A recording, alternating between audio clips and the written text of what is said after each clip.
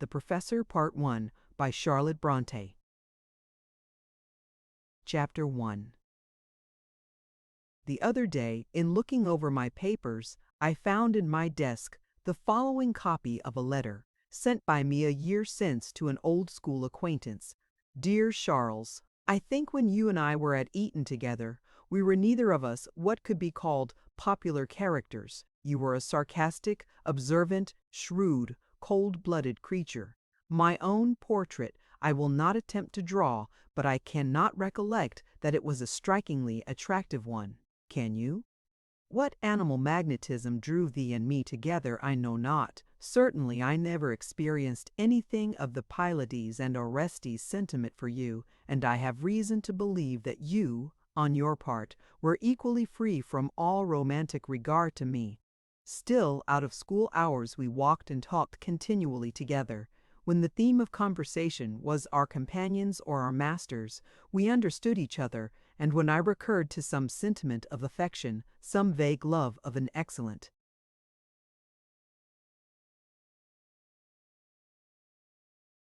or beautiful object, whether in animate or inanimate nature, your sardonic coldness did not move me. I felt myself superior to that check, then as I do now. It is a long time since I wrote to you, and a still longer time since I saw you. Chancing to take up a newspaper of your county the other day, my eye fell upon your name. I began to think of old times, to run over the events which have transpired since we separated, and I sat down and commenced this letter. What you have been doing I know not, but you shall hear, if you choose to listen, how the world has wagged with me. First, after leaving Eton, I had an interview with my maternal uncles, Lord Tynedale and the Hon. John Seacombe. They asked me if I would enter the church, and my uncle the nobleman offered me the living of Seacombe, which is in his gift if I would. Then my other uncle, Mr. Seacombe, hinted that when I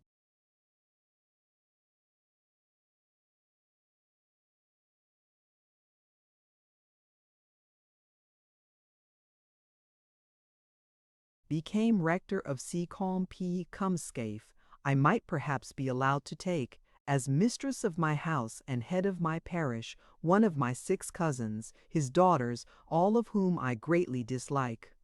I declined both the church and matrimony. A good clergyman is a good thing, but I should have made a very bad one. As to the wife, oh, how like a nightmare is the thought of being bound for life to one of my cousins. No doubt they are accomplished and pretty, but not an accomplishment, not a charm of theirs, touches a chord in my bosom. To think of passing the winter evenings by the parlor fireside of Seacombe Bay Rectory alone, with one of them, for instance, the large and well-modeled statue, Sarah. No, I should be a bad husband, under such circumstances, as well as a bad clergyman. When I had declined my uncle's offers, they asked me what I intended to do. I said I should reflect. They reminded me that I had no fortune and no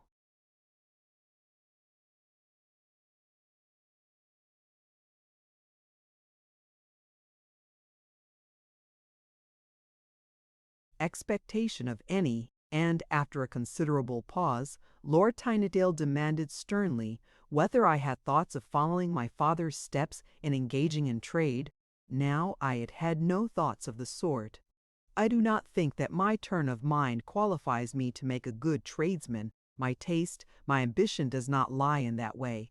But such was the scorn expressed in Lord Tynedale's countenance as he pronounced the word trade, such the contemptuous sarcasm of his tone, that I was instantly decided. My father was but a name to me, yet that name I did not like to hear mentioned with a sneer to my very face. I answered then with haste and warmth, I cannot do better than follow in my father's steps. Yes, I will be a tradesman. My uncles did not remonstrate. They and I parted with mutual disgust.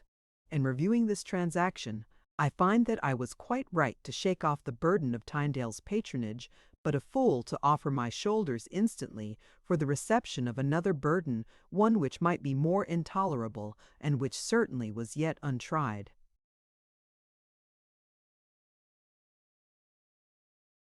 I wrote instantly to Edward. You know Edward, my only brother, 10 years my senior, married to a rich mill owner's daughter, and now possessor of the mill and business which was my father's before he failed. You are aware that my father once reckoned a crucis of wealth became bankrupt a short time previous to his death, and that my mother lived in destitution for some 6 months after him, unhelped by her aristocratical brothers, whom she had mortally offended by her union with Crimsworth, the shire manufacturer. At the end of the 6 months she brought me into the world, and then herself left it without, I should think, much regret, as it contained little hope or comfort for her. My father's relations took charge of Edward, as they did of me, till I was 9 years old. At that period it chanced that the representation of an important borough in our county fell vacant. Mr. Seacombe stood for it. My uncle Crimsworth, an astute mercantile man, took the opportunity of writing a fierce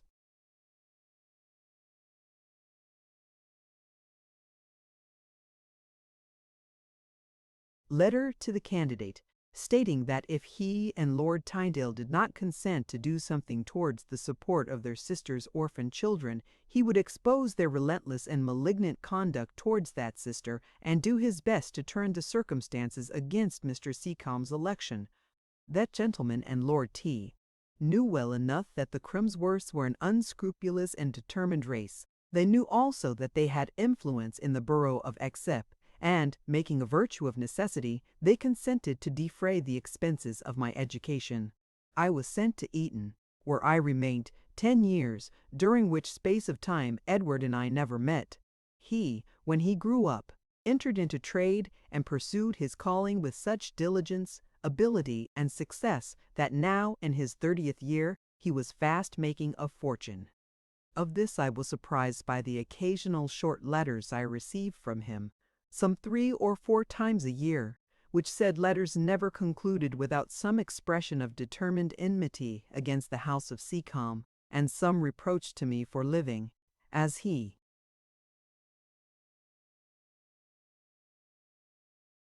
said, on the bounty of that house.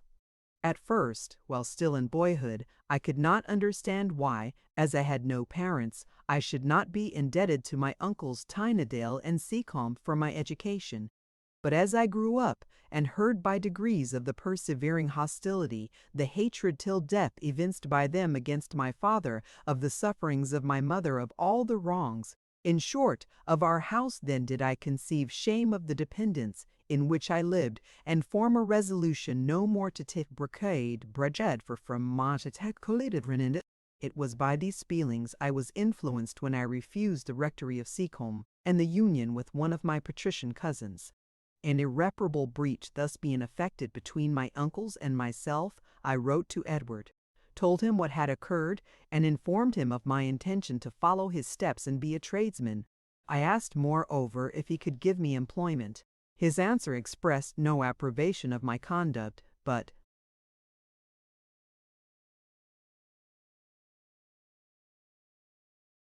he said I might come down to shire if I liked, and he would see what could be done in the way of furnishing me with work. I repressed all even mental comment on his note, packed my trunk and carpet-bag, and started for the north directly. After 2 days traveling, railroads were not then in existence, I arrived, one wet October afternoon, in the town of X. I had always understood that Edward lived in this town, but on inquiry I found that it was only Mr. Crimsworth's mill and warehouse, which were situated in the smoky atmosphere of Bigham Close. His residence lay 4 miles out in the country. It was late in the evening when I alighted at the gates of the habitation designated to me as my brother's. As I advanced up the avenue, I could see through the shades of twilight, and the dark gloomy mists which deepened those shades, that the house was large and the grounds surrounding it sufficiently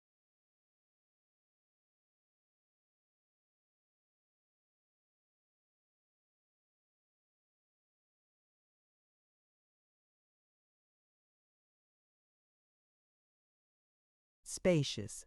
I paused a moment on the lawn in front, and leaning my back against a tall tree which rose in the center, I gazed with interest on the exterior of Crimsworth Hall. Edward is rich, thought I to myself. I believed him to be doing well, but I did not know he was master of a mansion like this. Cutting short all marveling, speculation, conjecture, Enki, I advanced to the front door and rang. A manservant opened it. I announced myself. He relieved me of my wet cloak and carpet bag and ushered me into a room furnished as a library, where there was a bright fire and candles burning on the table. He informed me that his master was not yet returned from X-Market, but that he would certainly be at home in the course of half an hour. Being left to myself, I took the stuffed easy-chair, covered with red morocco, which stood by the fireside, and while my eyes watched the flames dart from the Yershun.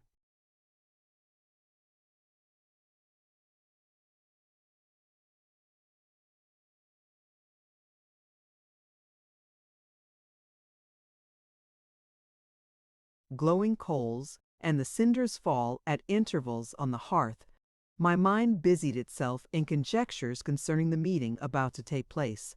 Amidst much that was doubtful in the subject of these conjectures, there was one thing tolerably certain: I was in no danger of encountering severe disappointment. From this, the moderation of my expectations guaranteed me. I anticipated no overflowings of fraternal tenderness. Edward's letters had always been such as to prevent the engendering or harboring of delusions of this sort.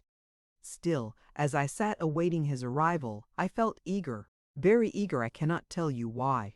My hand, so utterly a stranger to the grasp of a kindred hand, clenched itself to repress the tremor with which impatience would fain have shaken it. I thought of my uncles, and as I was engaged in wondering whether Edward's indifference would equal the cold disdain I had always experienced from them, I heard the avenue gates open, wheels approached the house, Mr. Crimsworth was arrived, and after the lapse of some minutes and a brief dialogue between himself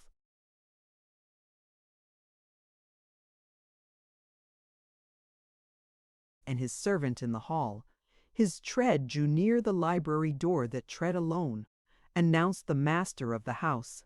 I still retain some confused recollection of Edward as he was 10 years ago, a tall, wiry, raw youth. Now, as I rose from my seat and turned towards the library door, I saw a fine-looking and powerful man, light-complexioned, well-made, and of athletic proportions. The first glance made me aware of an air of promptitude and sharpness, shown as well in his movements as in his port, his eye, and the general expression of his face. He greeted me with brevity, and, in the moment of shaking hands, scanned me from head to foot. He took a seat in the morocco-covered armchair, and motioned me to another seat.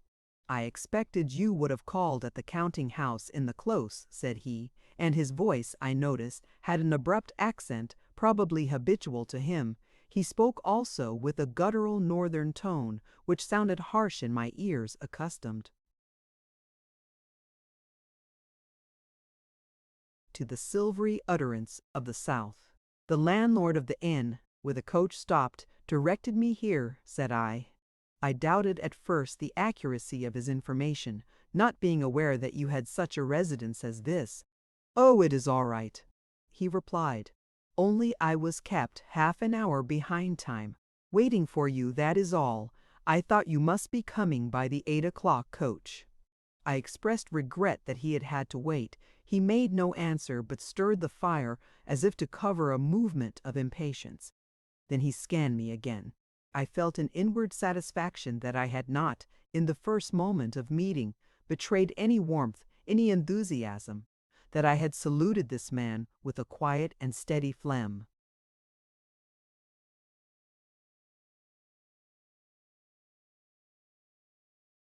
"Have you quite broken with Tyndale and Seacombe?" he asked hastily. "I do not think I shall have any further communication with them. My refusal of their proposals will, I fancy, operate as a barrier against all future intercourse." "Why," said he, "I may as well remind you at the very outset of our connection that no man can serve two masters. Acquaintance with Lord Tynedale will be incompatible with assistance from me." There was a kind of gratuitous menace in his eye as he looked at me in finishing this observation. Feeling no disposition to reply to him, I contented myself with an inward speculation on the differences which exist in the constitution of men's minds.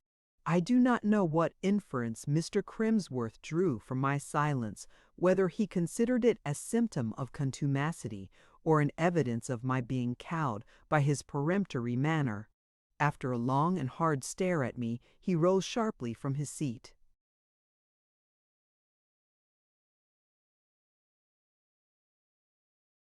"Tomorrow," said he, "I shall call your attention to some other points, but now it is supper time, and Mrs. Crimsworth is probably waiting. Will you come?" He strode from the room, and I followed. In crossing the hall, I wondered what Mrs. Crimsworth might be. Is she, thought I, as alien to what I like as Tyndale Seacombe, the Mrs. Seacombe, the Mrs. Seacombe as the affectionate relative now striding before me? Or is she better than these? Shall I, in conversing with her, feel free to show something of my real nature?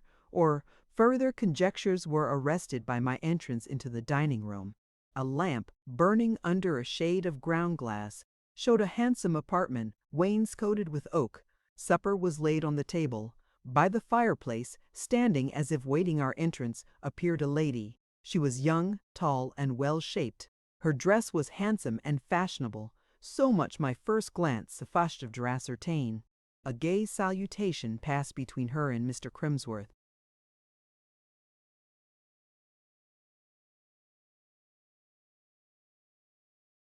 She chid him, half playfully, half poutingly, for being late. Her voice, I always take voices into the account in judging of character, was lively. It indicated, I thought, good animal spirits. Mr. Crimsworth soon checked her animated scolding with a kiss that still told of the bridegroom they had not yet been married a year. She took her seat at the supper table in first-rate spirits. Perceiving me, she begged my pardon for not noticing me before, and then shook hands with me, as ladies do when a flow of good humor disposes them to be cheerful to all, even the most indifferent of their acquaintance. It was now further obvious to me that she had a good complexion, and features sufficiently marked, but agreeable. Her hair was red, quite red. She and Edward talked much, always in a vein of playful contention. She was vexed, or pretended to be vexed, that he had that day driven a vicious horse in the gig, and he made light of her fears. Sometimes she appealed to me. "Now, Mr. William, isn't it absurd in Edward to talk so? He says he will drive."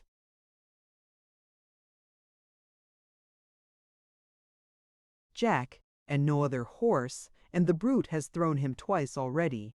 She spoke with a kind of lisp, not disagreeable, but childish. I soon saw also that there was more than girlish, a somewhat infantine expression in her by no means small features. This lisp and expression were, I have no doubt, a charm in Edward's eyes, and would be so to those of most men, but they were not to mine. I sought her eye, desirous to read there the intelligence which I could not discern in her face or hear in her conversation. It was merry, rather small. By turns I saw vivacity, vanity, coquetry.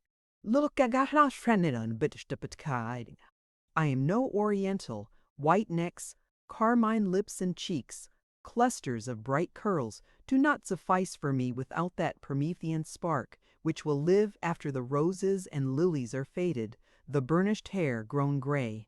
In sunshine, in prosperity, the flowers are very well.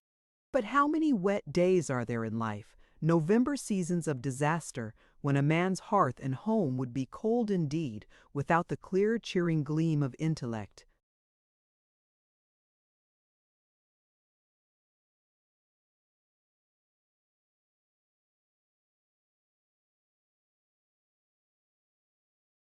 Having perused the fair page of Mrs. Crimsworth's face, a deep involuntary sigh announced my disappointment. She took it as a homage to her beauty, and Edward, who was evidently proud of his rich and handsome young wife, threw on me a glance half ridicule, half ire. I turned from them both, and gazing wearily round the room, I saw two pictures set in the oak paneling, one on each side the mantelpiece. Ceasing to take part in the bantering conversation that flowed on between Mr. and Mrs. Crimsworth, I bent my thoughts to the examination of these pictures. They were portraits, a lady and a gentleman, both costumed in the fashion of 20 years ago. The gentleman was in the shade. I could not see him well. The lady had the benefit of a full beam from the softly shaded lamp. I presently recognized her. I had seen this picture before in childhood. It was my mother. That and the companion picture being the only heirloom saved out of the sale of my father's property.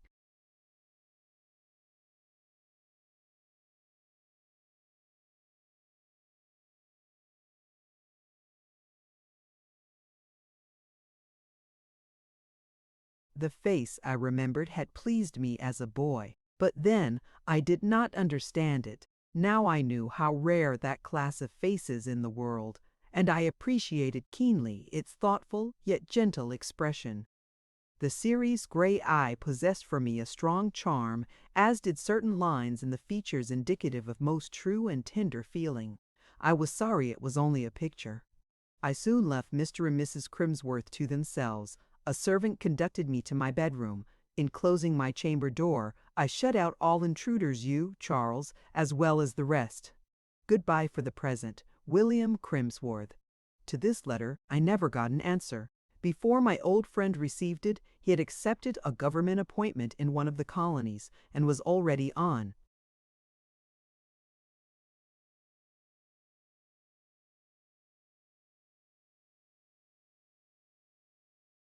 his way to the scene of his official labors.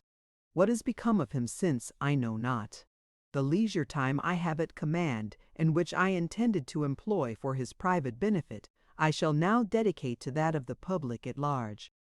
My narrative is not exciting, and above all, not marvelous, but it may interest some individuals who, having toiled in the same vocation as myself, will find in my experience frequent reflections of their own. The above letter will serve as an introduction. I now proceed.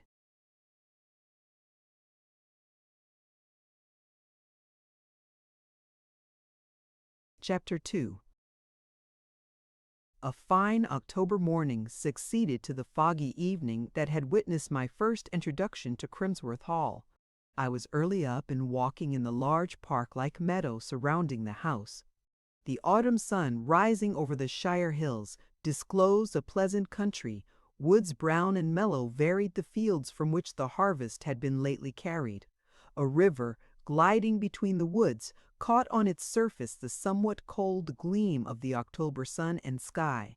At frequent intervals along the banks of the river, tall cylindrical chimneys, almost like slender round towers, indicated the factories which the trees half concealed. Here in Thanshians, similar to Call Adflatheek, steam trade machinery had long banished from it all romance and seclusion.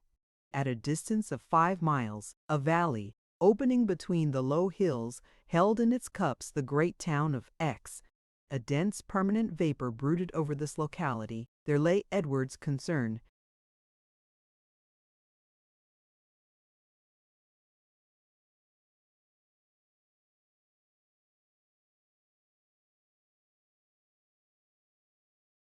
I forced my eye to scrutinize this prospect. I forced my mind to dwell on it for a time, and when I found that it communicated no pleasurable emotion to my heart, that it stirred in me none of the hopes a man ought to feel, when he sees laid before him the scene of his life's career, I said to myself, William, you are a rebel against circumstances, you are a fool, and know not what you want. You have chosen trade, and you shall be a tradesman. Look, I continued mentally, look at the sooty smoke in that hollow, and know that there is your post. There you cannot dream, you cannot speculate and theorize, there you shall out and work. Thus self-schooled, I returned to the house. My brother was in the breakfast room. I met him collectedly. I could not meet him cheerfully. He was standing on the rug, his back to the fire. How much did I read in the expression of his eye as my glance encountered his, when I advanced to bid him good morning? How much that was contradictory to my nature. He said, "Good morning," abruptly.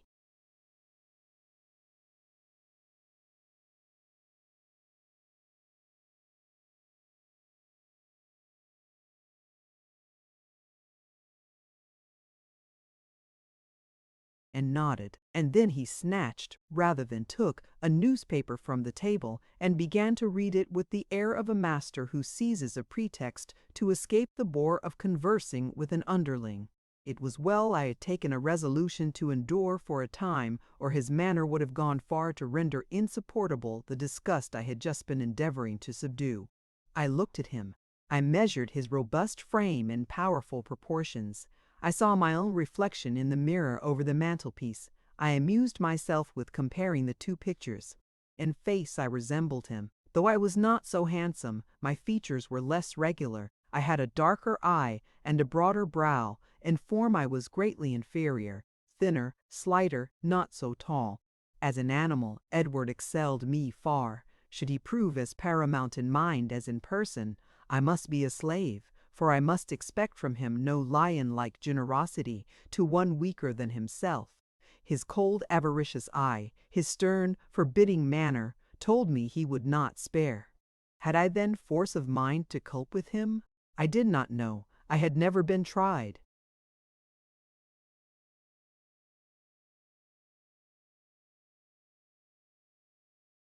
Mrs. Crimsworth's entrance diverted my thoughts for a moment. She looked well, dressed in white, her face and her attire shining in mourning in bridal freshness.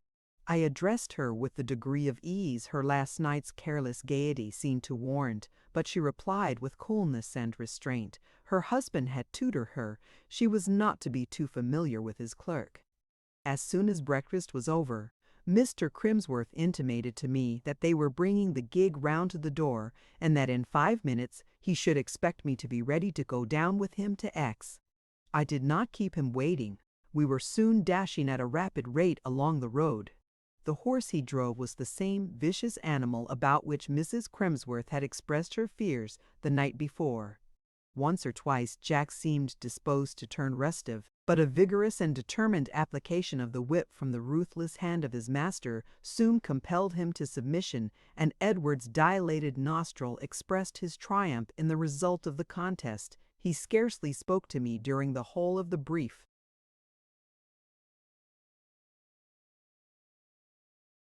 drive, only opening his lips at intervals to damn his horse. X was all stir and bustle when we entered it.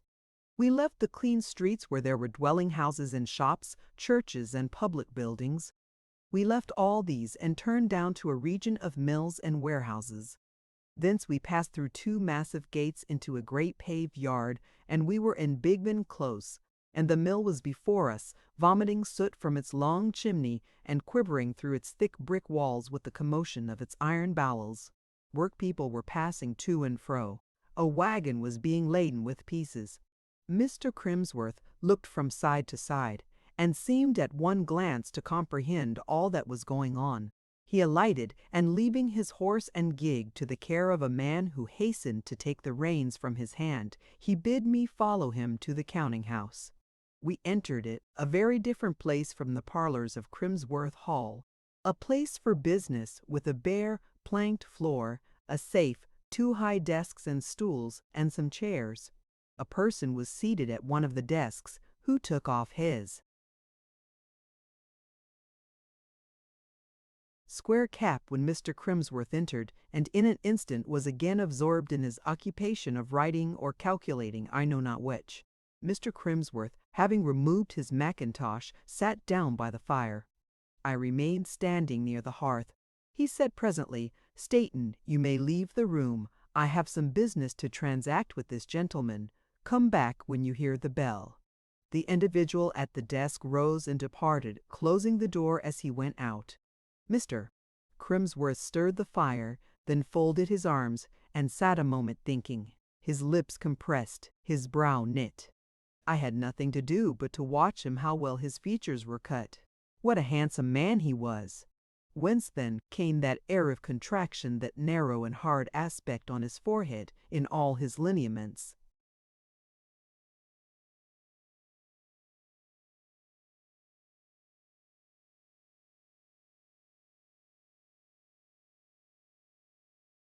Turning to me, he began abruptly, "You are come down to Shire to learn to be a tradesman?" "Yes, I am." "Have you made up your mind on the point? Let me know that at once." Yes.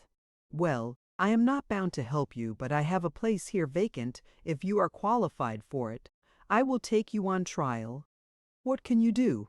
Do you know anything besides that useless trash of college learning Greek, Latin, and so forth? I have studied mathematics. Stuff, I dare say you have.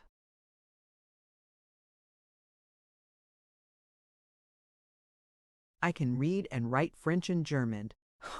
He reflected a moment, then opening a drawer in a desk near him, took out a letter and gave it to me. Can you read that? He asked. It was a German commercial letter. I translated it. I could not tell whether he was gratified or not. His countenance remained fixed. It is well, he said after a pause, that you are acquainted with something useful, something that may enable you to earn your board and lodging. Since you know French and German, I will take you as second clerk to manage the foreign correspondence of the house. I shall give you a good salary, 90L a year, and now, he continued, raising his voice, hear once for all what I have to say about our relationship and all that sort of humbug. I must have no nonsense on that point. It would never suit me. I shall excuse you nothing on the plea of being my brother if I find you stupid, negligent, dissipated, idle, or possessed of any faults detrimental to the interests of the house. I shall dismiss you as I would any other clerk. £90 a year are good wages, and I expect to have the full value of my money out of you. Remember, too, that things are on a practical footing in my establishment business, like habits, feelings, and ideas suit me best. Do you understand? Partly, I replied. I suppose you mean that I am to do my work for my wages, not to expect favor from you, and not to depend on you for any help but what I earn. That suits me exactly, and on these terms I will consent to be your clerk. I turned on my heel and walked to the window. This time I did not consult his face to learn his opinion. What it was I do not know, nor did I then care. After a silence of some minutes, he recommenced. You perhaps expect to be accommodated with apartments at Crimsworth Hall, and to go and come with me in the gig. I wish you, however, to be aware that such an arrangement would be quite inconvenient to me. I like to have the seat in my gig at liberty for any gentleman whom for business reasons I may wish to take down to the hall for a night or so. You will seek out lodgings in X. Quitting the window, I walked back to the hearth. Of course I shall seek out lodgings in X, I answered. It would not suit me either to lodge at Crimsworth Hall. My tone was quiet. I always speak quietly, yet Mr. Crimsworth's blue eye became incensed. He took his revenge rather oddly. Turning to me, he said bluntly, You are poor enough, I suppose. How do you expect to live to your quarters? Salary becomes due? I shall get on, said I. How do you expect to live? He repeated in a louder voice, As I can, Mr. Crimsworth. Get into debt at your peril. That's all, he answered. For aught I know, you may have extravagant aristocratic habits. If you have, drop them. I tolerate nothing of the sort here, and I will never give you a shilling extra, whatever liabilities you may incur. Mind that. Yes, Mr. Crimsworth, you will find I have a good memory. I said no more. I did not think the time was come for much parley. I had an instinctive feeling that it would be folly to let one's temper effervesce often with.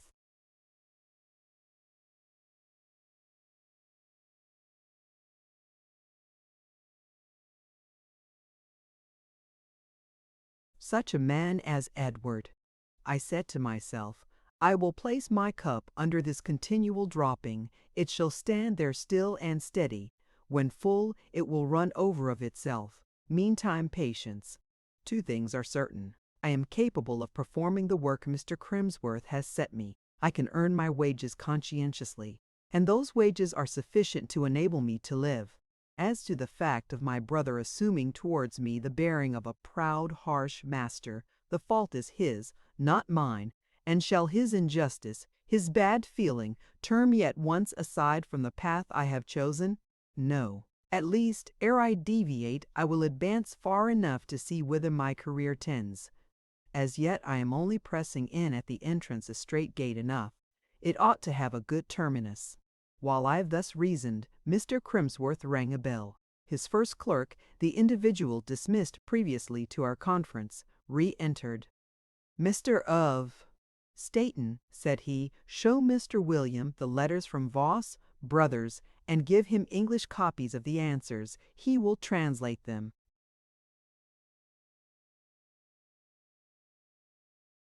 Mr. Staton, a man of about 35, with a face at once sly and heavy, hastened to execute this order. He laid the letters on the desk, and I was soon seated at it and engaged in rendering the English answers into German.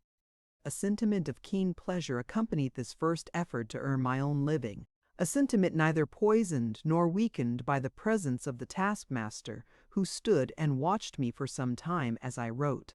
I thought he was trying to read my character, but I felt as secure against his scrutiny as if I had had on a casque with the visor down.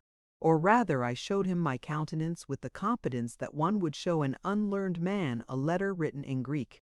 He might see lines and trace characters, but he could make nothing of them. My nature was not his nature, and its signs were to him like the words of an unknown tongue. Ere long, he turned away abruptly, as if baffled, and left the counting-house. He returned to it but twice in the course of that day. Each time he mixed and swallowed a glass of brandy and water, the materials for making.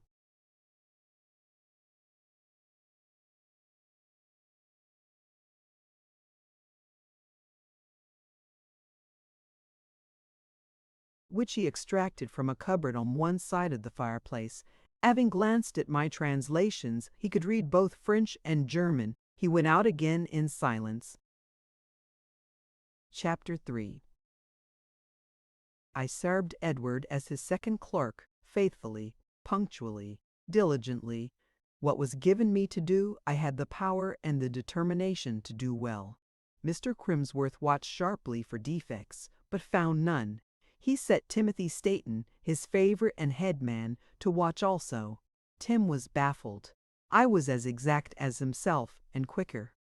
Mr. Crimsworth made inquiries as to how I lived, whether I got into debt. No, my accounts with my landlady were always straight. I had hired small lodgings, which I contrived to pay for out of a slender fund, the accumulated savings of my Eton pocket money. For as it had ever been abhorrent to my nature to ask pecuniary assistance, I had early acquired habits of self-denying economy, husbanding my monthly allowance with anxious care, in order to obviate the danger of being forced, in some moment of future aid, to beg a disdainful obéissance. I remember many called me miser at the time, and I used to couple the reproach with this consolation, better to be misunderstood now than repulsed hereafter. At this day I had my reward. I had had it before, went on.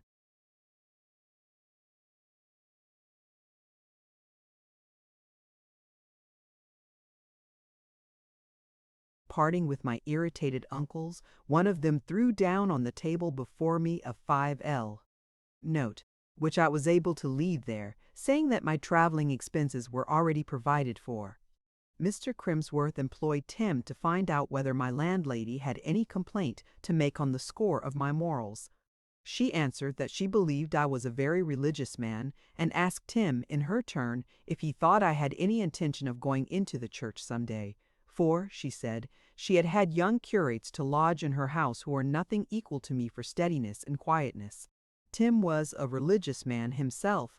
Indeed, he was a joined Methodist, which did not, be it understood, prevent him from being at the same time an ingrained rascal, and he came away much posed at hearing this account of my piety.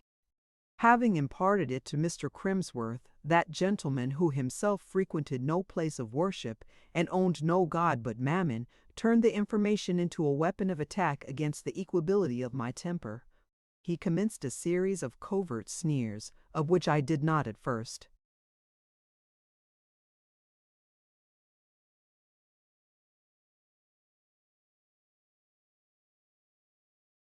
perceive the drift, till my landlady happened to relate the conversation she had had with Mr. Staton. This enlightened me. Afterwards I came to the counting-house prepared, and managed to receive the mill owner's blasphemous sarcasms, when next levelled at me, on a buckler of impenetrable indifference. Ere long, he tired of wasting his ammunition on a statue, but he did not throw away the shafts, he only kept them quiet in his quiver. Once during my clerkship, I had an invitation to Crimsworth Hall. It was on the occasion of a large party given in honor of the master's birthday. He had always been accustomed to invite his clerks on similar anniversaries, and could not well pass me over. I was, however, kept strictly in the background. Mrs. Crimsworth, elegantly dressed in satin and lace, blooming in youth and health, vouchsafed me no more notice than was expressed by a distant move. Crimsworth, of course, never spoke to me. I was introduced to none of the band of young ladies who, enveloped in silvery clouds of white gauze and muslin, sat in the ray against me on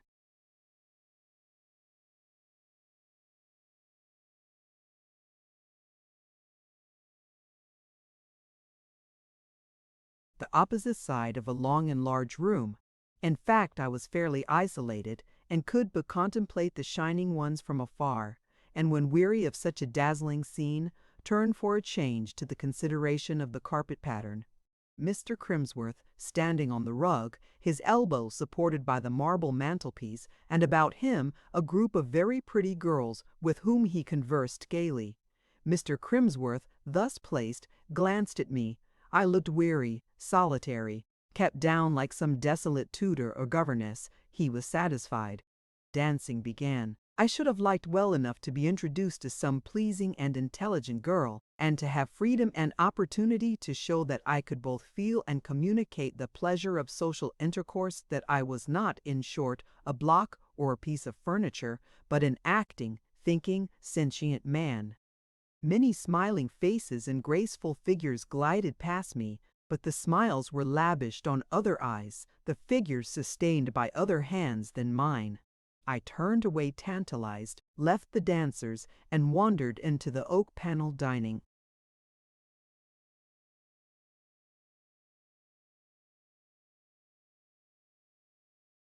room.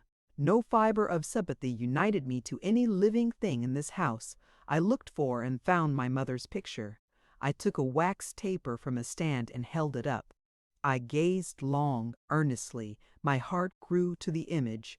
My mother, I perceived, had bequeathed to me much of her features and countenance, her forehead, her eyes, her complexion. No regular beauty pleases egotistical human beings so much as a softened and refined likeness of themselves. For this reason, fathers regard with complacency the lineaments of their daughters' faces, where frequently their own similitude is found flatteringly associated with softness of hue and delicacy of outline. I was just wondering how that picture, to me so interesting, would strike an impartial spectator, when a voice close behind me pronounced the words, "Humph! There's some sense in that face." I turned. At my elbow stood a tall man, young, though probably 5 or 6 years.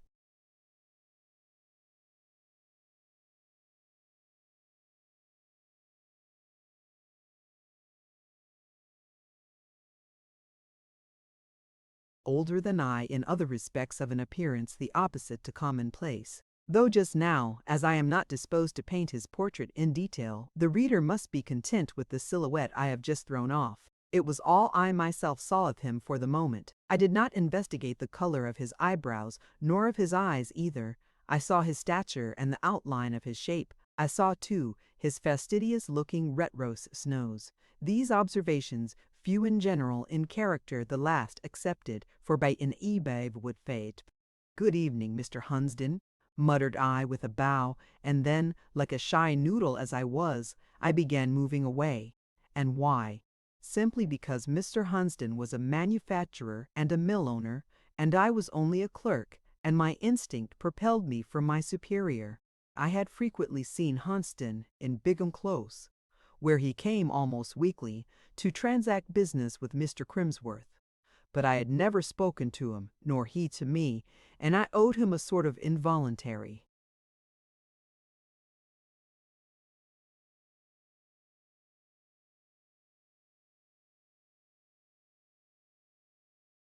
grudge, because he had more than once been the tacit witness of insults offered by Edward to me. I had the conviction that he could only regard me as a poor-spirited slave. wherefore I now went about to shun his presence and eschew his conversation.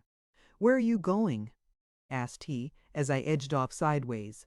I had already noticed that Mr. Hunsden indulged in abrupt forms of speech, and I perversely said to myself, "He thinks he may speak as he likes to a poor clerk, but my mood is not perhaps so supple as he deems it, and his rough freedom pleases me not at all." I made some slight reply, rather indifferent than courteous, and continued to move away. He coolly planted himself in my path. "Stay here a while," said he. "It is so hot in the dancing room. Besides, you don't."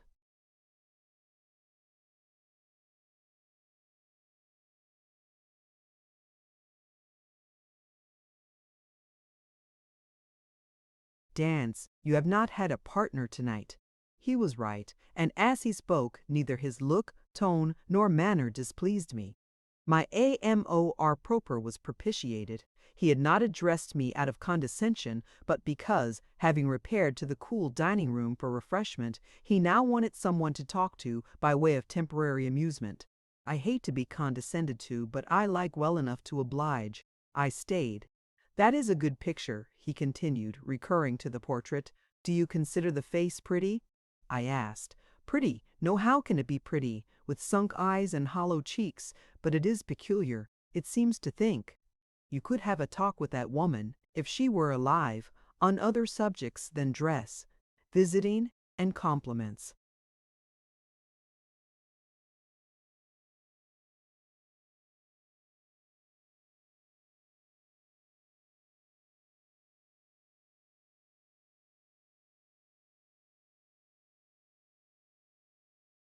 I agreed with him, but did not say so. He went on. "Not that I admire a head of that sort. It wants character and force. There's too much of the sensitive, so he articulated it, curling his lip at the same time in that mouth. Besides, there is aristocrat written on the brow and defined in the figure. I hate your aristocrats." "You think, then, Mr. Hunsden, that patrician descent may be read in a distinctive cast of form and features?" "Patrician descent be hanged! Who doubts that your lordlings may have their distinctive cast of form and features as much as we shire tradesmen have ours? But which is the best? Not theirs, assuredly. As to their women, it is a little different. They cultivate beauty from childhood upwards, and may by care and training attain to a certain degree of excellence in that point, just like the Oriental odalisques. Yet even this superiority is doubtful. Compare the figure in that.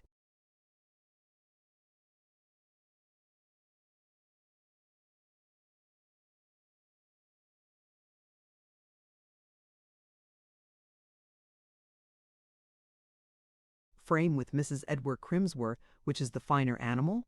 I replied quietly, "Compare yourself and Mr. Edward Crimsworth, Mr. Hunsden."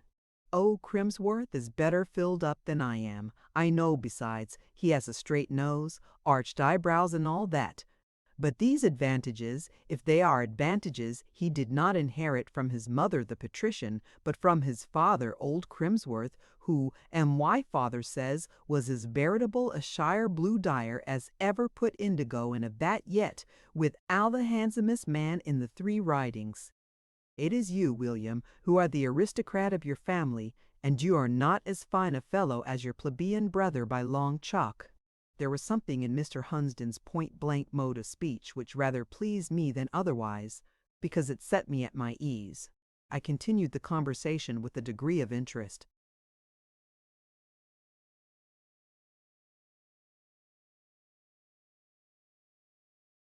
"How do you happen to know that I am Mr. Crimsworth's brother?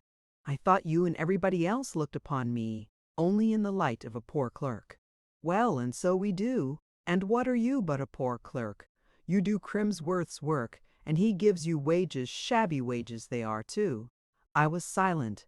Hunsden's language now bordered on the impertinent. Still his manner did not offend me in the least. It only piqued my curiosity. I wanted him to go on, which he did in a little while. "This world is an absurd one," said he. "Why so, Mr. Hunsden? I wonder you should ask. You are yourself a strong proof of the absurdity I allude to."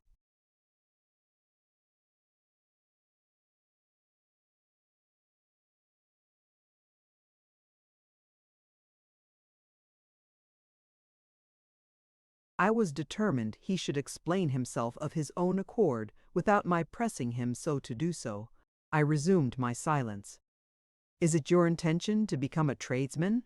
he inquired presently. "It was my serious intention 3 months ago." "Humph! The more fool you look like a tradesman, what a practical business-like face you have." "My face is as the Lord made it, Mr. Hunsden. The Lord never made either your face or head for X. What good can your bumps of ideality, comparison, self-esteem, conscientiousness do you here? But if you like big enclothes, stay there. It's your own affair, not mine. Perhaps I have no choice."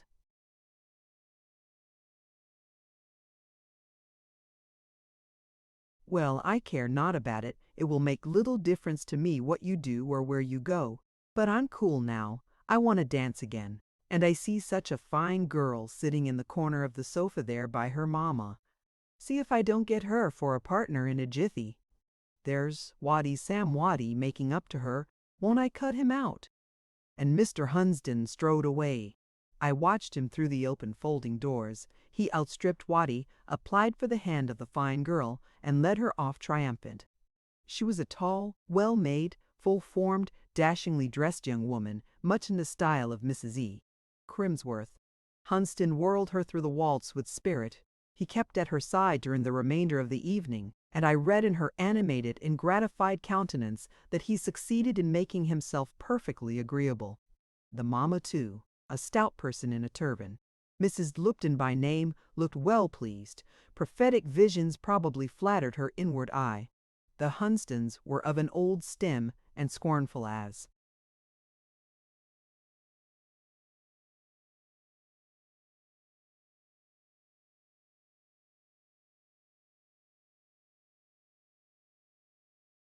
York, such was my late interlocutor's name, professed to be of the advantages of birth. In his secret heart he well knew and fully appreciated the distinction his ancient, if not high lineage conferred on him in a mushroom place like X, concerning whose inhabitants it was proverbially said that not one in 1,000 knew his own grandfather. Moreover, the Hunsdens, once rich, were still independent, and report affirmed that York bade fair, by his success in business, to restore to pristine prosperity the partially decayed fortunes of his house. These circumstances considered, Mrs. Lupton's broad face might well wear a smile of complacency as she contemplated the heir of Hunsden Wood, occupied in paying assiduous court to her darling Sarah Martha. I, however, whose observations being less anxious were likely to be more accurate, soon saw that the grounds for maternal self-congratulation were slight indeed. The gentleman appeared to me much more desirous of making than susceptible of receiving an impression. I know not what it was in Mr. Hunsden that, as I watched him, I had nothing.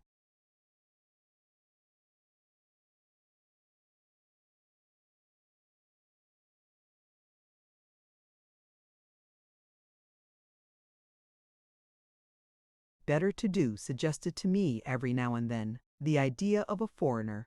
In form and features he might be pronounced English, though even there one caught a dash of something Gallic. But he had no English shyness. He had learnt somewhere, somehow, the art of setting himself quite at his ease, and of allowing no insular timidity to intervene as a barrier between him and his convenience or pleasure. Refinement he did not affect, yet vulgar he could not be called. He was not odd no quiz, yet he resembled no one else I had ever seen before. His general bearing intimated complete, sovereign satisfaction with himself. Yet, at times, an indescribable shade passed like an eclipse over his countenance, and seemed to me like the sign of a sudden and strong inward doubt of himself, his words and actions, an energetic discontent at his life or his social position, his flitiate, his memicolt.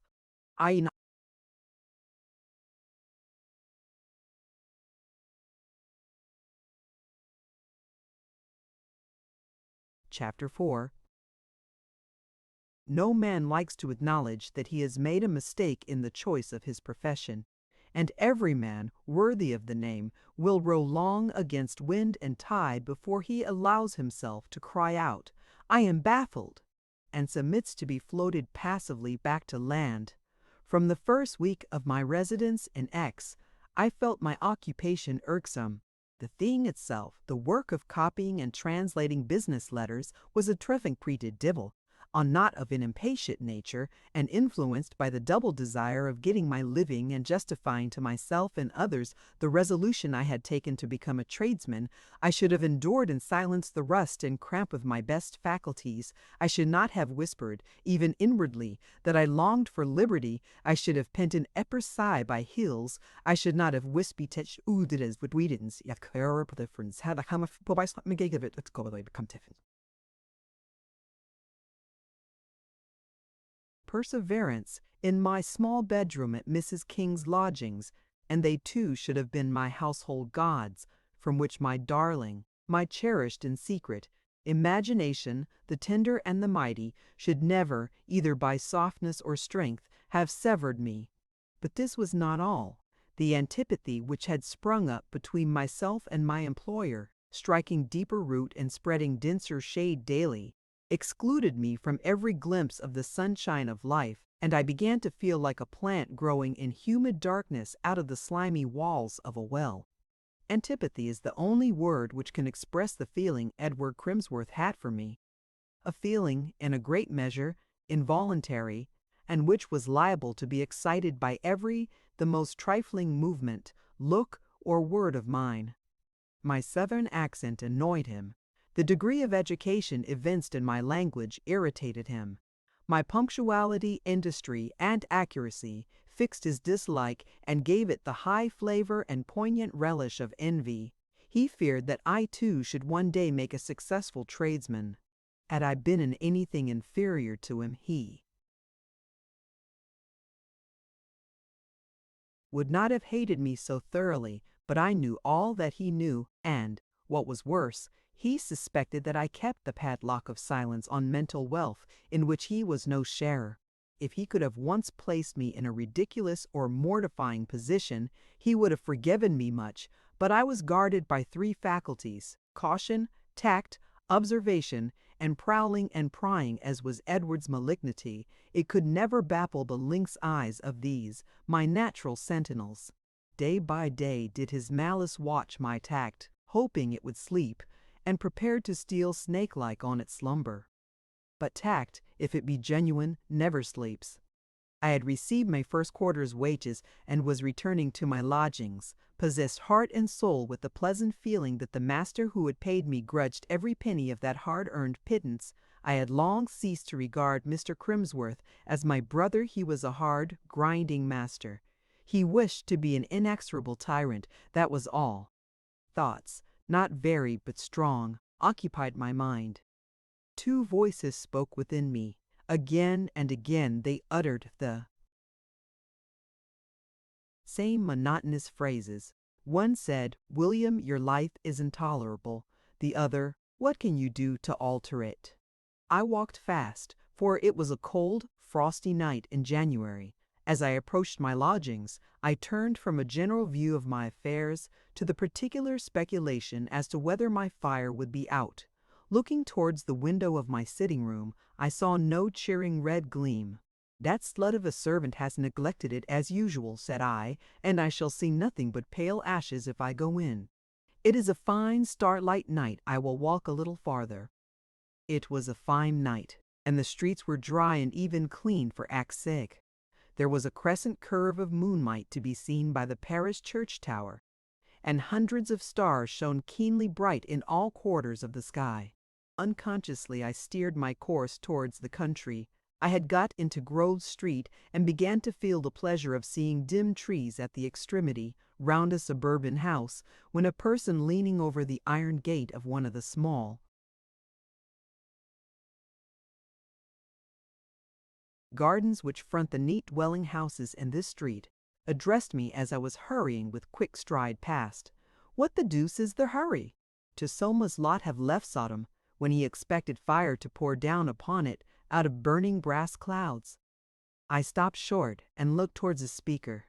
I smelt the fragrance and saw the red spark of a cigar, the dusk outline of a man, too, bent towards me over the wicket. "You see, I am meditating in the field at eventide. continued this shade. God knows it's cool work. Especially as instead of Rebecca on a camel's hump, with bracelets on her arms and a ring in her nose, fate sends me only a counting-house clerk in a gray tweed wrapper. The voice was familiar to me. Its second utterance enabled me to seize the speaker's identity.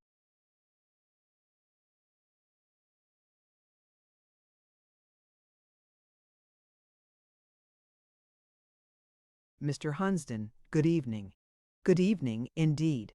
Yes, but you would have passed me without recognition if I had not been so civil as to speak first. I did not know you. A famous excuse. You ought to have known me. I knew you, though you were going ahead like a steam engine. Are the police after you? It wouldn't be worth their while. I'm not of consequence enough to attract them. Alas, poor shepherd, alack and well a day! What a theme for regret, and how down in the mouth you must be, judging from the sound of your voice. But since you're not running from the police, from whom are you running? The devil.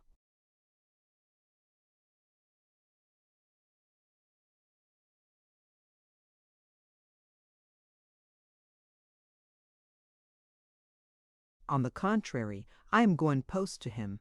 That is well, you're just in luck. This is Tuesday evening.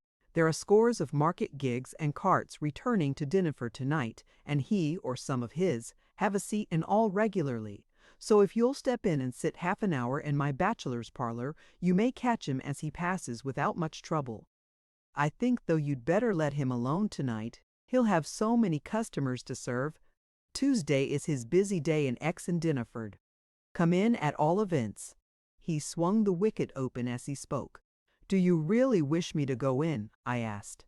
As you please, I'm alone. Your company for an hour or two would be agreeable to me, but if you don't choose to favor me so far, I'll not press the point. I hate to bore anyone.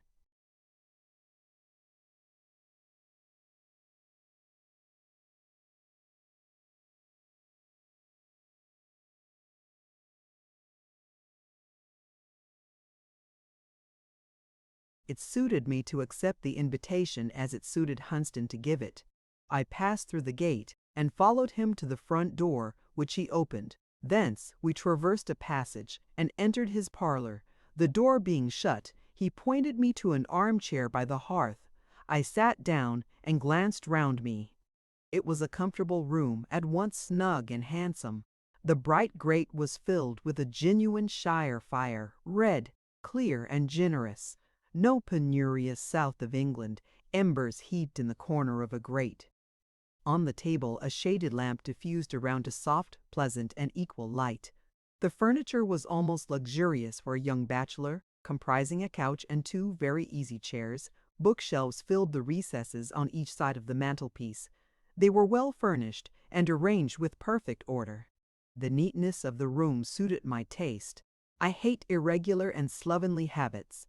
From what I saw, I concluded that Hunsden's ideas on that point corresponded with my own. While he removed from the center table to the sideboard a few pamphlets and periodicals, I ran my eye along the shelves of the bookcase nearest me. French and German works predominated, the old French dramatists, sundry modern authors, Thiers, Villeneuve, Paul de Kock, George Sand, Eugene Sue. In German, Goethe, Schiller, Joca, Junkel Richter. In English, there were works on political economy. I examined no further, for Mr. Hunsden himself recalled my attention. You shall have something, said he, for you ought to feel disposed for refreshment after walking nobody knows how far on such a Canadian night as this. But it shall not be brandy and water, and it shall not be a bottle of port, nor ditto of sherry. I keep no such poison. I have Rhine wine for my own drinking, and you may choose between that and coffee. Here again Hunsden suited me. If there was one generally received practice I abhorred more than another, it was the habitual imbibing of spirits and strong wines. I had, however, no fancy for his acid German nectar, but I liked coffee so.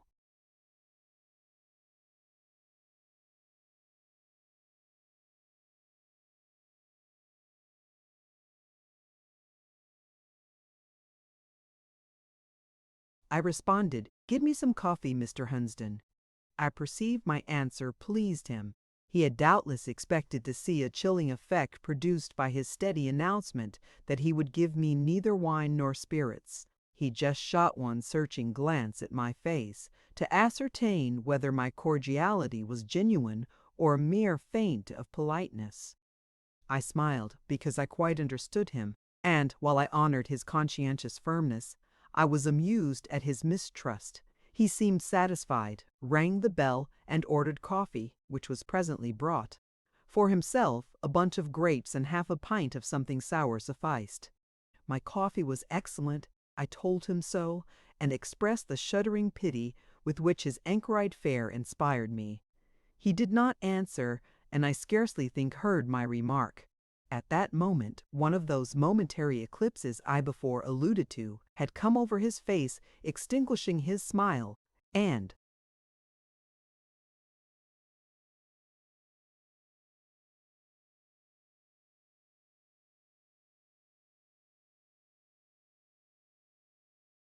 replacing by an abstracted and alienated look the customarily shrewd, bantering glance of his eye, I employed the interval of silence in a rapid scrutiny of his physiognomy.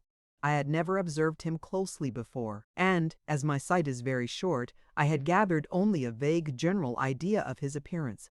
I was surprised now, on examination, to perceive how small, and even feminine, were his lineaments. His tall figure, long and dark locks, his voice and general bearing, had impressed me with the notion of something powerful and massive. Not at all. My own features were cast in a harsher and squarer mold than his. I discerned that there would be contrast between his inward and outward man, contentions too, for I suspected his soul had more of will and ambition than his body had of fiber and muscle. Perhaps, in these incompatibilities of the physique with the morale, lay the secret of that fitful gloom. He would, but could not, and the athletic mind scowled scorn on its more fragile companion. As to his good looks, I should have liked to have a woman's opinion on that subject. It seemed to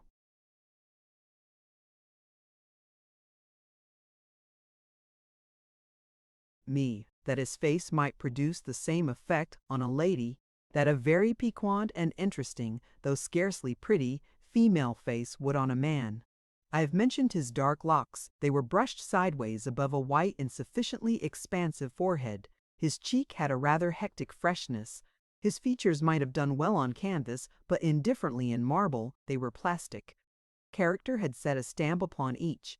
Expression recast them at her pleasure, and strange metamorphoses she wrought, giving him now the mien of a morose bull, and anon that of an arch and mischievous girl. More frequently, the two semblances were blent, and a queer cum theme. Starting from his silent fit, he began, "William, what a fool you are to live in those dismal lodgings of Mrs. King's, when you might take rooms here in Grove Street and have a garden like me. I should be too far from the mill."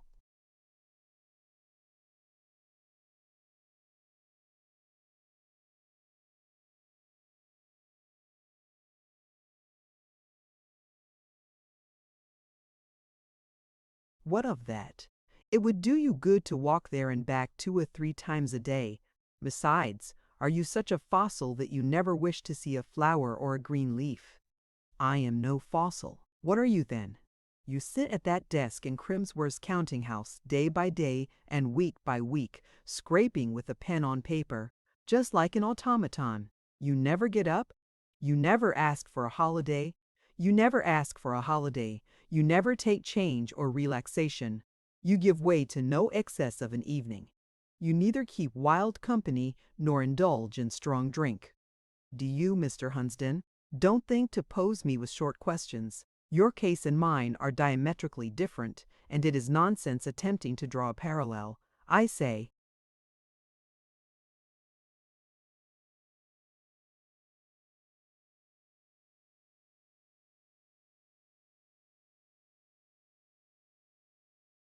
that when a man endures patiently what ought to be unendurable, he is a fossil. Whence do you acquire the knowledge of my patience? Why, man, do you suppose you are a mystery? The other night you seemed surprised at my knowing to what family you belonged. Now you find subject for wonderment in my calling you patient. What do you think I do with my eyes and ears?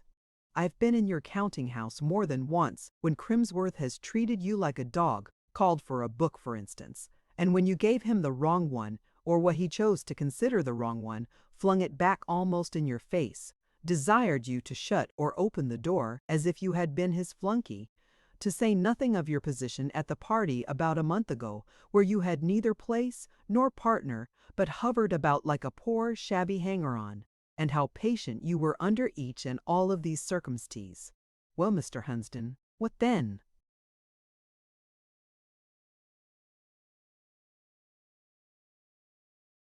I can hardly tell you what then. Then consider basids that we comping praven one mom terza retain, balastanding his tyranny, or perhaps by means of it you are what the world calls an interested and mercenary, but may be a very wise fellow if you are patient because you think it a duty to meet insult with submission. You are an essential sap, and in no shape the man for my money, if you are patient because you're lidmetic, flat, and excitable, and that you're gonna gut up to the kishit, but last big was set was flat the age in normal literature. Mr. Hunsden's eloquence was not, it will be perceived, of the smooth and oily order. As he spoke he pleased me ill. I seemed to recognize in him one of those characters who, sensitive enough themselves, are selfishly relentless towards the sensitiveness of others. Moreover, though he was neither like Crimsworth nor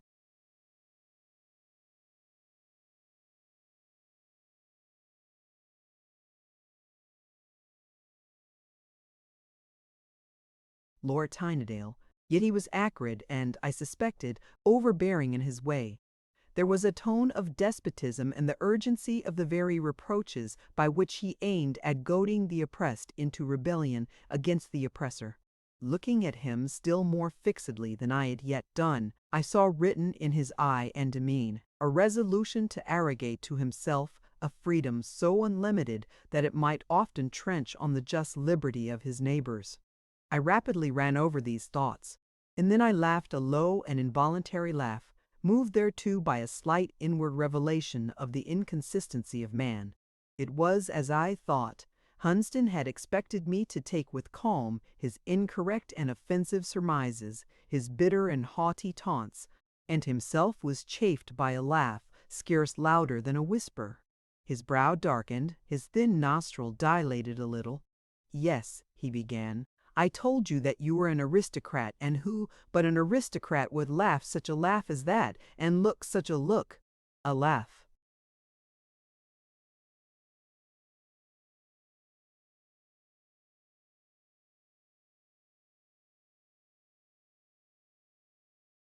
Frigidly jeering, a look lazily mutinous, gentlemanlike irony, patrician resentment.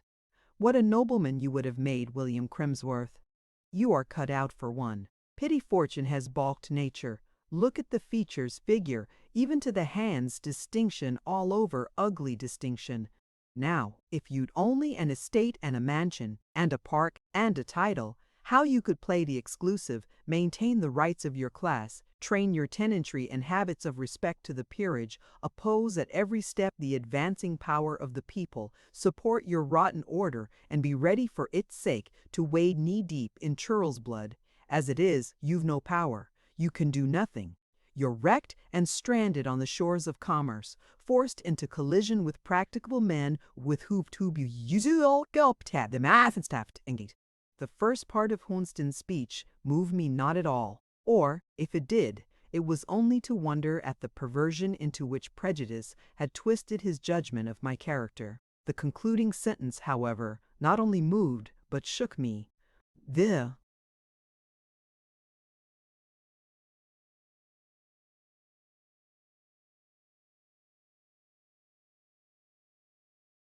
blow it gave was a severe one, because truth wielded the weapon. If I smile now, it was only in disdain of myself. Hunsden saw his advantage. He followed it up. "You'll make nothing by trade," continued he, "nothing more than the crust of dry bread and the draught of fair water on which you now live. Your only chance of getting a competency lies in marrying a rich widow or running away with an heiress. I leave such shifts to be put in practice by those who devise them, said I, rising. And even that is hopeless, he went on coolly. What widow would have you? Much less would Harry's. You're not bold and venturesome enough for the one, nor handsome and fascinating enough for the other. You think perhaps you look.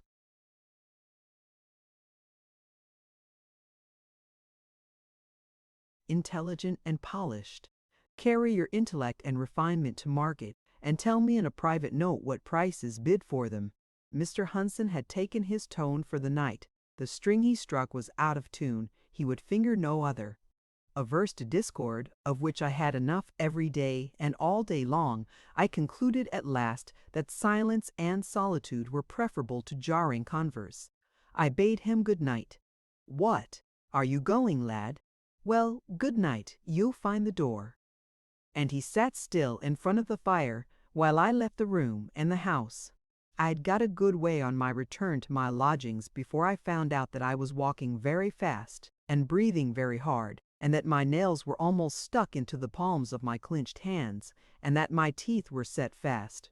On making this discovery, I relaxed both my pace, fists, and jaws, but I could not so soon cause the regrets rushing rapidly to my mind to slacken their tide.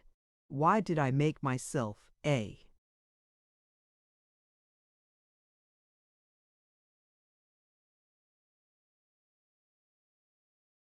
tradesman? Why did I enter Honston's house this evening? Why at dawn tomorrow must I repair to Crimsworth's mill? All that night did I ask myself these questions, and all that night fiercely demanded of my soul an answer. I got no sleep. My head burned, my feet froze. At last the factory bells rang, and I sprang from my bed with other slaves.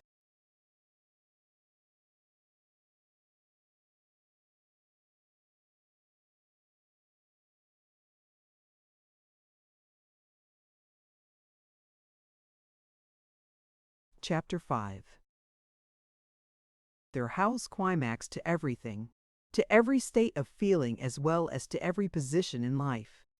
I turned this truism over in my mind as, in the frosty dawn of a January morning, I hurried down the steep and now icy street which descended from Mrs. King's to the close.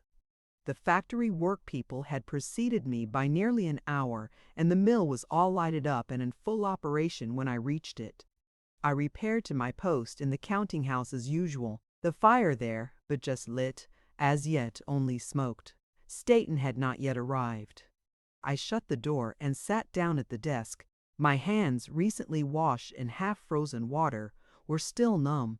I could not write till they had regained vitality, so I went on thinking, and still the theme of my thoughts was the climax. Self-dissatisfaction troubled exceedingly the current of my meditations. Come, William Crimsworth, said my conscience, or whatever it is that within ourselves takes ourselves to task, come, get a clear notion of what you would have or what you would not have. You talk of a climax. Pray has your endurance.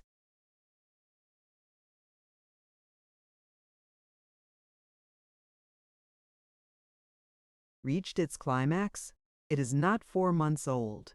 What a fine, resolute fellow you imagined yourself to be when you told Tynedale you would tread in your father's steps, and a pretty treading you are likely to make of it. How well you like X. Just at this moment, how redolent of pleasant associations are its streets, its shops, its warehouses, its factories. How the prospect of this day cheers you. Letter copying till noon, solitary dinner at your lodgings. Letter copying till evening, solitude. For you neither find pleasure in Brown's, nor Smith's, nor Nicole's, nor Eccles' company. And as to Hunsden, you fancied there was pleasure to be derived from his society.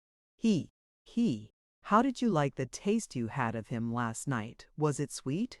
Yet he is a talented, an original-minded man, and even he does not like you. Your self-respect defies you to like him. He has always seen you to disadvantage. He always will see you to disadvantage. Your positions are unequal, and were they on the same level your minds could not assimilate. Never hope, then, to gather the honey of friendship out of that thorn-guarded plant. Hello.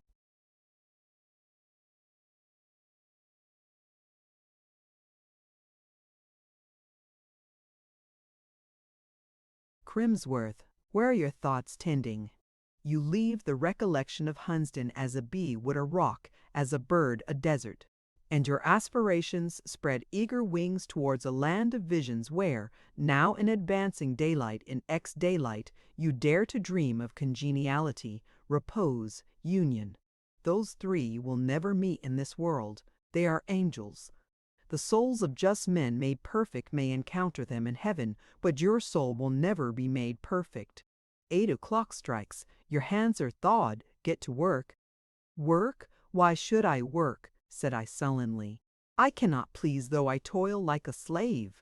Work! Work! Reiterated the inward voice.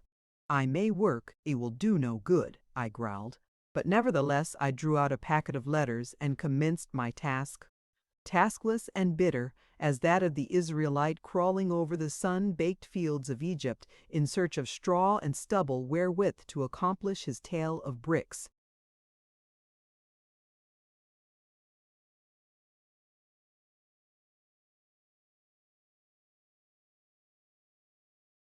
About 10 o'clock, I heard Mr. Crimsworth's gig turn into the yard, and in a minute or two he entered the counting-house. It was his custom to glance his eye at Staton and myself, to hang up his mackintosh, stand a minute with his back to the fire, and then walk out. Today he did not deviate from his usual habits. The only difference was that when he looked at me, his brow, instead of being merely hard, was surly. His eye, instead of being cold, was fierce. He studied me a minute or two longer than usual, but went out in silence.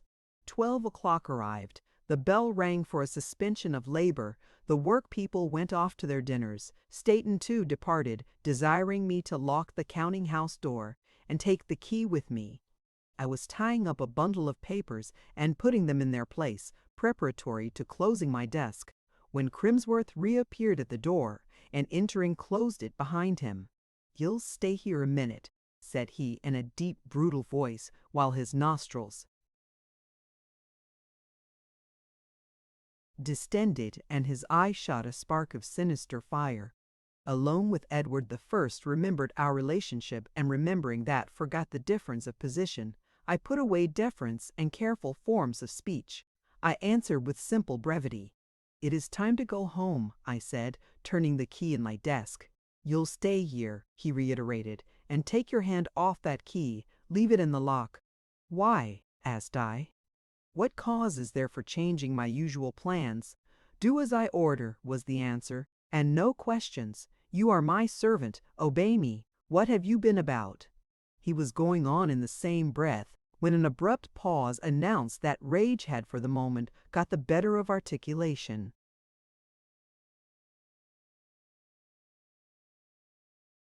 "You may look, if you wish to know," I replied. "There is the open desk, there are the papers. Confound your insolence. What have you been about?" "Your work, and have done it well." Hypocrite and twaddler, smooth-faced, sniveling greasehorn. This last term is, I believe, purely Shire, and alludes to the horn of black rancid whale oil, usually to be seen suspended to cart-wheels and employed for greasing the same. Come, Edward Crimsworth, enough of this. It is time you and I wound up accounts. I have now given your service 3 months' trial, and I find it the most nauseous slavery under the sun. Seek another clerk. I stay no longer. What? Do you dare to give me notice? Stop at least for your wages. He took down the heavy gig whip hanging beside his mackintosh.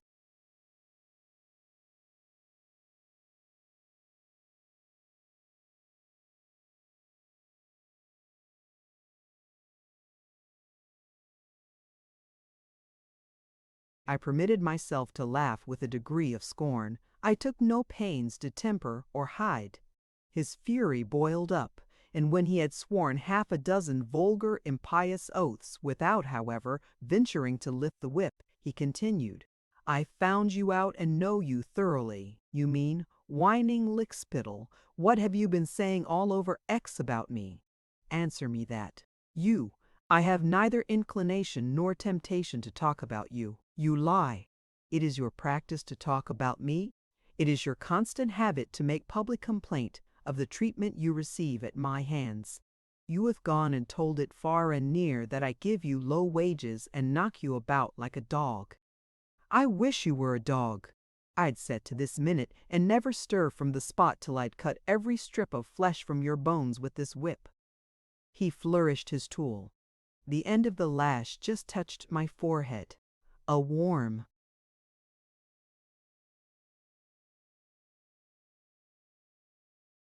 excited thrill ran through my veins. My blood seemed to give a bound, and then raced fast and hot along its channels. I got up nimbly, came round to where he stood, and faced him. "Down with your whip," said I, "and explain this instant what you mean. Sirrah, to whom are you speaking? To you. There is no one else present, I think. You say I have been calumniating you, complaining of your low wages and bad treatment. Give your grounds for these assertions." Crimsworth had no dignity, and when I sternly demanded an explanation, he gave one in a loud, scolding voice. "Grounds! You shall have them, and turn to the light that I may see your brazen face blush black when you hear yourself proved to be a liar and a hypocrite. Ed A.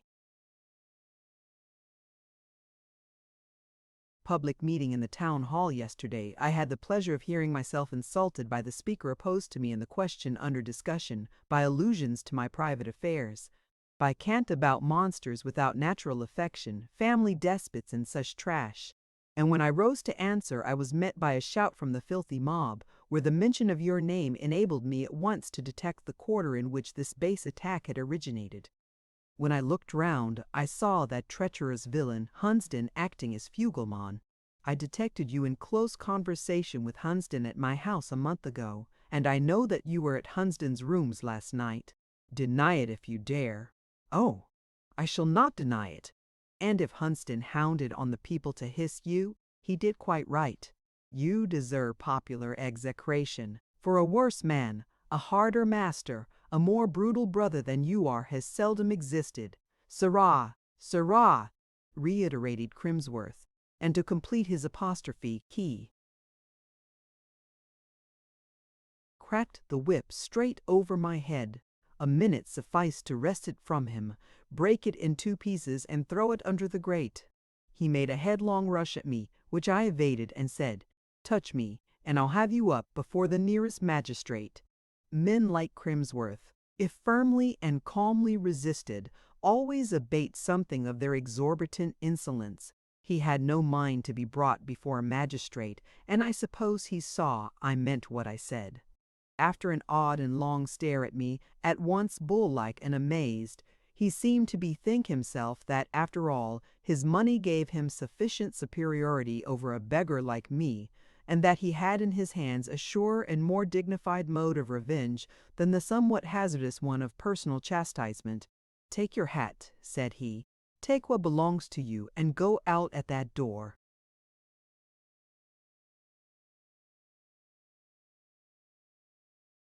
Get away to your parish, you pauper, beg, steal, starve, get transported, do what you like, but at your peril venture again into my sight. If ever I hear of your setting foot on an inch of ground belonging to me, I'll hire a man to cane you. It is not likely you'll have the chance. Once off your premises, what temptation can I have to return to them? I leave a prison, I leave a tyrant, I leave what is worse than the worst that can lie before me, so no fear of my coming back. Go, or I'll make you, exclaimed Crimsworth. I walked deliberately to my desk, took out such of its contents as were my own property, put them in my pocket, locked the desk, and placed the key on the top. "What are you abstracting from that desk?" demanded the mill owner. "Leave all behind in its place, or I'll send for a policeman to search you." "Look sharp about it then," said I, and I took down my hat, drew on my gloves,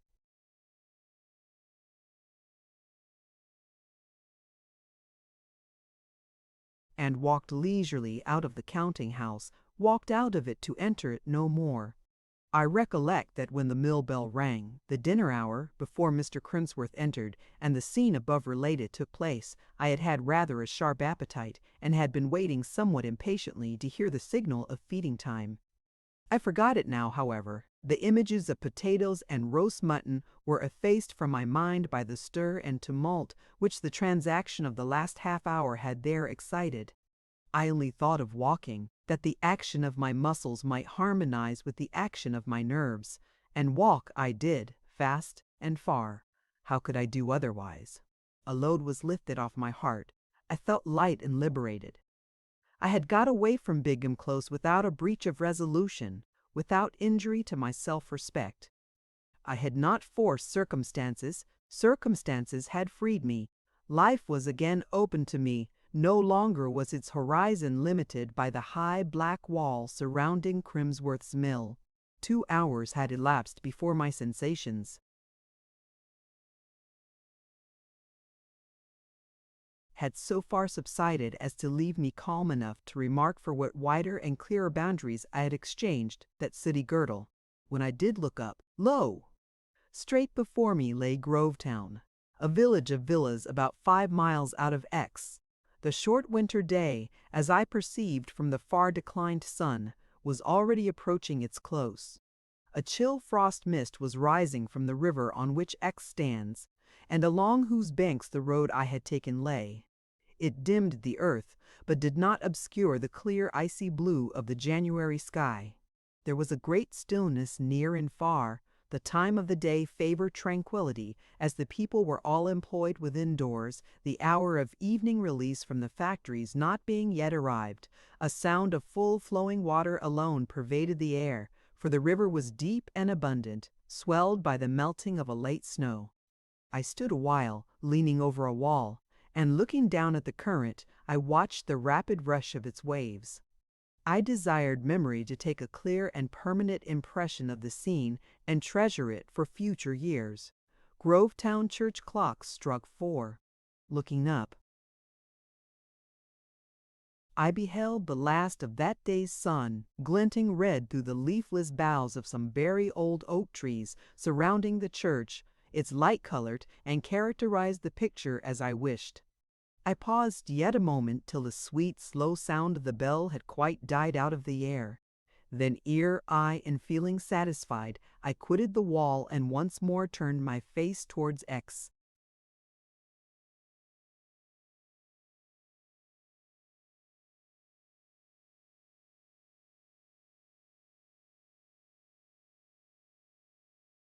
Chapter 6. I entered the town a hungry man. The dinner I had forgotten recurred seductively to my recollection, and it was with a quick step and sharp appetite I ascended the narrow street leading to my lodgings. It was dark when I opened the front door and walked into the house. I wondered how my fire would be. The night was cold, and I shuddered at the prospect of a grate full of sparkless cinders. To my joyful surprise, I found, on entering my sitting room, a good fire and a clean hearth. I had hardly noticed this phenomenon when I became aware of another subject for wonderment. The chair I usually occupied near the hearth was already filled. A person sat there with his arms folded on his chest and his legs stretched out on the rug. Short-sighted as I am, doubtful as was the gleam of the firelight, a moment's examination enabled me to recognize in this person my acquaintance, Mr. Hunsden. I could not, of course, be much pleased to see him, considering the manner in which I had parted from him the night before, and as I walked to the hearth, stirred the fire, and said coolly, "Good evening, my."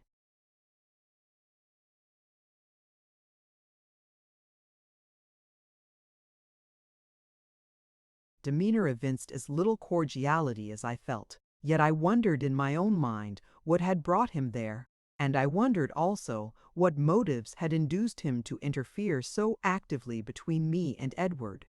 It was to him, it appeared, that I owed my welcome dismissal. Still, I could not bring myself to ask him questions, to show any eagerness of curiosity. If he chose to explain, he might, but the explanation should be a perfectly voluntary one. I thought "You owe me a debt of gratitude," were his first words. "Do I?" said I. "I hope it is not a large one, for I am much too poor to charge myself with heavy liabilities of any kind."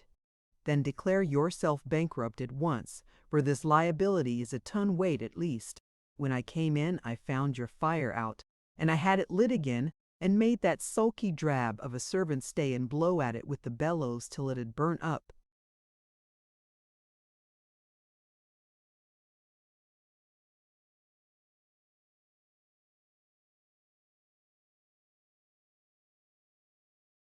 Properly. Now say thank you. Not till I have had something to eat. I can thank nobody while I am so famished. I rang the bell and ordered tea and some cold meat. Cold meat! Exclaimed Hunsden, as the servant closed the door. What a glutton you are, man! Meat with tea! You'll die of eating too much. No, Mr. Hunsden, I shall not. I felt a necessity for contradicting him. I was irritated with hunger, and irritated at seeing him there, and irritated at the continued roughness of his manner. It is overeating that makes you so ill-tempered, said he. How do you know? I demanded. It is like you to give a pragmatical opinion.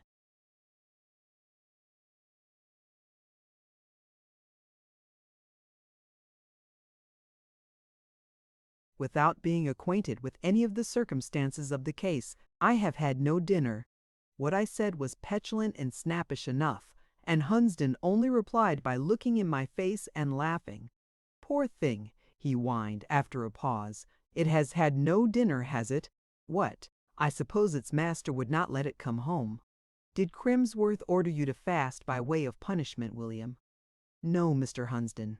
Fortunately, at this sulky juncture, tea was brought in, and I fell to upon some bread and butter and cold beef directly.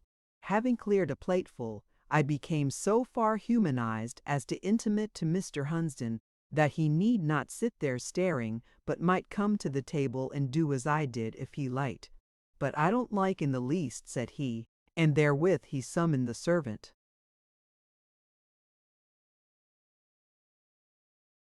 By a fresh pull of the bell rope, and intimated a desire to have a glass of toast and water, and some more coal, he added, Mr. Crimsworth shall keep a good fire while I stay. His orders being executed, he wheeled his chair round to the table so as to be opposite me. Well, he proceeded, you are out of work, I suppose. Yes, said I, and not disposed to show the satisfaction I felt on this point. I, yielding to the whim of the moment, took up the subject as though I considered myself aggrieved rather than benefited by what had been done. Yes, thanks to you, I am. Crimsworth turned me off at a minute's notice, owing to some interference of yours at a public meeting, I understand. Ah, what? He mentioned that. He observed me signaling the lads, did he?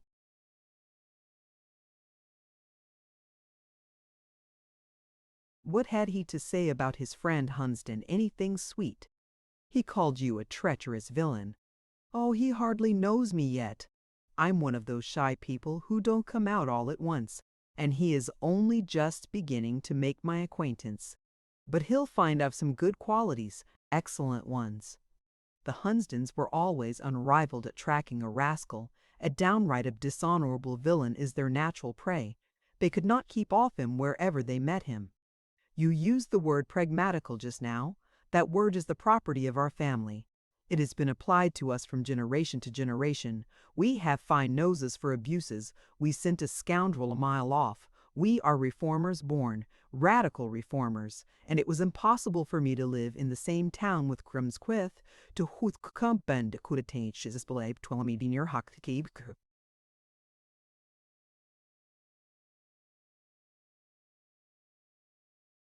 equality. I say it was impossible for me to be thus situated and not feel the angel or the demon of my race at work within me. I followed my instinct, opposed a tyrant, and broke a chain. Now this speech interested me much, both because it brought out Hunsden's character and because it explained his motives. It interested me so much that I forgot to reply to it, and sat silent, pondering over a throng of ideas it had suggested. "Are you grateful to me?" he asked presently. In fact, I was grateful, or almost so, and I believe I half liked him at the moment, notwithstanding his proviso that what he had done was not out of regard for me. But human nature is perverse. Impossible to answer his blunt question in the affirmative, so I disclaimed all tendency to gratitude, and advised him if he expected any reward for his championship, to look for it in a better world, as he was not likely to meet with it here.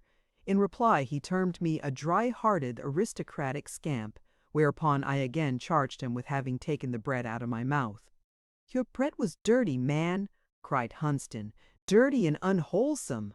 "It came through the hands of a tyrant, for I tell you Crimsworth is a tyrant to his work-people, a tyrant to his clerks, and will some day be a tyrant to his wife." "Nonsense. Bread is bread, and a salary is a salary. I've lost mine, and through your means." "There's sense in what you say, after all," rejoined Hunsden. "I must say I am rather agreeably surprised to hear you make so practical an observation as that last.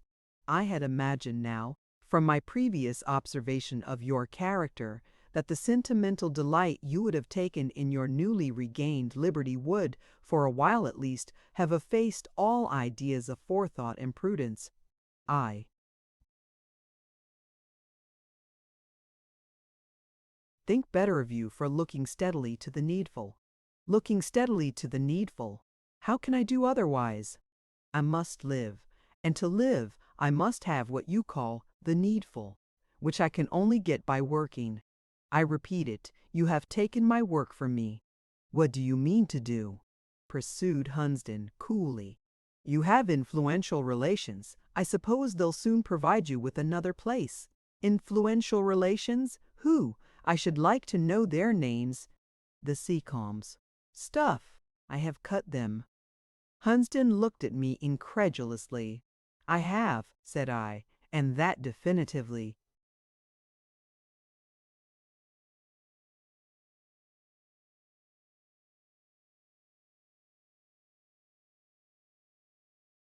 "You must mean they have cut you, William. As you please. They offered me their patronage on condition of my entering the church. I declined both the terms and the recompense. I withdrew from my cold uncles and preferred throwing myself into my elder brother's arms, from whose affectionate embrace I am now torn, by the cruel intermeddling of a stranger of yourself. In short," I could not repress a half smile as I said this. A similar demi-manifestation of feeling appeared at the same moment on Hunsden's lips. "Oh, I see," said he, looking into my eyes, and it was evident he did see right down into my heart. Having sat a minute or two with his chin resting on his hand, diligently occupied in the continued perusal of my countenance, he went on.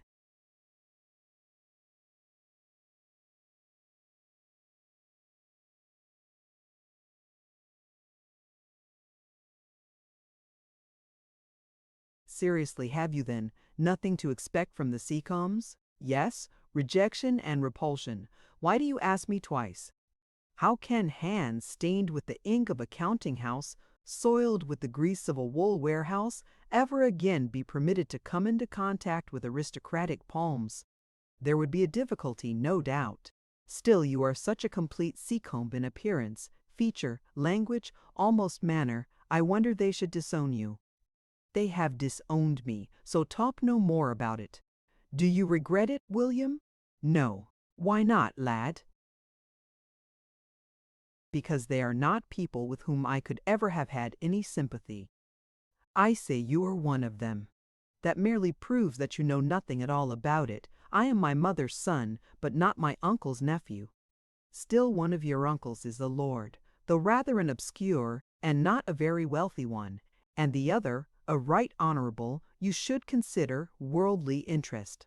"Nonsense, Mr. Hunsden. You know or may know that even had I desired to be submissive to my uncles, I could not have stooped with a good enough grace ever to have won their favor.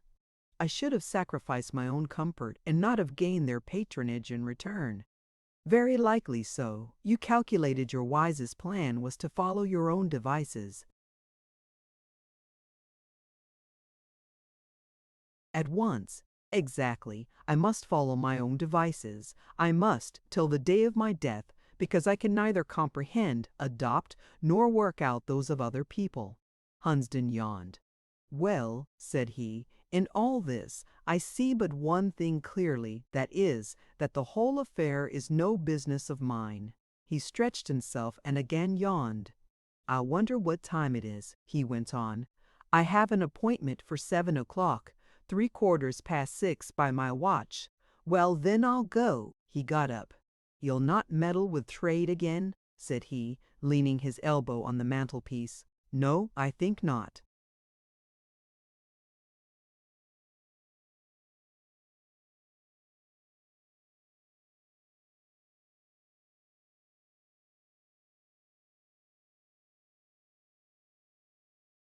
"You would be a fool if you did. Probably, after all, you'll think better of your uncle's proposal and go into the church. A singular regeneration must take place in my whole inner and outer man before I do that. A good clergyman is one of the best of men." "Indeed, do you think so?" interrupted Hunsden, scoffingly. "I do, and no mistake. But I have not the peculiar points which go to make a good clergyman, and rather than adopt a profession for which I have no vocation, I would endure extremities of hardship from poverty." "You are a mighty difficult customer to suit. You won't be a tradesman or a parson. You can't be a lawyer or a doctor or a gentleman, because you've no money. I'd recommend you to travel." "What, without money?"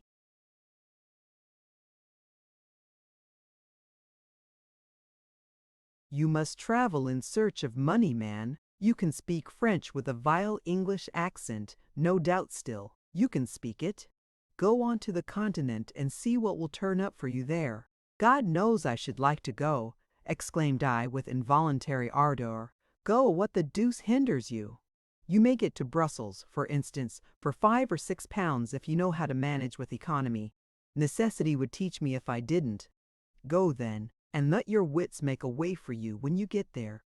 I know Brussels almost as well as I know X, and I am sure it would suit such a one as you better than London.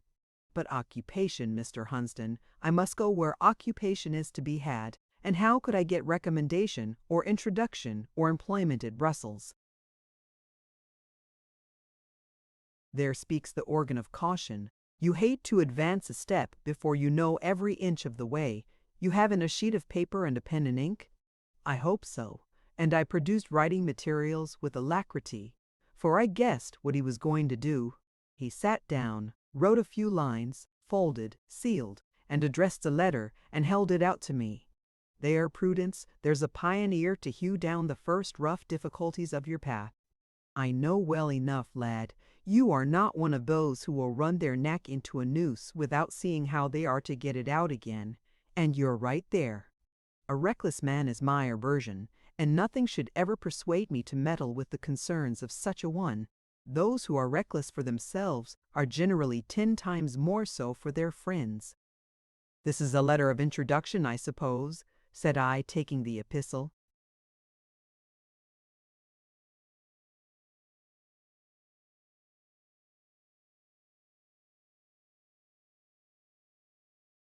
"Yes.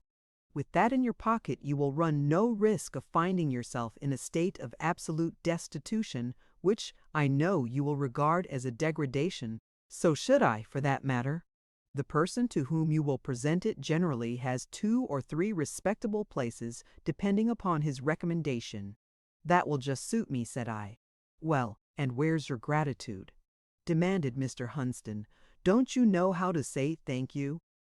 "I've £15 and a watch, which my godmother, whom I never saw, gave me 18 years ago," was my rather irrelevant answer, and I further avowed myself a happy man and professed that I did not envy any being in Christendom. "But your gratitude? I shall be off presently, Mr. Hunsden, tomorrow. If all be well, I'll not stay a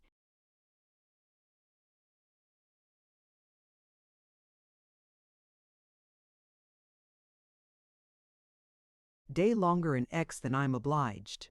"Very good, but it will be decent to make due acknowledgment for the assistance you have received. Be quick. It is just going to strike 7. I'm waiting to be thanked. Just stand out of the way, will you, Mr. Hunsden? I want a key there is on the corner of the mantelpiece. I'll pack my portmanteau before I go to bed." The house clock struck 7. "The lad is a heathen," said Hunsden, and taking his hat from a sideboard, he left the room, laughing to himself. I had half an inclination to follow him. I really intended to leave X the next morning, and should certainly not have another opportunity of bidding him good-bye. The front door banged to. "Let him go," said I. "We shall meet again some day."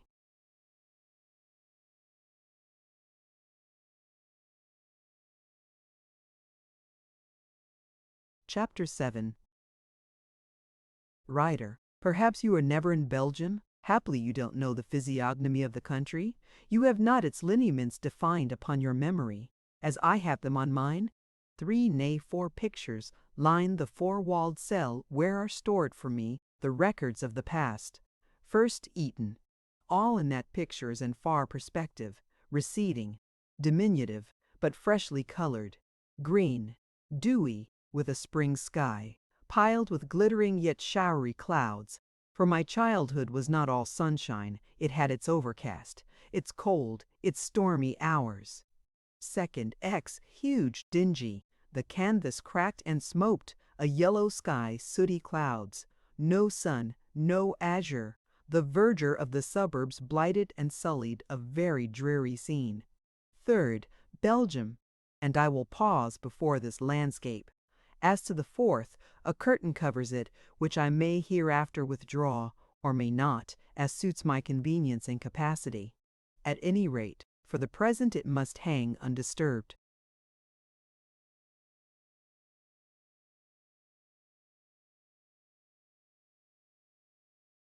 Belgium.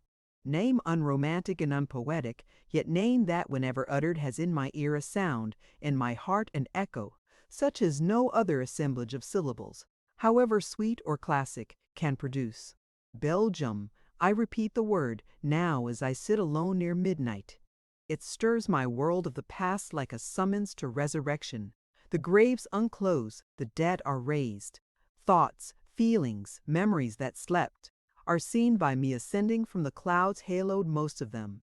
But while I gaze on their vapory forms and strive to ascertain definitely their outline, the sound which wakened them dies, and they sink, each and all, like a light wreath of mist, absorbed in the mold, recalled to urns, resealed in monuments. Farewell, luminous phantoms. This is Belgium, reader. Look, don't call the picture a flat or a dull one. It was neither flat nor dull to me when I first beheld it. When I left Ostend on a mild February morning and found myself on the road to Brussels, nothing could look vapid to me. My sense of enjoyment possessed an edge wedded to the finest.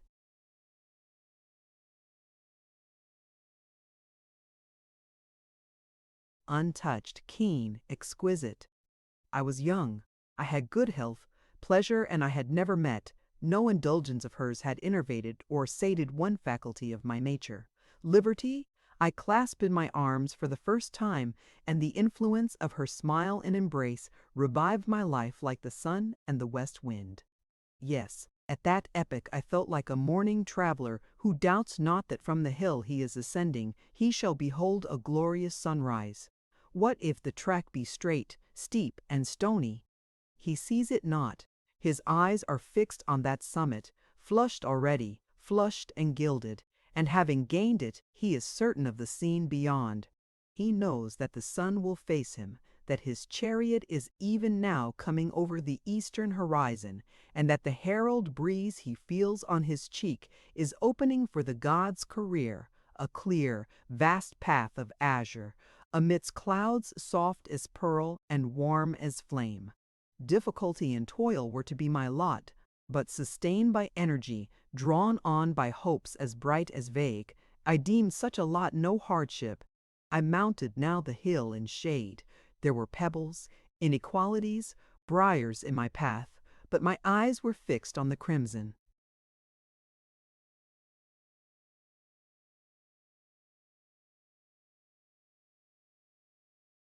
Peak above. My imagination was with the refulgent firmament beyond, and I thought nothing of the stones turning under my feet, or of the thorns scratching my face and hands. I gazed often, and always with delight, from the window of the diligence, these, be it remembered, were not the days of trains and railroads. Well, and what did I see? I will tell you faithfully. Green, reedy swamps, fields fertile but flat, cultivated in patches that made them look like magnified kitchen gardens. Belts of cut trees, formal as pollard willows, skirting the horizon, narrow canals, gliding slow by the roadside, painted Flemish farmhouses, some very dirty hovels, a gray, dead sky, wet road, wet fields, wet housetops. Not a beautiful, scarcely object met my eye along the whole entire route. It continued fair so long as daylight lasted, though the moisture of many preceding damp days had soddened the whole country.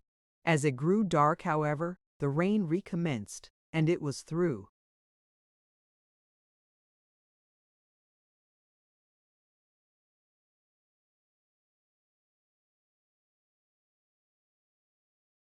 Streaming in starless darkness, my eye caught the first gleam of the lights of Brussels. I saw little of the city, but its lights that night.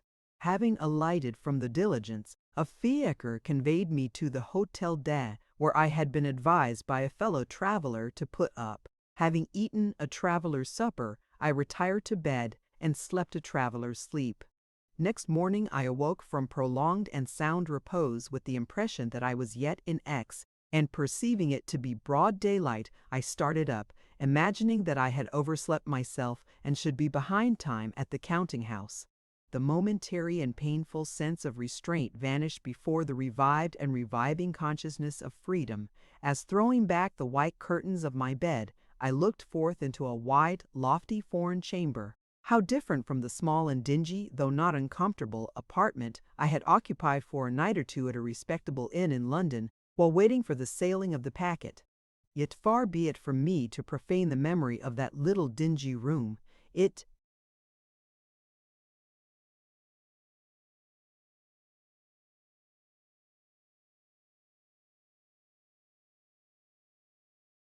too is dear to my soul, for there, as I lay in quiet and darkness, I first heard the great bell of St. Paul's telling London it was midnight, and well do I recall the deep, deliberate tones, so full charged with colossal phlegm and force. From the small, narrow window of that room, I first saw the Dome looming through a London mist. I suppose the sensations, stirred by those first sounds, first sights, are felt but once. Treasure them, memory, seal them in urns, and keep them in safe niches. Well, I rose. Travelers talk of the apartments in foreign dwellings being bare and uncomfortable. I thought my chamber looked stately and cheerful. It had such large windows, scrozzies, that opened like doors, with such broad, clear panes of glass. Such a great-looking glass stood on my dressing-table. Such a fine mirror glittered over the mantelpiece. The painted floor looked so clean and glossy. When I had dressed and was descending the stairs, the broad marble steps almost awed me, and so did the lofty hall into which they conducted. On the first landing I met a Flemish housemaid. She had wooden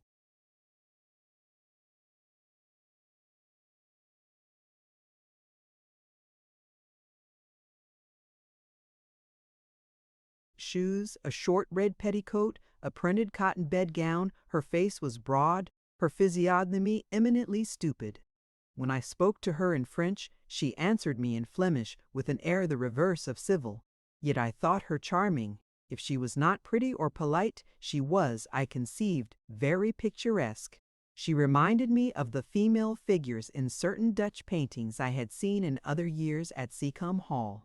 I repaired to the public room. That, too, was very large and very lofty, and warmed by a stove. The floor was black, and the stove was black, and most of the furniture was black, yet I never experienced a freer sense of exhilaration than when I sat down at a very long black table, covered, however, in part by a white cloth, and having ordered breakfast, began to pour out my coffee from a little black coffee-pot. The stove might be dismal-looking to some eyes, not to mine, but it was indisputably very warm, and there were two gentlemen seated by it talking in French, impossible to follow their rapid utterance or comprehend.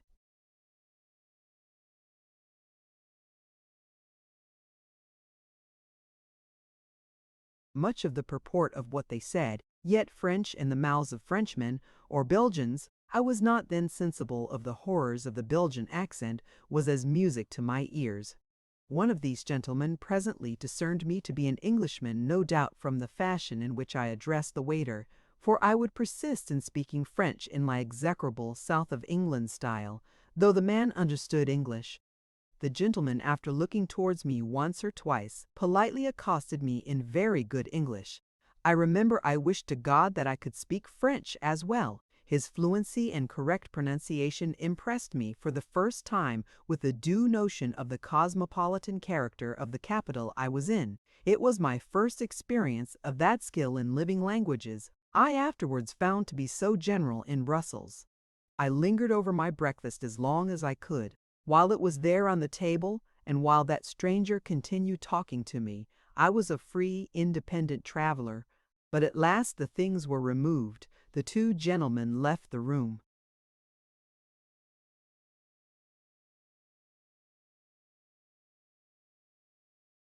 Suddenly the illusion ceased. Reality and business came back.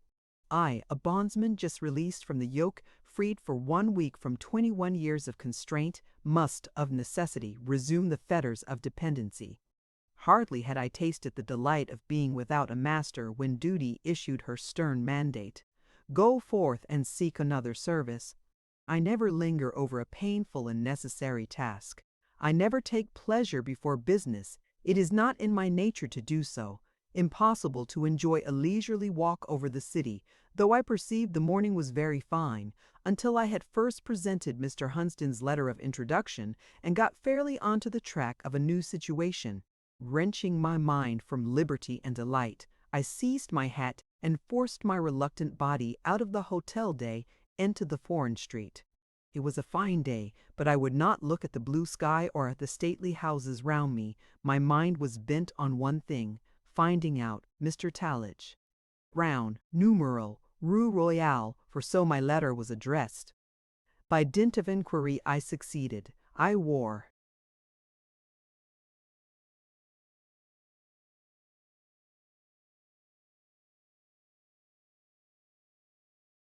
stood at last at the desired door, knocked, asked for Mr. Brown, and was admitted.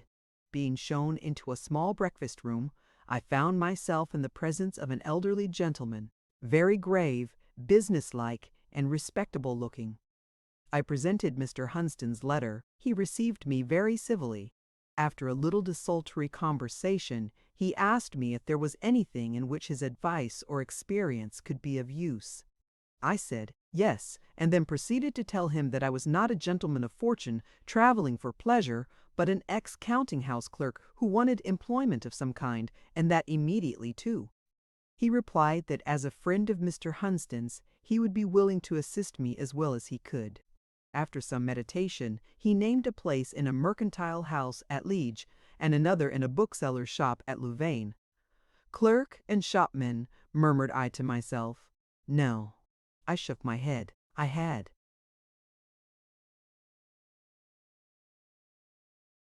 Tried the high stool. I hated it. I believed there were other occupations that would suit me better. Besides, I did not wish to leave Brussels. I know of no place in Brussels, answered Mr. Brown, unless indeed you were disposed to turn your attention to teaching. I am acquainted with the director of a large establishment who is in want of a professor of English and Latin. I thought 2 minutes, then I seized the idea eagerly. The very thing, sir, said I. But, asked he, do you understand French well enough to teach Belgian boys English? Fortunately, I could answer this question in the affirmative. Having studied French under a Frenchman, I could speak the language intelligibly, though not fluently. I could also read it well, and write it decently.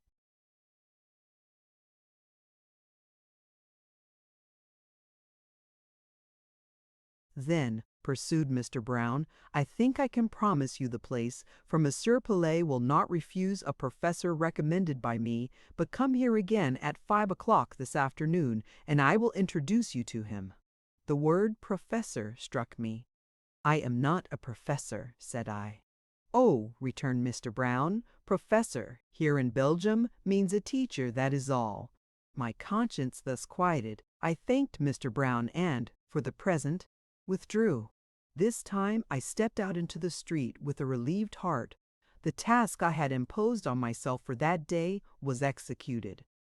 I might now take some hours of holiday. I felt free to look up.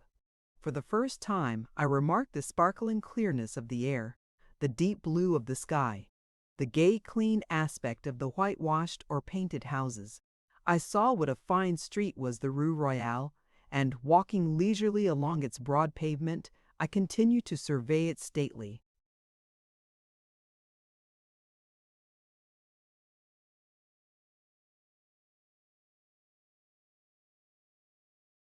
Hotels, till the palisades, the gates, and trees of the park appearing in sight, offered to my eye a new attraction. I remember before entering the park I stood a while to contemplate the statue of General Belliard, and then I advanced to the top of the great staircase just beyond, and I looked down into a narrow back street, which I afterwards learnt was called the Rue d'Isabelle. I well recollect that my eye rested on the green door of a rather large house opposite, where, on a brass plate, was inscribed Pensionnat de Demoiselles. Pensionnat. The word excited an uneasy sensation in my mind. It seemed to speak of restraint. Some of the demoiselles, externats no doubt, were at that moment issuing from the door. I looked for a pretty face amongst them, but their close little French bonnets hid their features. In a moment they were gone. I had traversed a good deal of Brussels before 5 o'clock arrived, but punctually as that hour struck I was again in the Rue Royale. Re-admitted to Mr. Brown's breakfast room, I found him, as before, seated at the table, and he was.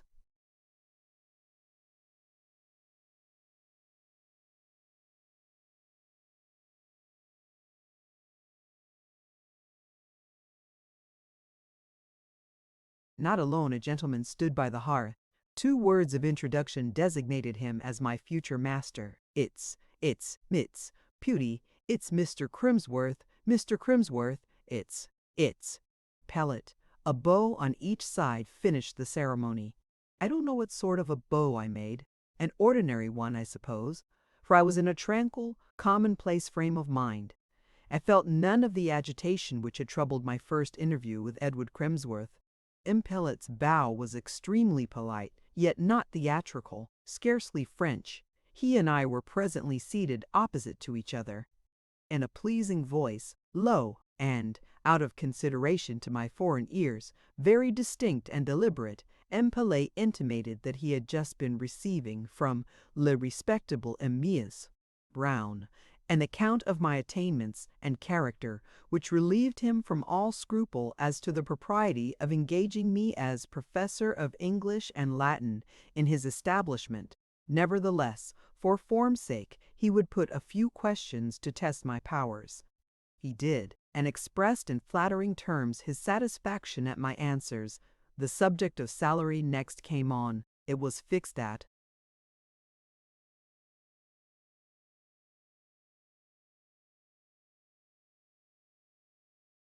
1,000 francs per annum, besides board and lodging, and in addition suggested immortals.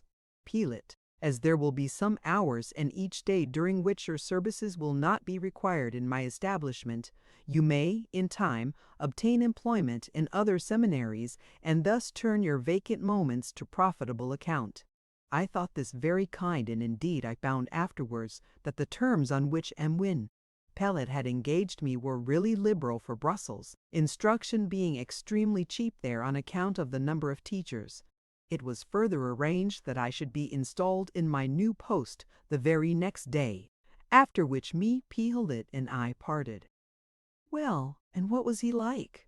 And what were my impressions concerning him? He was a man of about 40 years of age, of middle size, and rather emaciated figure. His face was pale, his cheeks were sunk, and his eyes hollow. His features were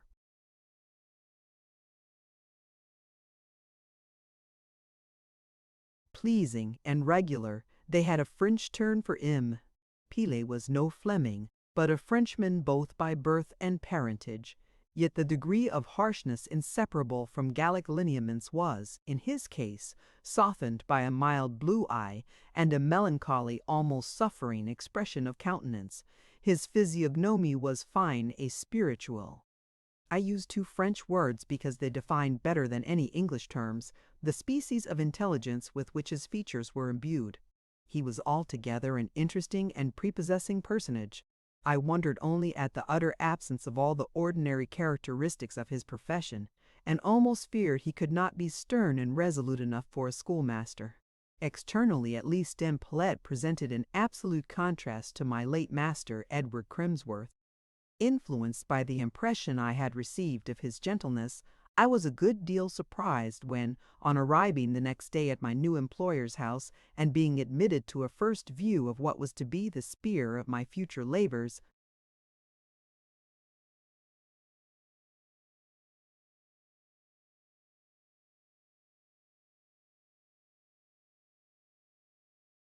namely the large, lofty, and well-lighted schoolrooms, I beheld a numerous assemblage of pupils, boys of course, whose collective appearance showed all the signs of a full, flourishing, and well-disciplined seminary. As I traversed the classes in company with M. Pelet, a profound silence reigned on all sides, and if by chance a murmur or a whisper arose, one glance from the pensive eye of this most gentle pedagogue stilled it instantly. It was astonishing, I thought, how so mild a check could prove so effectual. When I had perambulated the length and breadth of the classes, M. Pelet turned and said to me, "Would you object to taking the boys as they are and testing their proficiency in English?" The proposal was unexpected. I had thought I should have been allowed at least 3 days to prepare, but it is a bad omen to commence any career by hesitation, so I just stepped to the professor's desk near which we stood and faced the circle of my pupils. I took a moment to collect my thoughts and likewise to frame in French the sentence by which I proposed to open business. I made it as short as possible. "Messieurs, prenez vos livres de lecture. Anglais ou français, messieurs?" "Monsieur," demanded a thick-set, moon-faced young Flamand in a blouse. The answer was fortunately easy, Anglais. I determined to give myself as little trouble as possible in this lesson. It would not do yet to trust my unpractised tongue with the delivery of explanations. My accent and idiom would be too open to the criticisms of the young gentleman before me, relative to whom I felt already it would be necessary at once to take up an advantageous position, and I proceeded to employ means accordingly.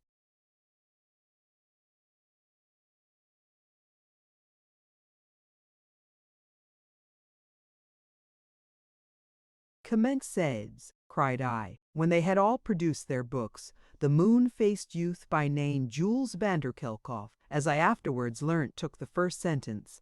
The livre de lecture was the Vicar of Wakefield, much used in foreign schools because it is supposed to contain prime samples of conversational English. It might, however, have been a runic scroll for any resemblance the words, as enunciated by Jules, bore to the language in ordinary use amongst the natives of Great Britain. My God, how he did snuffle, snort, and wheeze! All he said was said in his throat and nose, for it is thus the Flamands speak.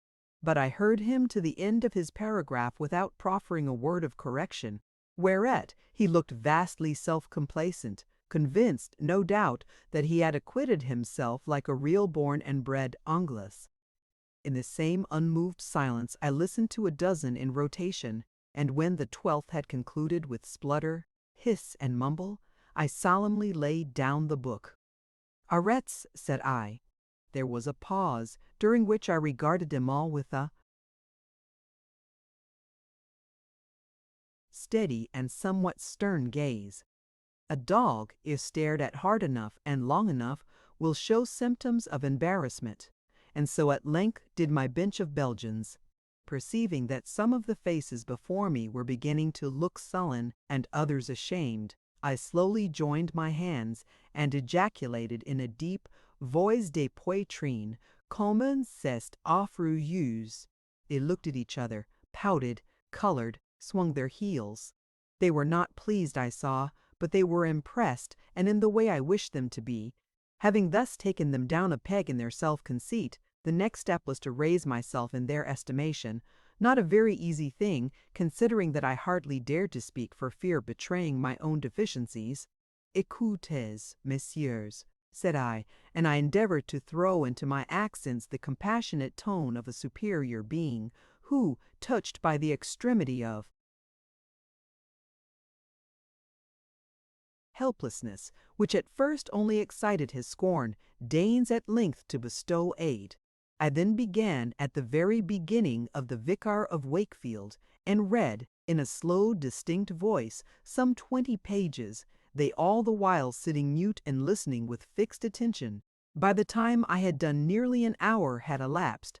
I then rose and said, "C'est cesse pour aujourd'hui, messieurs, recommenceurs, et j'espère, oui, Messieurs Pnomes." With this oracular sentence I bowed, and in company with Pele, quitted the schoolroom. "C'est bien, c'est très bien," said my principal as we entered his parlor. "Je vois que monsieur est de l'adresse. Cela me plaît, car, dans direction, l'adresse fait tout autant que le savoir."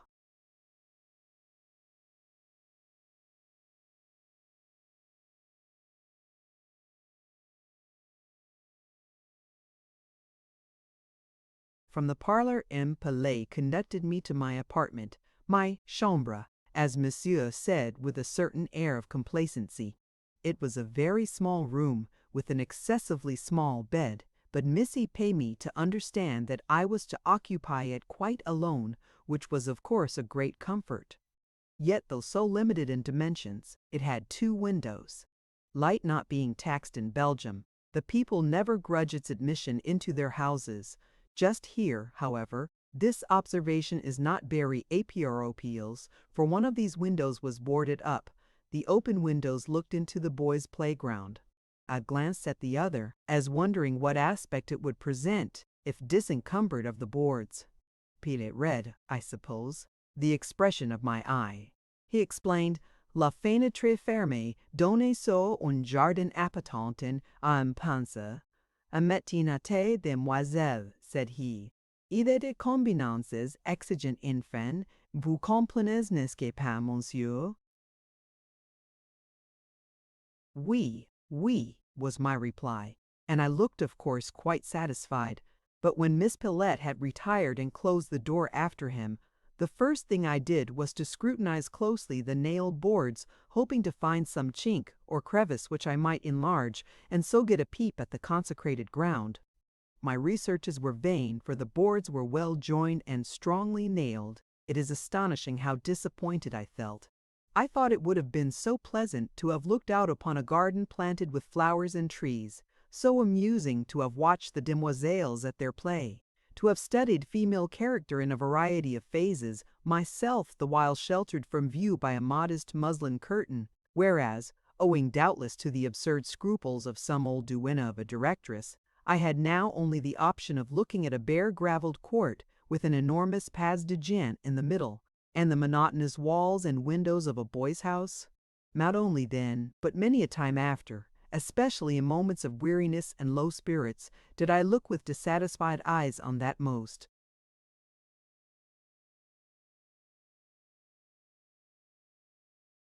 tantalizing board, longing to tear it away and get a glimpse of the green region which I imagined to lie beyond. I knew a tree grew close up to the window, for though there were as yet no leaves to rustle, I often heard at night the tapping of branches against the panes. In the daytime, when I listened attentively, I could hear, even through the boards, the voices of the demoiselles in their hours of recreation, and, to speak the honest truth, my sentimental reflections were occasionally a trifle disarranged by the not quite silvery, in fact the too often brazen sounds which, rising from the unseen paradise below, penetrated clamorously into my solitude.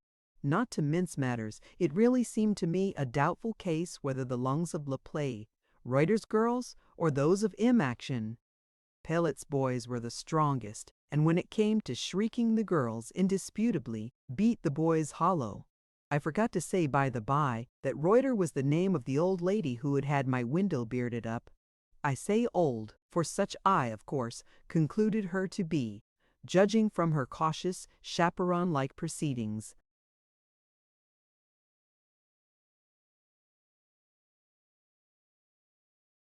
Besides, nobody ever spoke of her as young.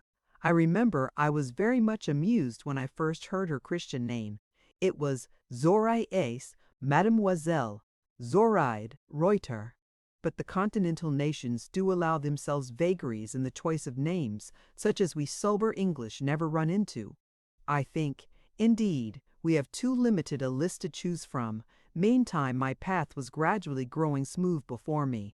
I, in a few weeks, conquered the teasing difficulties inseparable from the commencement of almost every career. Ere long I had acquired as much facility in speaking French as set me at my ease with my pupils, and as I had encountered them on a right footing at the very beginning, and continued tenaciously to retain the advantage I had early gained, they never attempted mutiny, which circumstance all who are in any degree acquainted with the ongoings of Belgian schools, and who know the relation in which professors and pupils too frequently stand towards each other in those establishments, will consider an important and uncommon one. Before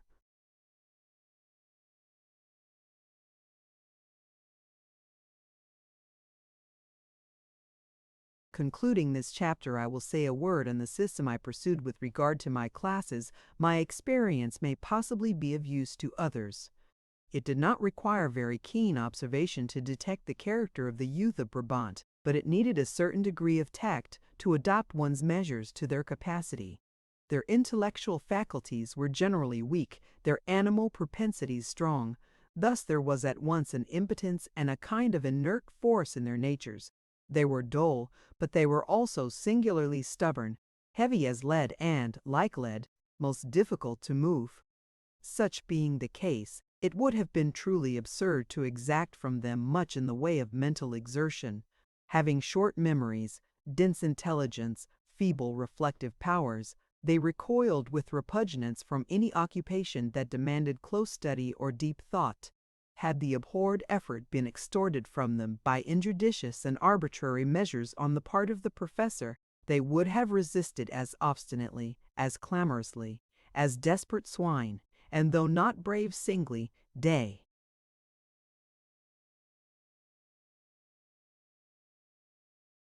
were relentless acting in masse. I understood that before my arrival in Imeni. Pilet's establishment, the combined insubordination of the pupils had effected the dismissal of more than one English master. It was necessary then to exact only the most moderate application from natures so little qualified to apply to assist in every practicable way, understanding so opaque and contracted to be ever gentle, considerate, yielding even, to a certain point, with dispositions so irrationally perverse. But, having reached that culminating point of indulgence, you must fix your foot, plant it, root it, and rock become immutable as the towers of Staley. Gudul, for a step but half a step farther, and you would plunge headlong into the gulf of imbecility. There lodged, you would speedily receive proofs of Flemish gratitude and magnanimity in showers of Brabant saliva and handfuls of low country mud. You might smooth to the utmost the path of learning, remove every pebble from the track, but then you must finally insist with decision on the pupil taking your reveille.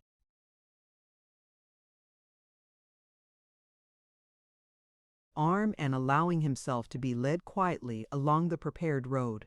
When I had brought down my lesson to the lowest level of my dullest pupil's capacity, when I had shown myself the mildest, the most tolerant of masters, a word of impertinence, a movement of disobedience, changed me at once into a despot. I offered then but one alternative: submission and acknowledgment of error, or ignominious expulsion. This system answered, and my influence by degrees became established on a firm basis. The boy is father to the man, it is said, and so I often thought when looked at my boys and remembered the political history of their ancestors. Pilet's school was merely an epitome of the Belgian nation.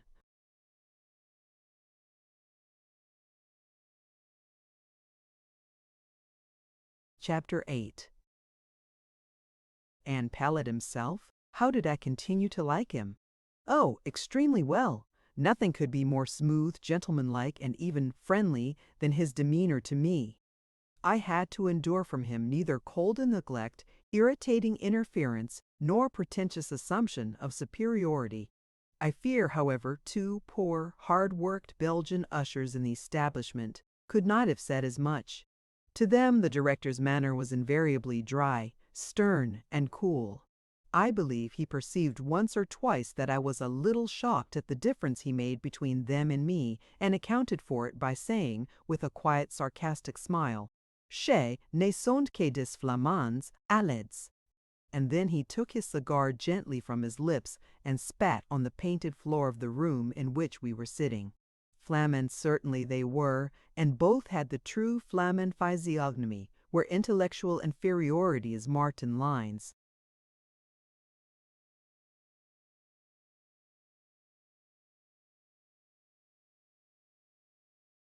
None can mistake. Still they were men, and in the main honest men, and I could not see why their being aboriginals of the flat, dull soil should serve as a pretext for treating them with perpetual severity and contempt.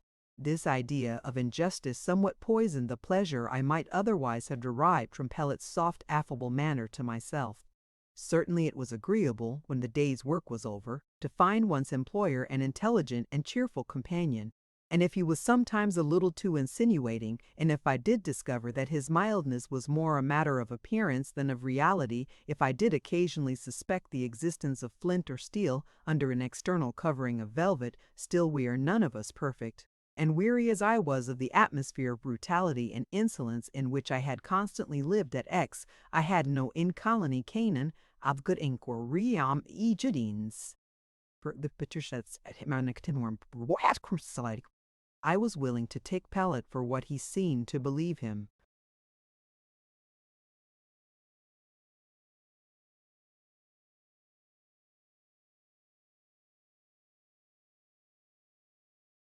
Benevolent and friendly until some untoward event should prove him otherwise. He was not married, and I soon perceived he had all a Frenchman's, all a Parisian's notions about matrimony and women.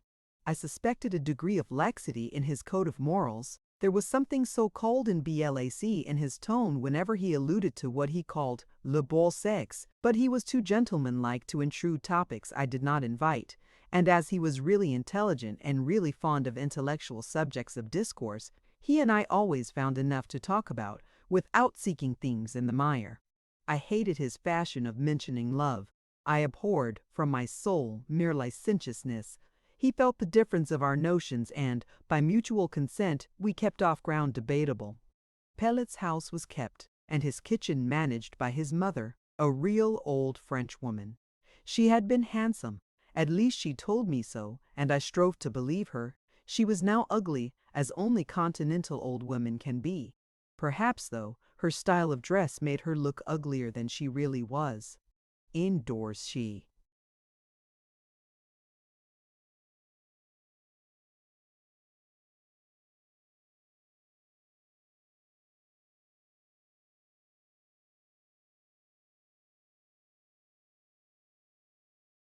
would go about without cap, her gray hair strangely disheveled. Then, when at home, she seldom wore a gown, only a shabby cotton camisole. Shoes, too, were strangers to her feet, and in lieu of them she sported roomy slippers, trodden down at the heels. On the other hand, whenever it was her pleasure to appear abroad, as on Sundays and fête days, she would put on some very brilliant colored dress, usually of thin texture, a silk bonnet with a wreath of flowers, and a very fine shawl. She was not, in the main, an ill-natured old woman, but an incessant and most indiscreet talker. She kept chiefly in and about the kitchen, and seemed rather to avoid her son's august presence. Of him, indeed, she evidently stood in awe. When he reproved her, his reproofs were bitter and unsparing, but he seldom gave himself that trouble.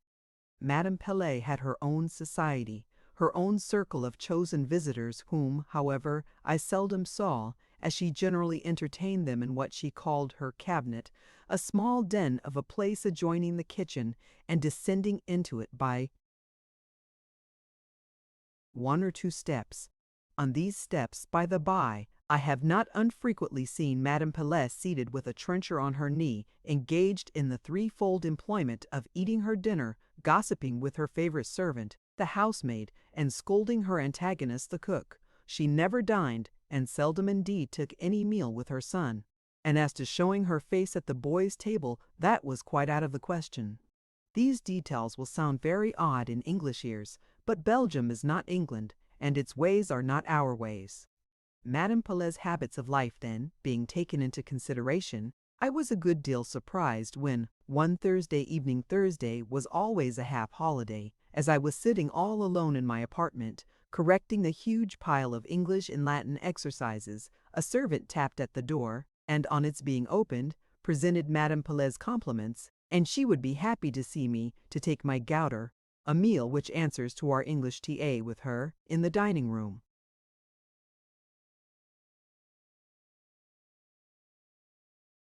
"Plate ill?" said I, for I thought I must have misunderstood. The message and invitation were so unusual, the same words were repeated. I accepted, of course, and as I descended the stairs, I wondered what whim had entered the old lady's brain. Her son was outgone to pass the evening at the Salle of the Grande Harmonie, or some other club of which he was a member. Just as I laid my hand on the handle of the dining-room door, a queer idea glanced across my mind. "Surely she's not going to make love to me," said I. "I've heard of old Frenchwomen doing odd things in that line, and the gouter? They generally begin such affairs with eating and drinking, I believe."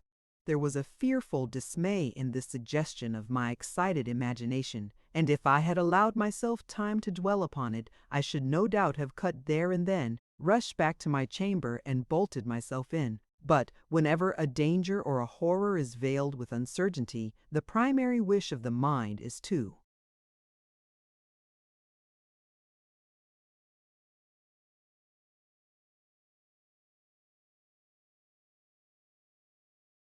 ascertaining first the naked truth, reserving the expedient of flight for the moment when its dread anticipation shall be realized. I turned the door handle, and in an instant had crossed the fatal threshold, closed the door behind me, and stood in the presence of Madame Pellet. Gracious heavens! The first view of her seemed to confirm my worst apprehensions.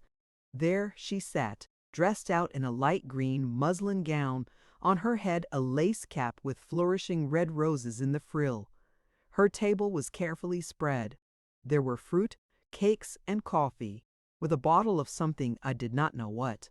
Already the cold sweat started on my brow. Already I glanced back over my shoulder at the closed door, when, to my unspeakable relief, my eye, wandering mildly in the direction of the stove, rested upon a second figure, seated in a large fauteuil beside it. This was a woman too, and, moreover, an old woman, and as fat and as rubicund as Madame Pellet was meagre and yellow. Her attire was likewise very fine, and spring flowers of different hues circled in a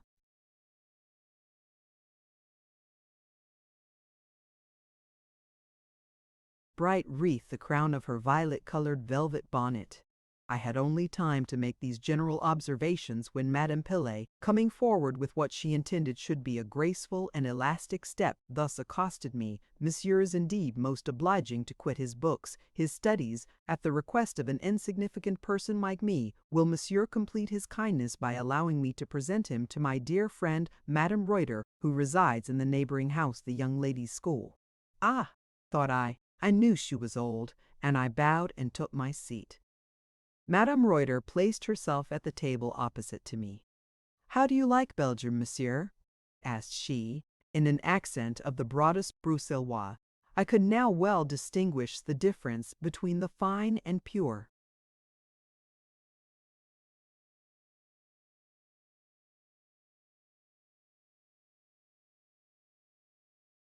Parisian utterance of Pellet, for instance, and the guttural enunciation of the Flamands. I answered politely, and then wondered how so coarse and clumsy an old woman as the one before me should be at the head of a ladies' seminary, which I had always heard spoken of in terms of high commendation. In truth, there was something to wonder at.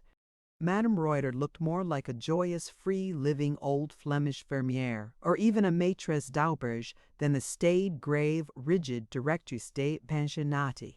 In general, the continental, or at least the Belgian old women permit themselves a license of manners, speech, and aspect, such as our venerable grandames would recoil from as absolutely disreputable, and Madame Reuter's jolly face bore evidence that she was no exception to the rule of her country. There was a twinkle and leer in her left eye. Her right she kept habitually half shut, which I thought very odd indeed.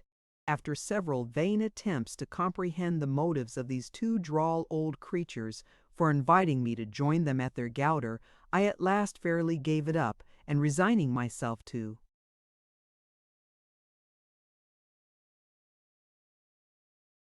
inevitable mystification, I sat and looked first at one, then at the other, taking care meantime to do justice to the confitures, cakes, and coffee with which they amply supplied me. They too ate, and that with no delicate appetite, and having demolished a large portion of the solids, they proposed a petit beurre.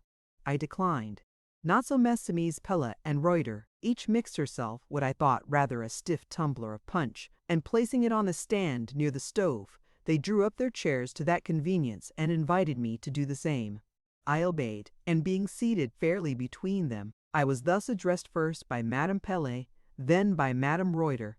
"We will now speak of business," said Madame Pelet, and she went on to make an elaborate speech, which, being interpreted, was to the effect that she had asked for the pleasure of my company that evening, in order to give her friend Madame Reuter an opportunity of broaching an important proposal, which might turn out greatly to my advantage.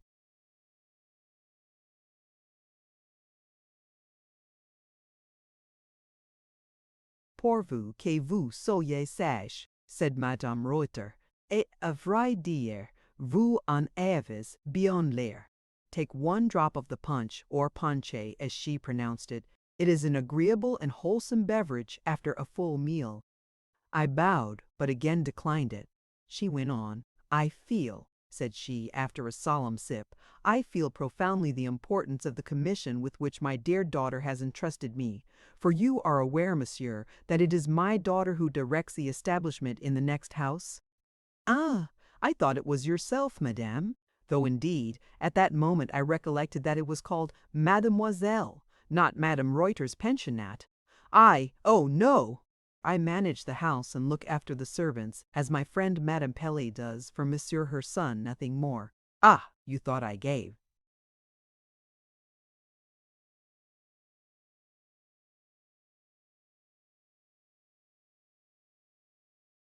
Lessons in class, did you? And she laughed loud and long, as though the idea tickled her fancy amazingly.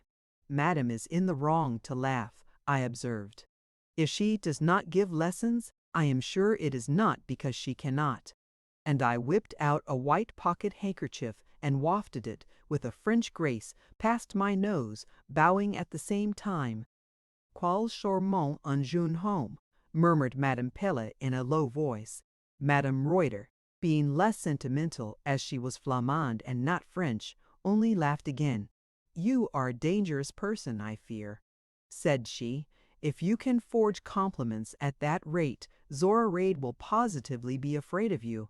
But if you are good, I will keep your secret, and not tell her how well you can flatter. Now, listen what sort of a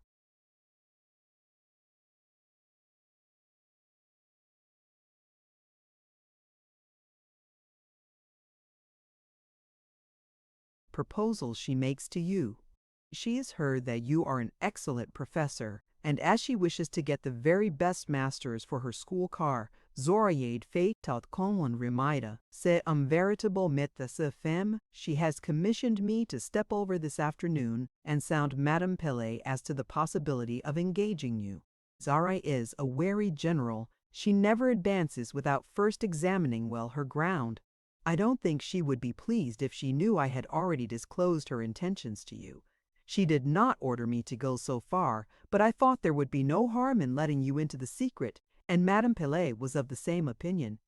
Take care, however, you don't betray either of us. To Zoraide, to my daughter, I mean, she is so discreet and circumspect herself, she cannot understand that one should find a pleasure in gossiping a little c'est absolument common mon fils," cried Madame Pelet. "All the world is so changed since our girlhood," rejoined the other. "Young people have such old heads now. But to return, monsieur. Madame Pelet will mention the subject of your giving lessons in my daughter's establishment to her son, and he will speak to you. And then tomorrow you will step over to our house and ask to see my daughter, and you will introduce the subject as if the first intimation of it had reached you from M. Paventou Pellet himself, and be sure you never mention my name, for I would not displease Zoraide on any account. Bien, bien, interrupted I, for all this chatter and circumlocution began to bore me very much. I will consult M. Pellet, and the thing shall be settled as you desire. Good evening, Mestimies. I am infinitely obliged to you. Comment. Vous be on a l'aise déjà? Exclaimed Madame Pelet. Prenez encore quelque chose, monsieur. On peut me quitter des biscuits, encore une tasse de café.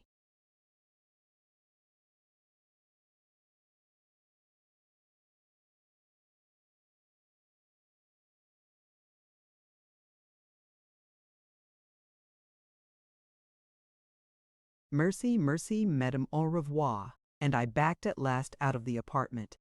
Having regained my own room, I set myself to turn over in my mind the incident of the evening. It seemed a queer affair altogether, and queerly managed. The two old women had made quite a little intricate mess of it. Still, I found that the uppermost feeling in my mind on the subject was one of satisfaction. In the first place, it would be a change to give lessons in another seminary, and then to teach young ladies would be an occupation so interesting to be admitted at all. Into a ladies' boarding school would be an incident so new in my life. Besides, thought I, as I glanced at the boarded window, I shall now at last see the mysterious garden. I shall gaze both on the angels and their Eden.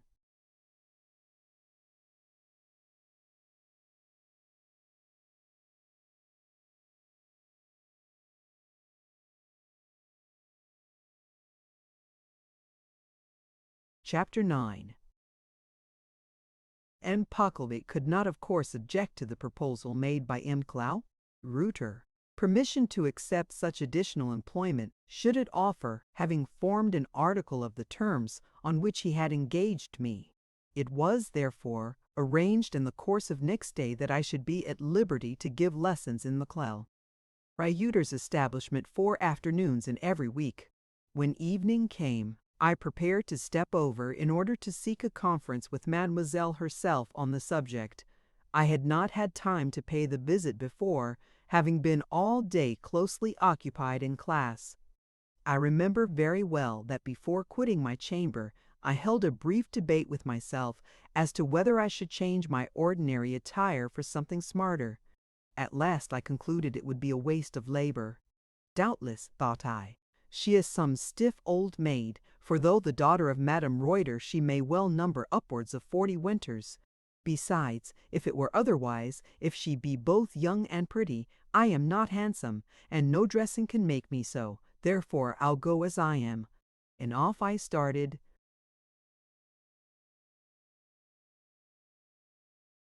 cursorily glancing sideways as I passed the toilet table, surmounted by a looking-glass, a thin irregular face I saw, with sunk dark eyes under a large square forehead, complexion destitute of bloom or attraction, something young, but not youthful, no object to win a lady's love, no butt for the shafts of Cupid. I was soon at the entrance of the pensionnat. In a moment I had pulled the bell. In another moment the door was open, and within appeared a passage paved alternately with black and white marble. The walls were painted in imitation of marble also, and at the far end opened a glass door, through which I saw shrubs and a grass plat looking pleasant in the sunshine of the mild spring evening, for it was now the middle of April. This, then, was my first glimpse of the garden. But I had not time to look long. The portress, after having answered in the affirmative my question as to whether her mistress was at home, opened the folding doors of a room to the left, and, having ushered me in, closed them behind me. I found myself in a salon with a very well painted, highly varnished floor, chairs and sofas covered with white draperies, a green porcelain stove, walls hung with pictures and gilt frames, a gilt pendule and other ornaments on the mantelpiece, a large luster pendant from the center of the ceiling, mirrors, consoles, muslin curtains, and a handsome center table completed the inventory of furniture. All looked extremely clean and glittering, but the general effect would have been somewhat chilling had not a second large pair of folding doors, standing wide open and disclosing another and smaller salon, more snugly furnished, offered some relief to the eye. This room was carpeted, and therein was a piano, a couch, a chiffonier above all. It contained a lofty window with a crimson curtain, which, being undrawn, afforded another glimpse of the garden, through the large clear panes round which some leaves of ivy, some tendrils of vine were trained. "Monsieur Crimsworth, n'est-ce pas?" said a voice behind me, and starting.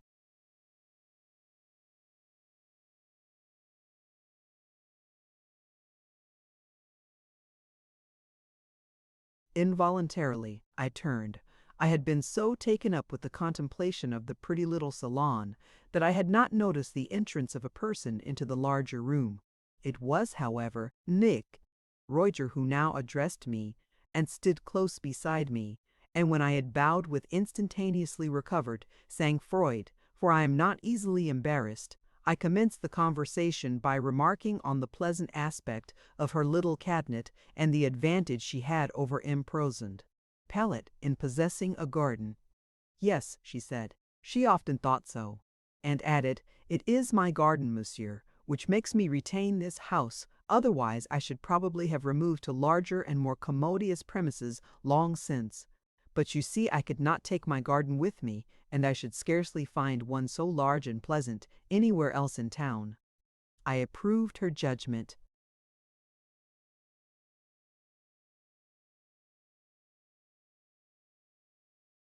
"But you have not seen it yet," said she, rising.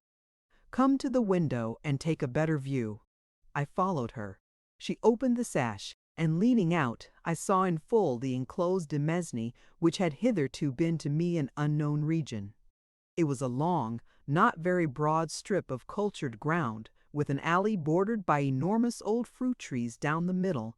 There was a sort of lawn, a parterre of rose trees, some flower borders, and, on the far side, a thickly planted copse of lilacs, laburnums, and acacias. It looked pleasant to me, very pleasant, so long a time had elapsed since I had seen a garden of any sort. But it was not only on the Clell Reuter's garden that my eyes dwelt. When I had taken a view of her well-trimmed beds and budding shrubberies, I allowed my glance to come back to herself, nor did I hastily withdraw it. I had thought to see a tall, meager, yellow, conventual image in black, with a close white cap bandaged under the chin like a nun's headgear, whereas there stood by me a little and roundly formed woman who might indeed be older than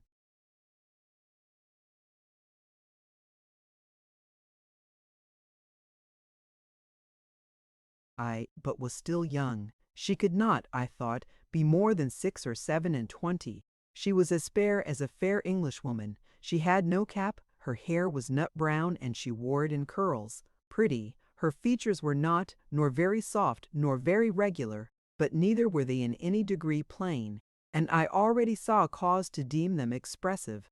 What was their predominant cast? Was it sagacity? Sense? Yes, I thought so, but I could scarcely as yet be sure. I discovered, however, that there was a certain serenity of eye and freshness of complexion most pleasing to behold. The color on her cheek was like the bloom on a good apple, which is as sound at the core as it is red on the rind. Meek. Reuter and I entered upon business. She said she was not absolutely certain of the wisdom of the step she was about to take, because I was so young and parents might possibly object to a professor like me for their daughters. But it is often well to act on one's own judgment, said she, and to lead parents rather than be led by them. The fitness of a professor is not a matter of age, and from what I have heard, and from what I observe myself, I would much rather trust you than me as you's master, who is a married man of near 50. I remarked that I hoped she would find me worthy of her good opinion, that if I knew myself, I was incapable of betraying any confidence reposed in me. "Do reste," said she. "The surveillance will be strictly attended to." And then she proceeded to discuss the subject of terms. She was very cautious, quite on her guard. She did not absolutely bargain, but she warily sounded me to find out what my expectations might be. And when she could not get me to name a sum, she reasoned and reasoned with a fluent yet quiet circumlocution of speech, and at last nailed me down to 500 francs per annum, not too much, but I agreed. Before the negotiation was completed, it began to grow a little dusk. I did not hasten it, for I liked well enough to sit and hear her talk. I was amused with the sort of business talent she displayed. Edward could not have shown himself more practical, though he might have evinced more coarseness and urgency, and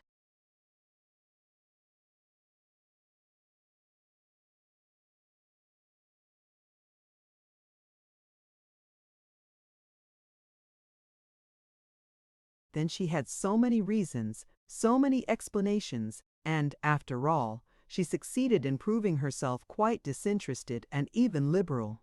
At last she concluded she could say no more, because, as I acquiesced in all things, there was no further ground for the exercise of her parts of speech. I was obliged to rise. I would rather have sat a little longer. What had I to return to but my small empty room? And my eyes had a pleasure in looking at Mbla. Reuter, especially now, when the twilight softened her features a little, and in the doubtful dusk I could fancy her forehead as open as it was really elevated, her mouth touched with turns of sweetness as well as defined in lines of sense. When I rose to go, I held out my hand, on purpose, though I knew it was contrary to the etiquette of foreign habits. She smiled and said, "Ah, c'est comme tous les Anglais," but gave me her hand very kindly. "It is the privilege of my country, mademoiselle," said I, "and, remember, I shall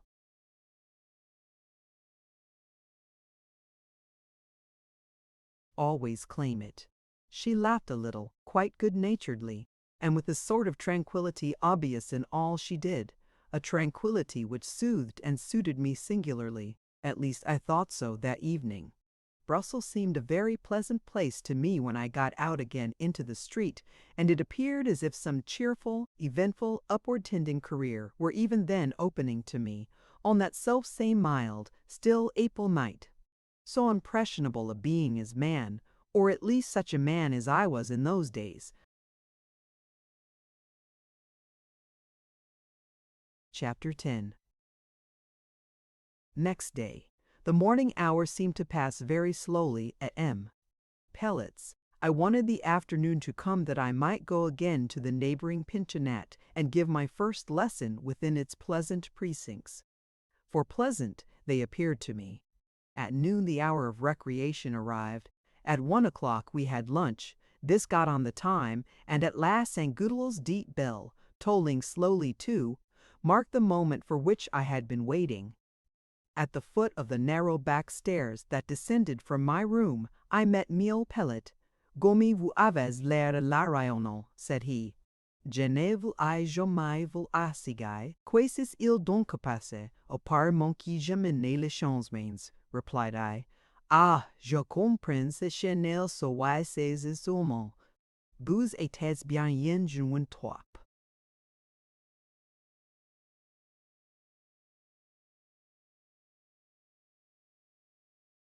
J'en parle hol que vous allez ver. You faut prendre garde avec vous. Mais quel danger y a-t-il? Je n'en sais rien, ne vous laissez pas aller à de vives impressions. Voilà tout. I laughed. A sentiment of exquisite pleasure played over my nerves at the thought that vivid impressions were likely to be created. It was the deadness, the sameness, of life's daily ongoings that had hitherto been my bane. My blouse-clad élèves in the boys' seminary never stirred in me any vivid impressions, except it might be occasionally some of anger. I broke from M'Pellet, and as I strode down the passage, he followed me with one of his laughs, a very French, rakish, mocking sound. Again I stood at the neighboring door, and soon was readmitted into the cheerful passage with its clear dove-color imitation marble walls. I followed the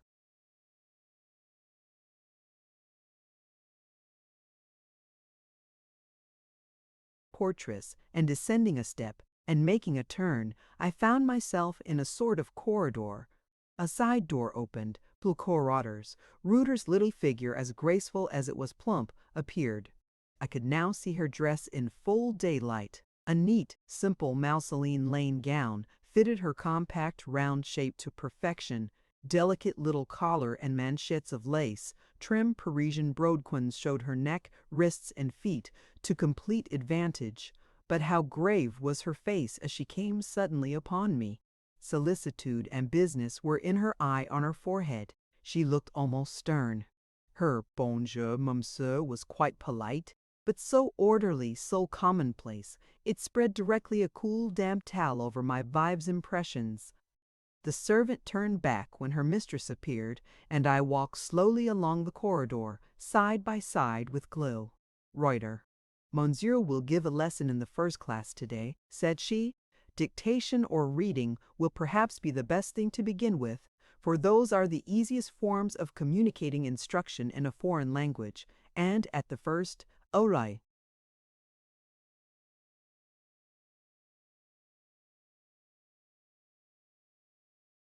Master naturally feels a little unsettled. She was quite right, as I had found from experience. It only remained for me to acquiesce. We proceeded now in silence. The corridor terminated in a hall, large, lofty, and square. A glass door on one side showed within a long, narrow refectory, with tables, an armoire, and 2 lamps. It was empty. Large glass doors in front opened on the playground and garden. A broad staircase ascended spirally on the opposite side. The remaining wall showed a pair of great folding doors, now closed, and admitting, doubtless, to the classes. Clel. Reuter turned her eye laterally on me, to ascertain, probably, whether I was collected enough to be ushered into her sanctum sanctorum. I suppose she judged me to be in a tolerable state of self-government, for she opened the door, and I followed her through.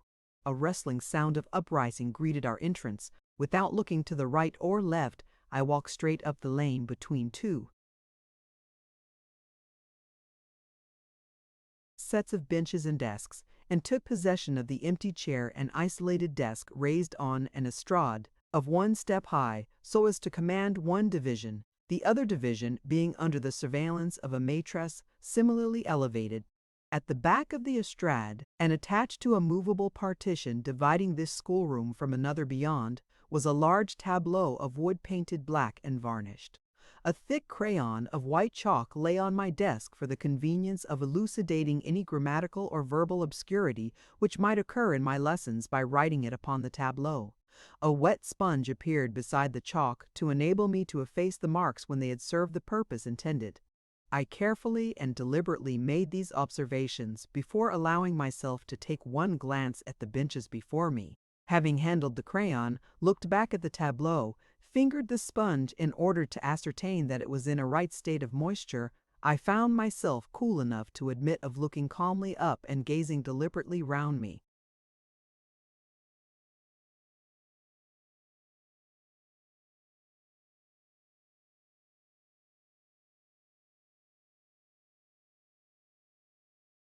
And first I observed that Reuter had already glided away. She was nowhere visible. A maîtresse, or teacher, the one who occupied the corresponding estrade to my own, alone remained to keep guard over me. She was a little in the shade, and, with my short sight, I could only see that she was of a thin, bony figure and rather tallowy complexion, and that her attitude, as she sat, partook equally of listlessness and affectation. More obvious, more prominent, shone on by the full light of the large window, were the occupants of the benches just before me, of whom some were girls of 14, 15, 16, some young women from 18, as it appeared to me up to 20. The most modest attire, the simplest fashion of wearing the hair were apparent in all, and good features, ruddy, blooming complexions, large and brilliant eyes, forms full, even to solidity, seemed to abound. I did not bear the first view like a stoic. I was dazzled. My eyes fell, and in a voice somewhat too low, I murmured, "Prenez vos cahiers de dictée, mesdemoiselles."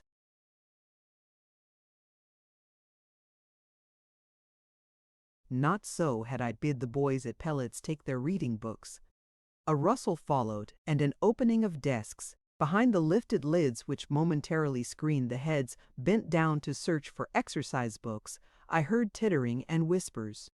"Eulele, je suis prête à pleurer de rire," observed one. "Comme il a rougi en parlant, oui, c'est une véritable blanc bête. Tâche toi, Hortense il non écoutait." And now the lids sank and the heads reappeared. I had marked 3, the whisperers, and I did not scruple to take a very steady look at them as they emerged from their temporary eclipse. It is astonishing what ease and courage their little phrases of flippancy had given me. The idea by which I had been awed was that the youthful beings before me, with their dark nun-like robes and softly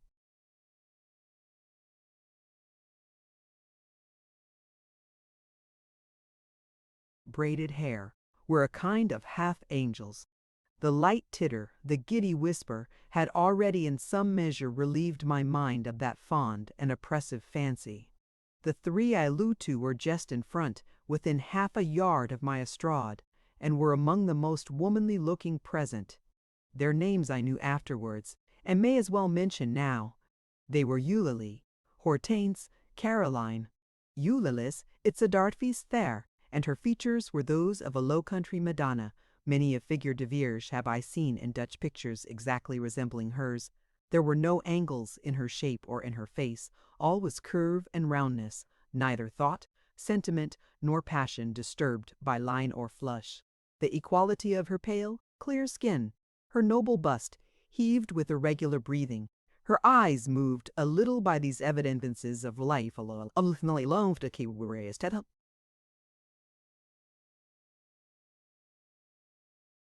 complexion richly colored.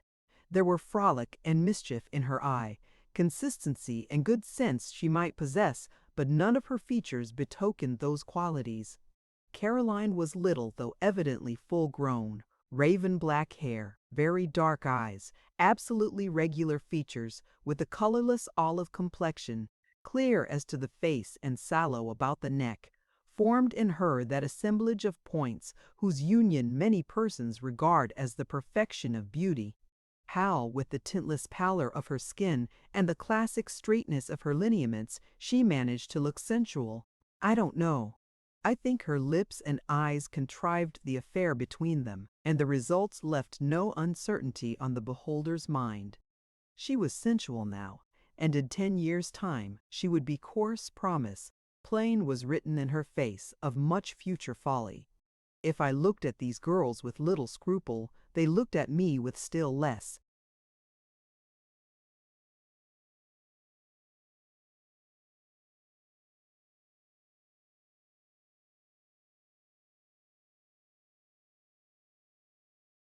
Eulalie raised her unmoved eye to mine and seemed to expect, passively but securely, an impromptu tribute to her majestic charms. Hortense regarded me boldly and giggled at the same time, while she said, with an air of impudent freedom, "De tes nous quéclos, de facile pour commencer, monsieur." Caroline shook her loose ringlets of abundant but somewhat coarse hair over her rolling black eyes. Parting her lips as full as those of a hot-blooded maroon, she showed her well-set teeth sparkling between them, and treated me at the same time to a smile, de sa façon. Beautiful as Pauline Borghese, she looked at the moment scarcely purer than Lucrece de Borgia. Caroline was of noble family. I heard her lady mother's character afterwards, and then I ceased to wonder at the precocious accomplishments of the daughter. These 3 I at once saw, deemed themselves the queens of the school, and conceived that by their splendor, they threw all the rest into the shade. In less than 5 minutes they had thus revealed to me their characters, and in less than 5 minutes I had buckled on a breastplate of steely indifference and let down a visor of impassible austerity. "Take your pens and commence writing," said I, in as dry and trite a voice as if I had been addressing only Jules Vanderkelkov and Co. The dictee now commenced. My 3 bells interrupted me perpetually with little silly questions and uncalled-for remarks, to some of which I made no answer, and to others replied very quietly and briefly. "Comment dit, en point, et virgule en anglais, monsieur. Semicolon, mademoiselle. Semicolon. Ah, comme c'est drôle!" Giggle.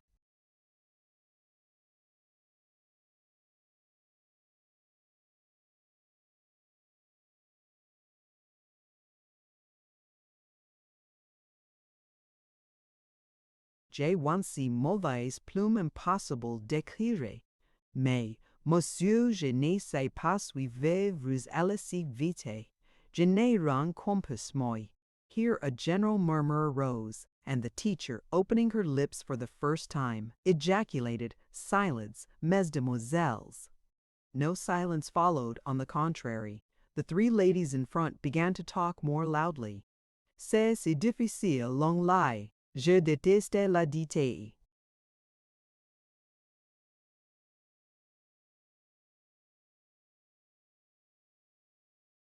Quel ennui d'écrire quelque chose que l'on ne comprend pas. Some of those behind laughed. A degree of confusion began to pervade the class. It was necessary to take prompt measures. "Donnez-moi votre cahier," said I to Eulalie in an abrupt tone, and bending over, I took it before she had time to give it.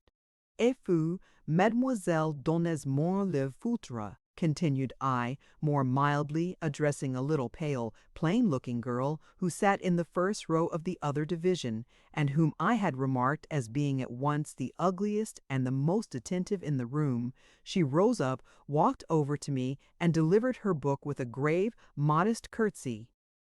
I glanced over the 2 dictations. Eulalie's was slurred, blotted, and full of silly mistakes.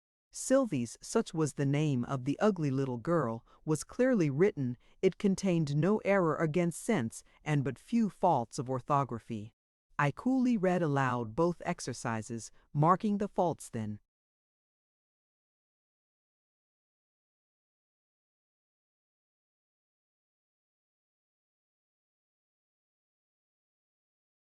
I looked at Eulalie. "C'est en tout," said I.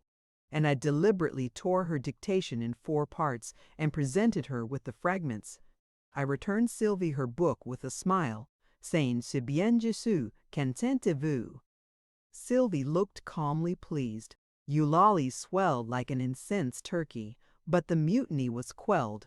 The conceited coquetry and futile flirtation of the first bench were exchanged for a taciturn sullenness, much more convenient to me, and the rest of my lesson passed without interruption.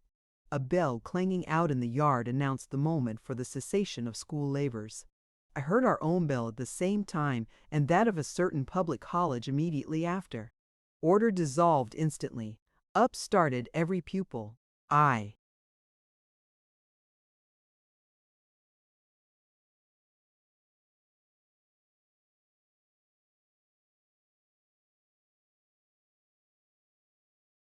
Hastened to seize my hat, bow to the maîtresse, and quit the room before the tide of externet should pour from the inner class, where I knew near 100 were prisoned, and whose rising tumult I already heard.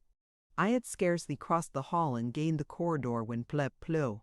Reuter came again upon me. "Step in here a moment," said she. And she held open the door of the side room from whence she had issued on my arrival. It was a salle à manger, as appeared from the beaufet and the armoire vitrée, filled with glass and china, which formed part of its furniture.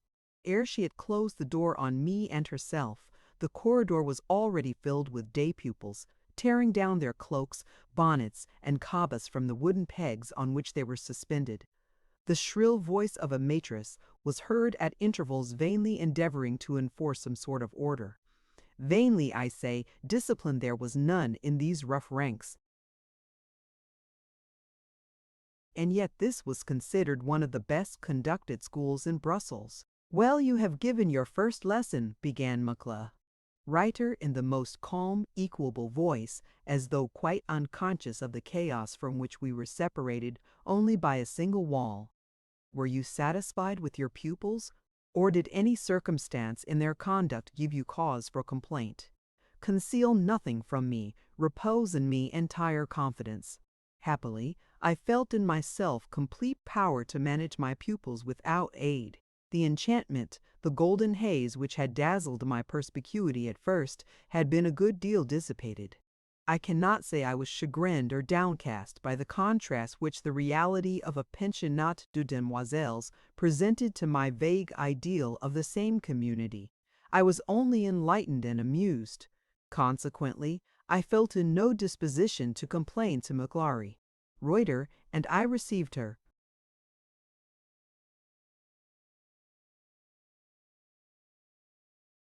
Considerate invitation to confidence with a smile.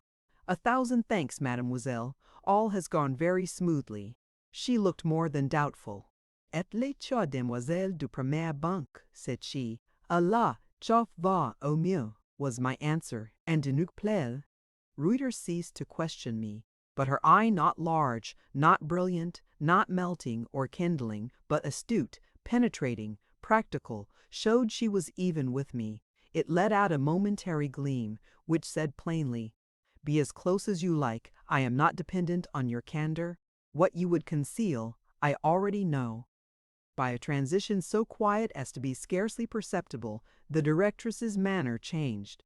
The anxious business air passed from her face, and she began chatting about the weather and the town, and asking in neighborly wise after Mézières. And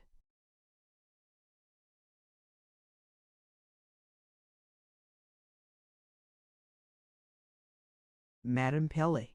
I answered all her little questions. She prolonged her talk. I went on following its many little windings. She sat so long, said so much, varied so often the topics of discourse, that it was not difficult to perceive she had a particular aim in thus detaining me.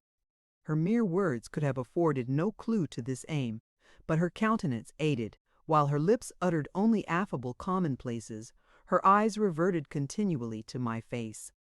Her glances were not given in full, but out of the corners, so quietly, so stealthily, yet I think I lost not one. I watched her as keenly as she watched me. I perceived soon that she was feeling after my real character. She was searching for salient points and weak points and eccentric points. She was applying now this test, now that, hoping in the end to find some chink, some niche, where she could put in her little firm foot and stand upon my neck mistress of my nature. Do not mistake me, reader. It was no amorous influence she wished to gain. At that time it was only the power of the politician to which she aspired. I was now installed as a professor in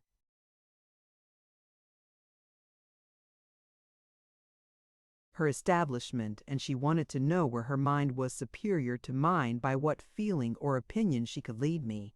I enjoyed the game much, and did not hasten its conclusion.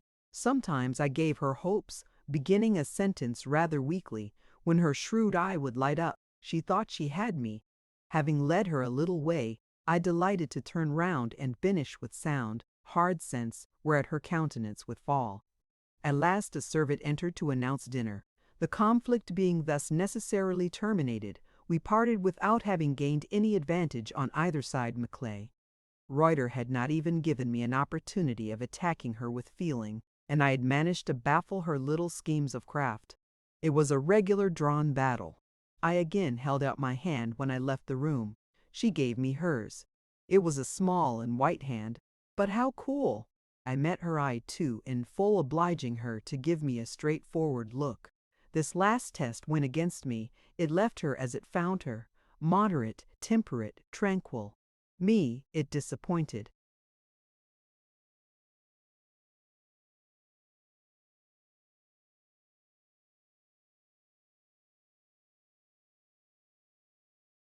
I am growing wiser, thought I, as I walked back to Mrs. Pilot's. Look at this little woman. Is she like the women of novelists and romancers? To read a female character as depicted in poetry and fiction, one would think it was made up of sentiment, either for good or bad. Here is a specimen, and a most sensible and respectable specimen too, whose staple ingredient is abstract reason. No Talleyrand was ever more passionless than Zoraide Reuter. So I thought then. I found afterwards that blunt susceptibilities are very consistent with strong propensities. Chapter 11. I had indeed had a very long talk with the crafty little politician, and on regaining my quarters I found that dinner was half over. To be late at meals was against a standing rule of the establishment, and had it been one of the Flemish ushers who thus entered after the removal of the soup and the commencement of the first course, Pilat would probably have greeted him with a public rebuke, and would certainly have mulcted him both of soup and fish. As it was, that polite though partial gentleman only shook his head, and as I took my place, unrolled my napkin, and said my heretical grace to myself, he civilly dispatched a servant to the kitchen to bring me a plate of purée aux carottes, for this was a maigre day, and before sending away the first course, reserved for me a portion of the stockfish of which it consisted. Dinner being over, the boys rushed out for their evening play. Kent and Van Damme, the two ushers, of course followed them. Poor fellows! If they had not looked so very heavy, so very soulless, so very indifferent to all things in heaven above, or in the earth beneath, I could have pitied them.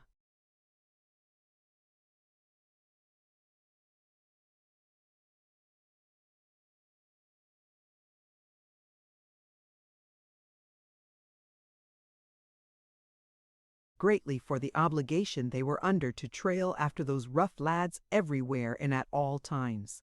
Even as it was, I felt disposed to scout myself as a privileged prig when I turned to ascend to my chamber, sure to find there, if not enjoyment, at least liberty.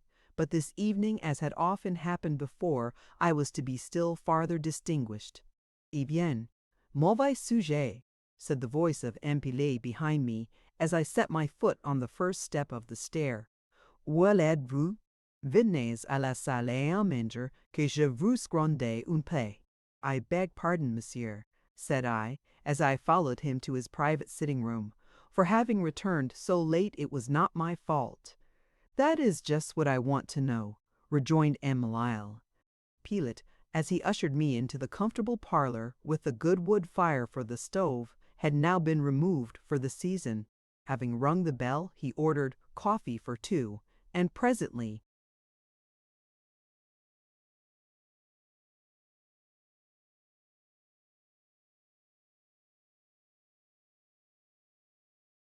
he and I were seated almost in English comfort, one on each side of the hearth, a little round table between us, with a coffee pot, a sugar basin, and two large white china cups, while Pellet employed himself in choosing a cigar from a box. My thoughts reverted to the two outcast ushers, whose voices I could hear even now crying hoarsely for order in the playground.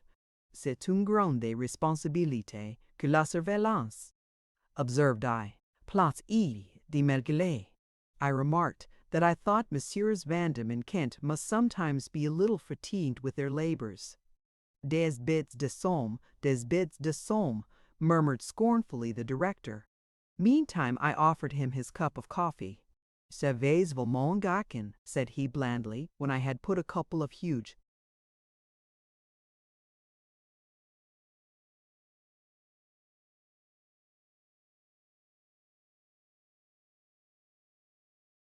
lumps of continental sugar into his cup. And now tell me why you stayed so long at Moncloa, Reuter's. I know that lessons conclude in her establishment as in mine at 4 o'clock, and when you returned it was past 5. Mcleah wished to speak with me, monsieur. Indeed. On what subject, if one may ask? Mademoiselle talked about nothing, monsieur. A fertile topic. And did she discourse thereon in the schoolroom before the pupils? No, like you, monsieur, she asked me to walk into her parlor. And Madame Reuter, the old duenna, my mother's gossip, was there, of course.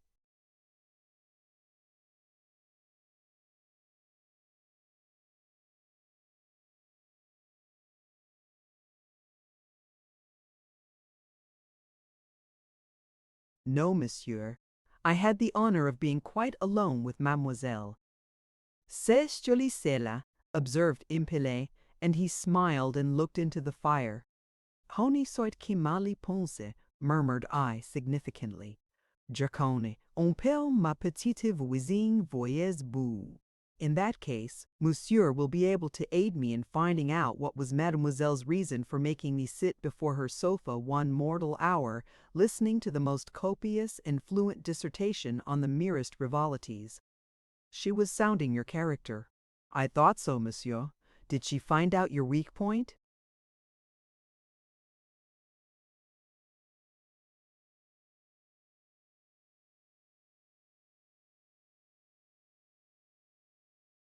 What is my weak point? Why, the sentimental, any woman sinking her shaft deep enough will at last reach a fathomless spring of sensibility in thy breast, Crimsworth. I felt the blood stir about my heart and rise warm to my cheek. Some women might, monsieur. Is Monclay Reuter of the number? Come, speak frankly, mon fils. Elle est encore jeune plaide que, plus pute et très mais juste assez pour unir la tendresse d'une petite maman à l'amour d'une épouse dévouée. N'est-ce pas que c'est le tirer supersurement? No, monsieur. I should like my wife to be my wife, and not half my mother. She is then a little too old for you?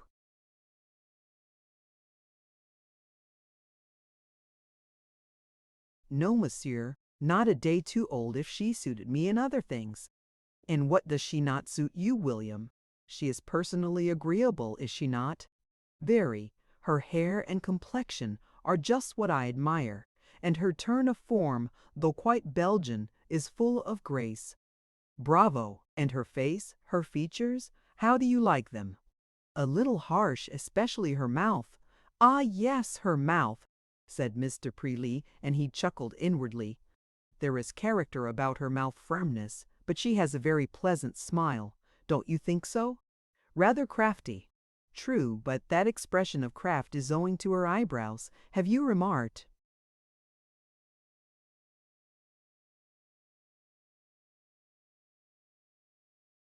Her eyebrows? I answered that I had not. You have not seen her looking down, then, said he. No, it is a treat notwithstanding. Observe her when she has some knitting or some other woman's work in hand, and sits the image of peace, calmly intent on her needles and her silk. Some discussion meantime going on around her, in the course of which peculiarities of character are being developed, or important interests canvassed. She takes no part in it. Her humble, feminine mind is wholly with her knitting. None of her features move. She neither presumes to smile approval, nor frown disappointing task. If she can only get the spermist,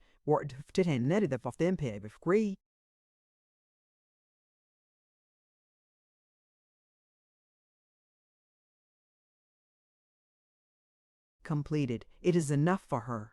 If gentlemen approach her chair, a deeper quiescence, a meeker modesty settles on her features and clothes her general mien.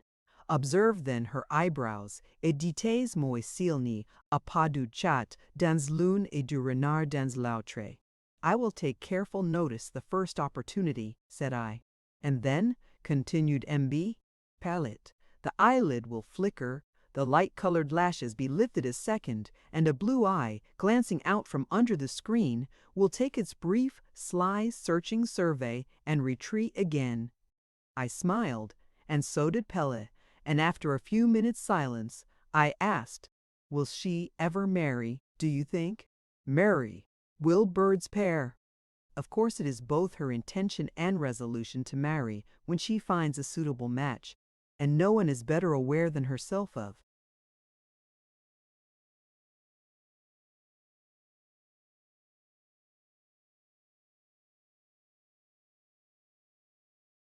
the sort of impression she is capable of producing. No one likes better to captivate in a quiet way. I am mistaken if she will not yet leave the print of her stealing steps on thy heart, Crimsworth. Of her steps? Confounded no, my heart is not a plank to be walked on. But the soft touch of a pâté de velours will do it no harm. She offers me no pâté de velours. She is all form and reserve with me. That to begin with, let respect be the foundation, affection the first floor, love the superstructure. In Cloley, Reuter is a skillful architect. And interest in Palette interest. Will not mademoiselle consider that point? Yes, yes, no doubt. It will be the cement between every stone. And now we have discussed the directress, what of the pupils? N'y a-t-il pas de belles études?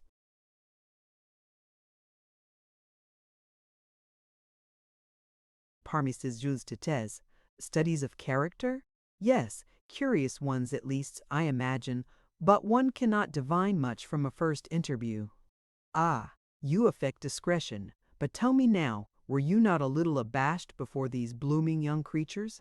At first, yes, but I rallied and got through with all due sang-froid.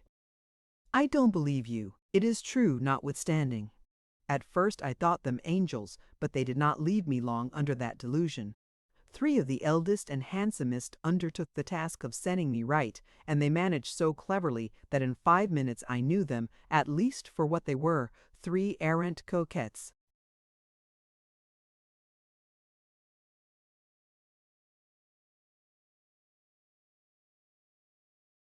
Je les connais, exclaimed mi palais, et ils sont toujours au premier rang à la gaillesse et à la promenade. Bleu, is bigel, le brune. Exactly. Lovely creatures, all of them, heads for artists. What a group they would make, taken together. Eulalie, I know their names, with her smooth braided hair and calm ivory brow. Hortense, with her rich chestnut locks so luxuriantly knotted, plaited, twisted, as if she did not know how to dispose of all their abundance, with her vermilion lips, damask cheek, and roguish laughing eye. And Caroline de Blemont. Ah, there is beauty, beauty in perfection. What a cloud of sable curls about the face of a houri, what fascinating lips, what glorious black eyes. Your Byron would have worshipped her, and you cold, frigid islander. You played the austere, the insensible in the presence of an Aphrodite so exquisite.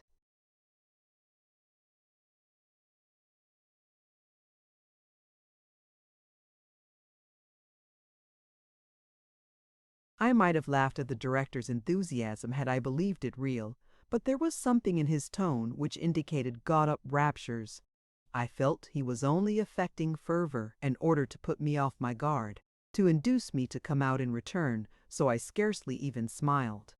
He went on, "Confess, William, do not the mere good looks of Zoraide Reuter appear dowdyish and commonplace compared with the splendid charms of some of her pupils?" The question discomposed me, but I now felt plainly that my principal was endeavoring for reasons best known to himself. At that time I could not fathom them to excite ideas and wishes in my mind alien to what was right and honorable. The iniquity of the instigation proved its antidote, and when he further added, "Each of those 3 beautiful girls will have a handsome fortune," and with a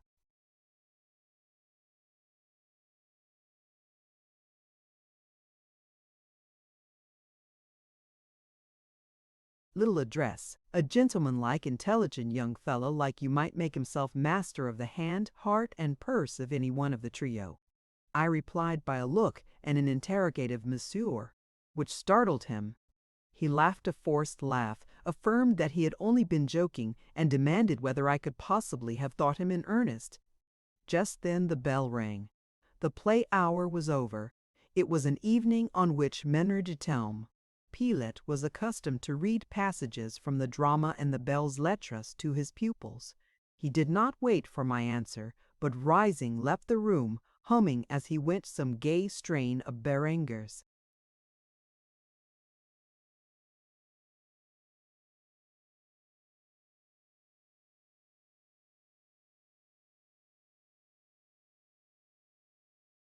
Chapter 12.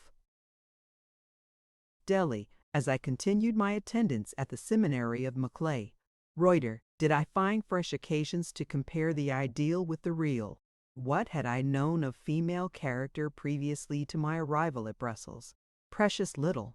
And what was my notion of it? Something vague, slight, gauzy, glittering. Now, when I came in contact with it, I found it to be a palpable substance enough, very hard too sometimes, and often heavy. There was metal in it, both lead and iron. Let the idealists, the dreamers about earthly angel and human flowers, just look here while I open my portfolio and show them a sketch or two, penciled after nature. I took these sketches in the second-class schoolroom of Clet, Reuter's establishment, where about 100 specimens of the genus June-Philly collected together offered a fertile variety of subject. A miscellaneous assortment they were, differing both in caste and country. As I sat on my estrade and glanced over the long range of desks, I had under my eye French, English, Belgians, Austrians, and Prussians. The majority belonged to the class bourgeois, but there were many countesses. There were the daughters of 2 generals and of several colonels, captains, and government employees. These ladies sat side by side with young females destined to be demoiselles de magasins, and with some Flamandes, genuine aborigines of the country. In dress all were nearly similar, and in manners there was small difference. Exceptions there were to the general rule, but the majority gave the tone to the establishment, and that tone was rough, boisterous, masked by a point-blank disregard of all forbearance towards each other or their teachers. An eager pursuit by each individual of her own interest and convenience, and a coarse indifference to the interest and convenience, and a coarse indifference to the interest and convenience of everyone else. Most of them could lie with audacity when it appeared advantageous to do so. All understood the art of speaking fair when a point was to be gained, and could with consummate skill and at a moment's notice turn the cold shoulder the instant civility ceased to be profitable. Very little open quarreling ever took place amongst them, but backbiting and tale-bearing were universal. Close friendships were forbidden by the rules of the school, and no one girl seemed to cultivate more regard for another than was just necessary to secure a companion when solitude would have been irksome. They were each and all supposed to have been reared in utter unconsciousness of vice. The precautions used to keep them ignorant, if not innocent, were innumerable. How was it, then, that scarcely one of those girls having attained the age of 14 could look a man in the face with modesty and propriety? An air of bold, impudent flirtation or a loose, silly leer was sure to answer the most ordinary glance from a masculine eye. I know nothing of the arcana of the Roman Catholic religion, and I am not a bigot in matters of theology, but I suspect the root of this precocious impurity, so obvious, so general in popish countries, is to be found in the discipline, if not the doctrines of the Church of Rome. I record what I have seen. These girls belonged to what are called the respectable ranks of society. They had all been carefully brought up, yet was the mass of them mentally depraved.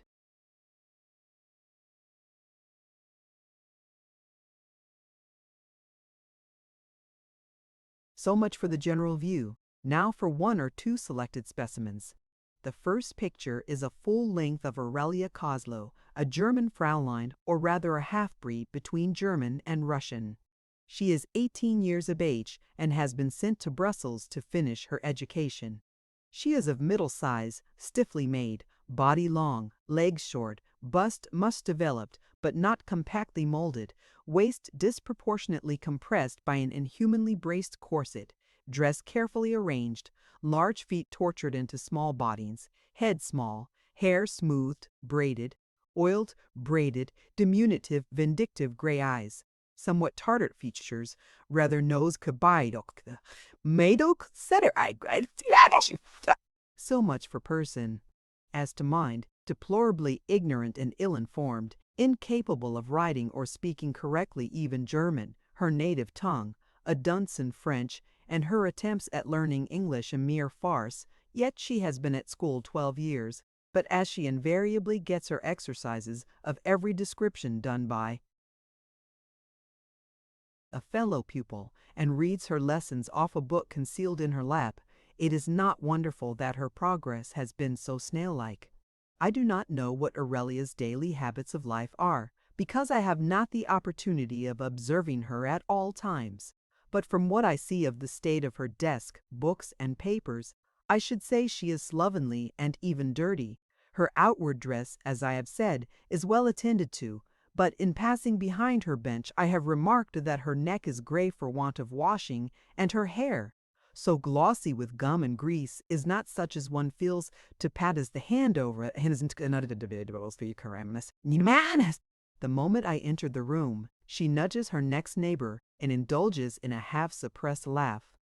As I take my seat on the estrade, she fixes her eye on me. She seems resolved to attract and, if possible, monopolize my notice. To this end, she launches at me all sorts of looks, languishing, provoking, leering, laughing, as I am bound quite proof against this.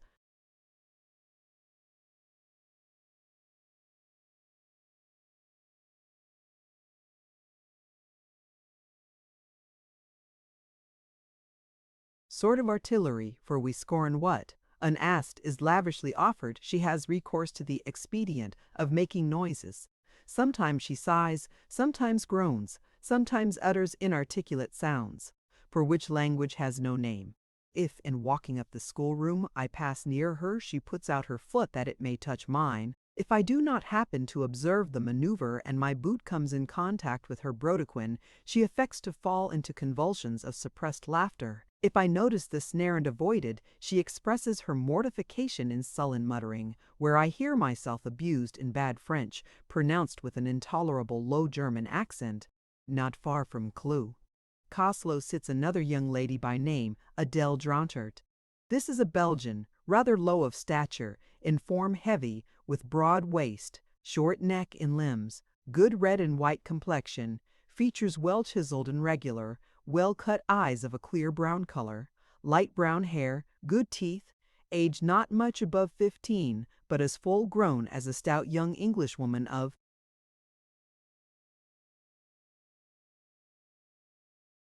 20. This portrait gives the idea of a somewhat dumpy but good-looking damsel, does it not? Well, when I looked along the row of young heads, my eye generally stopped at this of Adele's. Her gaze was ever waiting for mine, and it frequently succeeded in arresting it. She was an unnatural-looking being, so young, fresh, blooming, yet so Gorgon-like. Suspicion, sullen ill temper were on her forehead, vicious propensities in her eye, envy and panther-like deceit about her mouth. In general, she sat very still. Her massive shape looked as if it could not bend much, nor did her large head, so broad at the base, so narrow towards the top, seem made to turn readily on her short neck.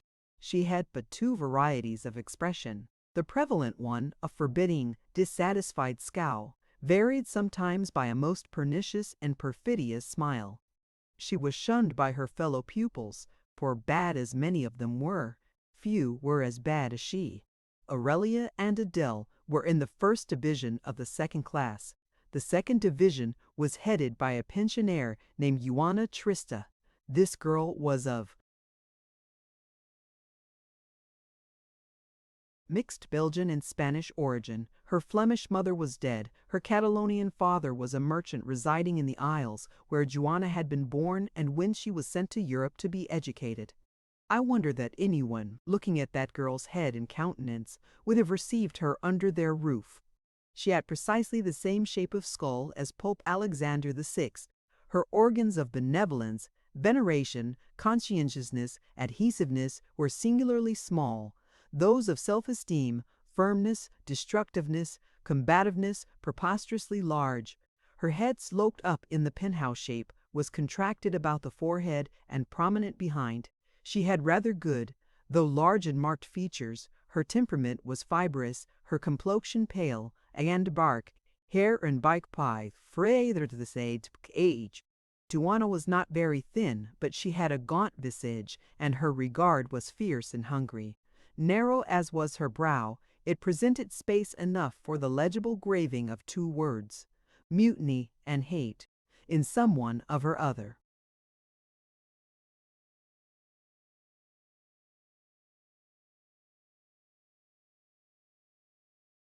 Lineaments. I think the eye cowardice had also its distinct cipher. McClay, tris thought fit to destitute and iter every port of seminist and behand of very vulses the band of very vormiter feria were fit inflammatis the ad impoets was his courses come to furnace permits cobbled in the coldits and to guard the gado andis whose frequencies in the locans fambles. This judgment I executed in the presence of Reuter, who looked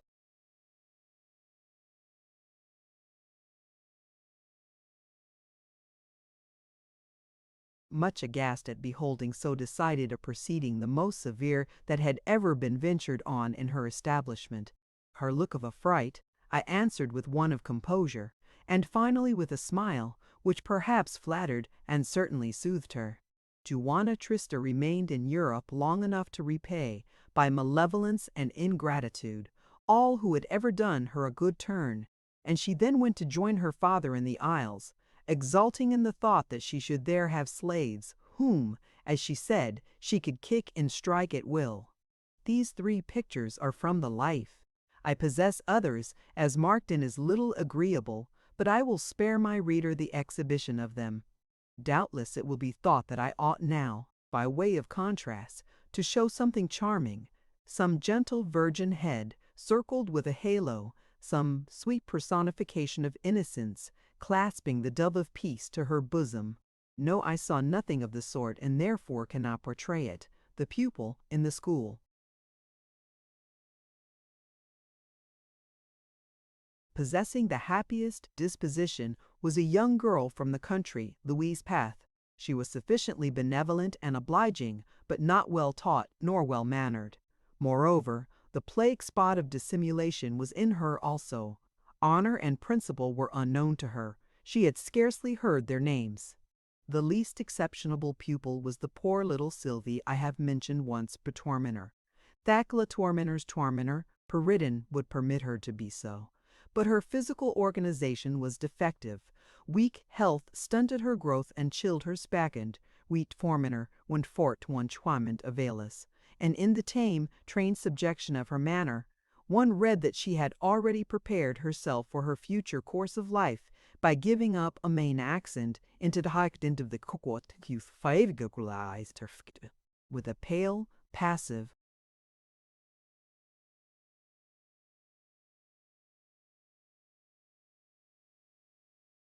automaton air. She went about all day long doing what she was bid. Never what she liked or what, from innate conviction, she thought it right to do. The poor little future religiose had been early taught to make the dictates of her own reason and conscience quite subordinate to the will of her spiritual director. She was the model pupil of McClure, Reuter's establishment, pale, blighted image where life lingered feebly, but whence the soul had been conjured by Romish wizard craft. A few English pupils there were in the school, and these might be divided into 2 classes. First, the continental English, the daughters chiefly of broken adventurers whom debt or dishonor had driven from their own country. These poor girls had never known the advantages of settled homes, decorous example, or honest Protestant education. Resident a few months now in one Catholic school, now in another, as their parents wandered from land to land, from France to Germany, from Germany to Belgium, they had picked up some scanty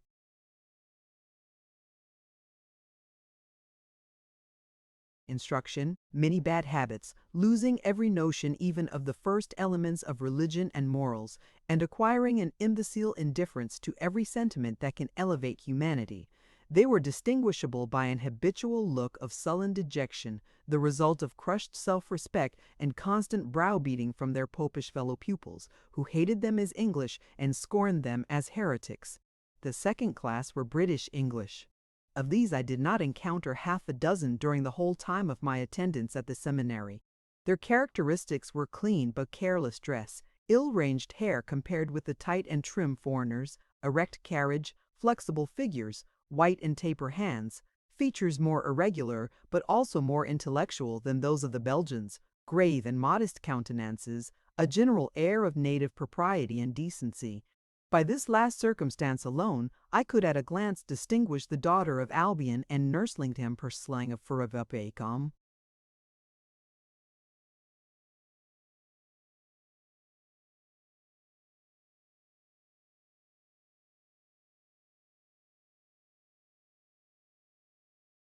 Jesuistry, proud too, was the aspect of these British girls, at once envied and ridiculed by their continental associates. They warded off insult with austere civility, and met hate with mute disdain.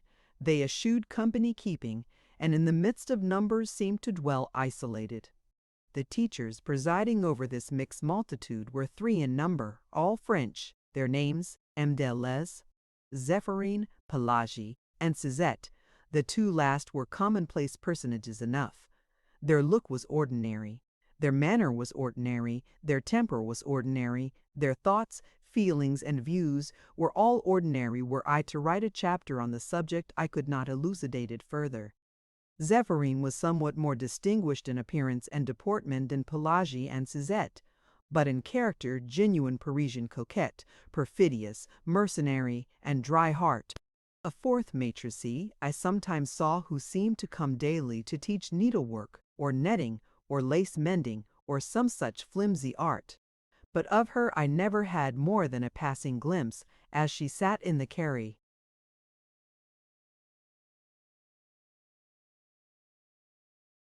with her frames and some dozen of the elder pupils about her. Consequently, I had no opportunity of studying her character, or even of observing her person much.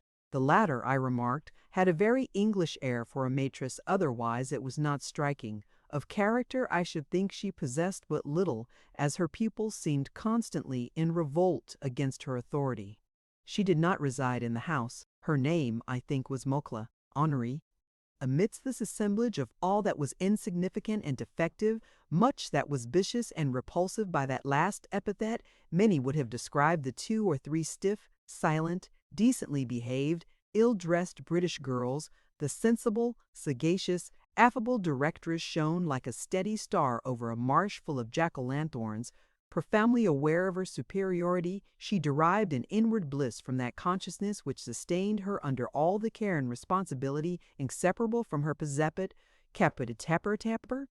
She liked, as who would not, on entering the schoolroom, to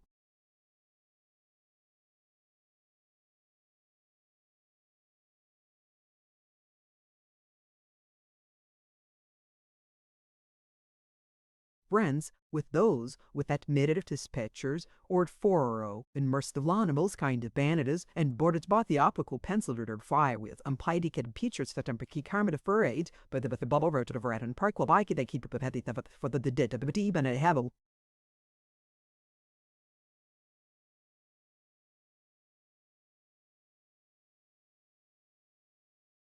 mean me. She still watched, still tried by the most ingenious tests. She roved round me, baffled, yet persevering. I believe she thought I was like a smooth and bare precipice, which offered neither jutting stone, nor tree root, nor tuft of grass to aid the climber. Now she flattered with exquisite tact, now she moralized, now she tried how far I was accessible to mercenary motives. Then she disported on the brink of affection, knowing that some men are won by weakness anon. She talked excellent sense, aware that others have the folly to admire judgment. I found it at once pleasant and easy to evade all these efforts. It was sweet, when she thought me nearly won, to turn round and to smile in her very eyes, half scornfully, and then to witness her scarcely veiled, though mute mortification. Still she persevered, and at last, I am bound to confess it, her finger essaying, proving every atom of the casket, touched its secret spring, and for a moment the lid sprung open. She laid her hand on the jewel heel, with their snetwush snap and down.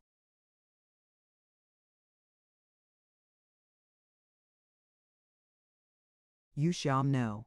It happened that I came one day to give a lesson when I was indisposed. I had a bad cold and a cough. 2 hours' incessant talking left me very hoarse and tired. As I quitted the schoolroom and was passing along the corridor, I met Plale Ryder. She remarked with an anxious air that I looked very pale and tired. "Yes," I said, "I was fatigued," and then, with increased interest, she rejoined, "You shall not go away till you have had some refreshment." She persuaded me to step into the parlor and was very kind and gentle while I stayed. The next day she was kinder still. She came herself into the class to see that the windows were closed and that there was no draught. She exhorted me with friendly earnestness not to over-exert myself. When I went away, she gave me her hand unasked, and I could not but mark, by a respectful and gentle pressure, that I was sensible of the favor and grateful for it. My modest demonstration kindled a little merry smile on her countenance. I thought her almost charming. During the remainder of the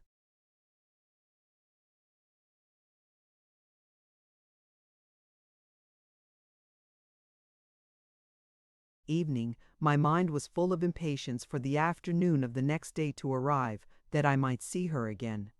I was not disappointed, for she sat in the class during the whole of my subsequent lesson, and often looked at me almost with affection.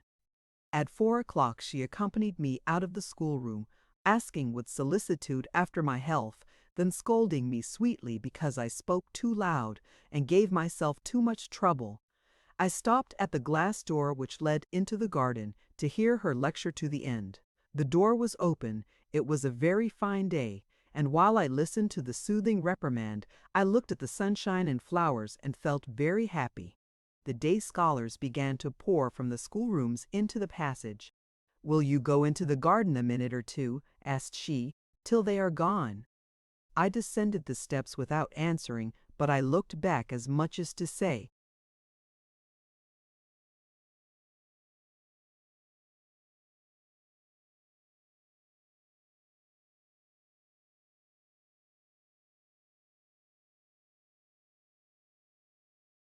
"You will come with me?"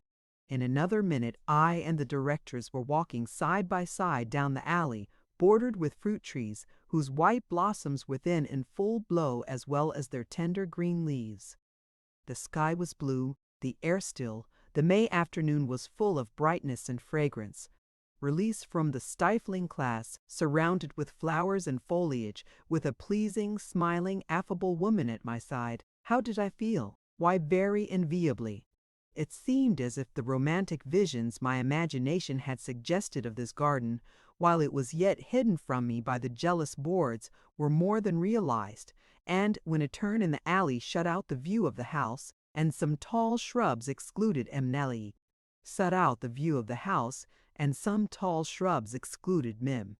Pellet's mansion, and screened us momentarily from the other houses, rising amphitheater-like round this green spot. I gave my arm to Imtacla Reuter, and led her to a garden chair, nestled under some lilacs near. She sat down. I took my place at her side. She went on talking to me with that ease which communicates ease, and, as I listened, a revelation dawned in my mind that I was on the brink of falling in love. The dinner bell rang, both at her house and in Bream, Peelitz. We were obliged to part. I detained her a moment as she was moving away. "I want something," said I. "What?" asked Zoraide naively. "Only a flower." "Gather it then, or 2, or 20 if you like. No one will do, but you must gather it and give it to me." "What a caprice!" she exclaimed. But she raised herself on her tiptoes, and plucking a beautiful branch of lilac, offered it to me with grace. I took it and went away satisfied for the present and hopeful for the future.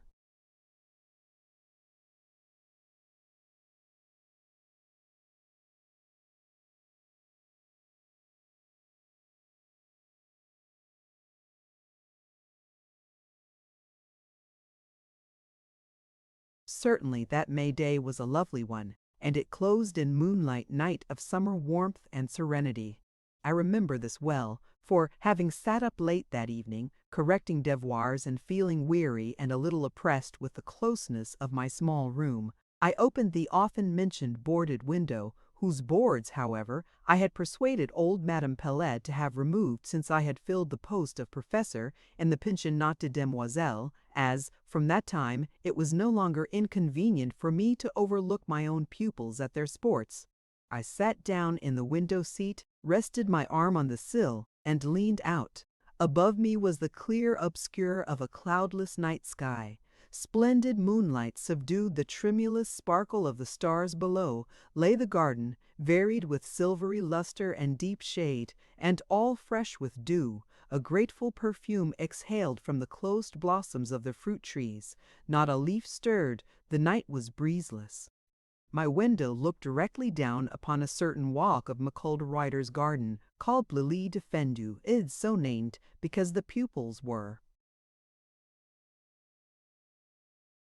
forbidden to enter it on account of its proximity to the boys' school. It was here that the lilacs and laburnums grew especially thick. This was the most sheltered nook in the enclosure. Its shrubs screened the garden chair where that afternoon I had sat with the young directress. I need not say that my thoughts were chiefly with her as I leaned from the lattice and let my eye roam, now over the walks and borders of the garden, now along the many-windowed front of the house, which rose white beyond the masses of foliage. I wondered in what part of the building was situated her apartment, and a single light, shining through the persiennes of one croisée, seemed to direct me to it. She watches late, thought I, for it must be now near midnight. She is a fascinating little woman, I continued in voiceless soliloquy. Her image forms a pleasant picture in memory. I know she is not what the world calls pretty. No matter, there is harmony in her aspect, and I like it. Her brown hair, her blue eye, the freshness of her cheek, the whiteness of her neck, all suit my taste. Then I respect her talent. The idea of marrying a doll or a fool was always abhorrent to me. I know that a pretty doll, a fair fool, might do well enough for the honeymoon, but when passion cooled, how dreadful to find a lump of wax and wood laid in my bosom, a half-idiot clasped in my arms, and to remember that I had made of this my equal, nay, my idol, to know that I must pass the rest of my dreary life with a creature incapable of understanding what I set of a Kate Charlotte. Now Charlotte Reuter, thought I, has tact, character, judgment, discretion. Has she heart? What a good, simple little smile played about her lips when she gave me the branch of lilacs. I have thought her crafty, dissembling, interested sometimes, it is true, but may not much that looks like cunning and dissimulation in her conduct be only the efforts made by a bland temper to traverse quietly perplexing difficulties? And as to interest, she wishes to make her way in the world, no doubt, and who can blame her, even if she be truly deficient in sound?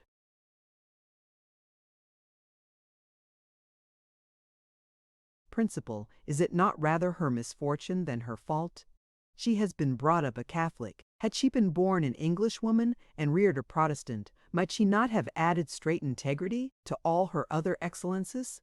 Supposing she were to marry an English and Protestant husband, would she not, rational, sensible as she is, quickly acknowledge the superiority of right over expediency, honesty over policy? It would be worth a man's while to try the experiment. Tomorrow I will renew my observations. She knows that I watch her, how calm she is under scrutiny. It seems rather to gratify than annoy her. Here a strain of music stole in upon my monologue and suspended it. It was a bugle, very skillfully played, in the neighborhood of the park, I thought, or on the Place Royale. So sweet were the tones, so subduing their effect at that hour, in the midst of silence and under the quiet rain of moonlight, I ceased to think, that I might listen more intently. The strain retreated, its sound waxed fainter and was soon gone, my ear prepared to repose on the absolute hush of midnight once more. No, what murmur was that which, low and yet near and approaching nearer, frustrated the expectation of total silence? It was someone conversing, yes, evidently. An audible, though subdued voice spoke in the garden immediately below me. Another answered, The first voice was that of a man, the second that of a woman, and a man and a woman I saw coming slowly down the alley. Their forms were at first in shade. I could but discern a dusk outline of each. But a ray of moonlight met them at the termination of the walk, when they were under my very nose, and revealed very plainly, very unequivocally, Françoise Reuter, arm in arm, or hand in hand, I forget which, with my principal, confidant, and counselor, and under the François Pellet, and M. Pellet was saying, "A quand donc le jour des noces, ma bien-aimée?" And M. Pellet, Rotin said Batze, "Mais, François, tu sais bien qu'il me serait impossible de me marier avant les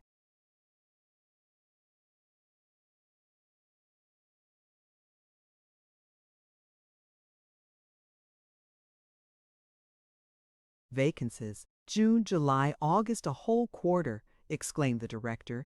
"How can I wait so long? I who am ready, even now, to expire at your feet with impatience. Ah! If you die, the whole affair will be settled without any trouble about notaries and contracts. I shall only have to order a slight mourning dress, which will be much sooner prepared than the nuptial trousseau." Cruel Zoraide! You laugh at the distress of one who loves you so devotedly as I do. My torment is your sport. You scruple not to stretch my soul on the rack of jealousy, for, deny it as you will, I am certain you have cast encouraging glances on that schoolboy Crimsworth. He has presumed to fall in love, which he dared not have done unless you had given him room to hope. What do you say, François? Do you say Crimsworth is in love with me?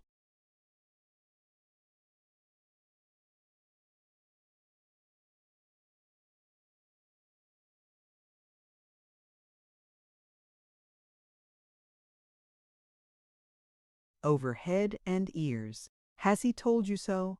No, but I see it in his face. He blushes whenever your name is mentioned. A little laugh of exulting coquetry announced moquetry. Reader's gratification at this piece of intelligence, which was a lie. By the by, I had never been so far gone as that after all. Mengens quotes. Pellet proceeded to ask what she intended to do with me, intimating pretty plainly, and not very gallantly, that it was nonsense for her to think of taking such a blanc bec as a husband, since she must be at least 10 years older than I was. She then 32? I should not have thought it. I heard her disclaim any intentions on the subject. The director, however, still pressed her to give a definite answer. "François," said she, "you are jealous," and still she laughed.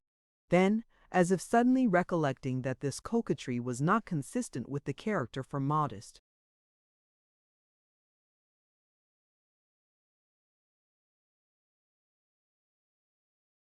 dignity she wished to establish, she proceeded in a demure voice, "Truly, my dear François, I will not deny that this young Englishman may have made some attempts to ingratiate himself with me, but, so far from giving him any encouragement, I have always treated him with as much reserve as it was possible to combine with civility. Affianced as I am to you, I would give no man false hopes. Believe me, dear friend." Still Pellet uttered murmurs of distrust, so I judged, at least, from her reply. "What folly! How could I prefer an unknown foreigner to you? And then, not to flatter your vanity, Crimsworth could not bear comparison with you either physically or mentally. He is not a handsome man at all. Some may call him gentlemanlike and intelligent-looking, but for my part, the rest of the sentence was lost in the distance, as the pair, rising from the chair in which they had been seated, moved away. I waited their return, but soon.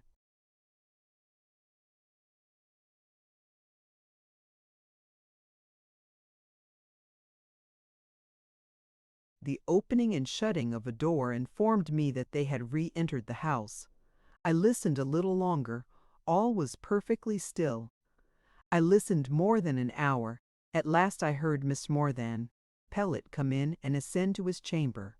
Glancing once more towards the long front of the garden-house, I perceived that its solitary light was at length extinguished. So, for a time, was my faith in love and friendship. I went to bed, but something feverish and fiery had got into my veins, which prevented me from sleeping much that night.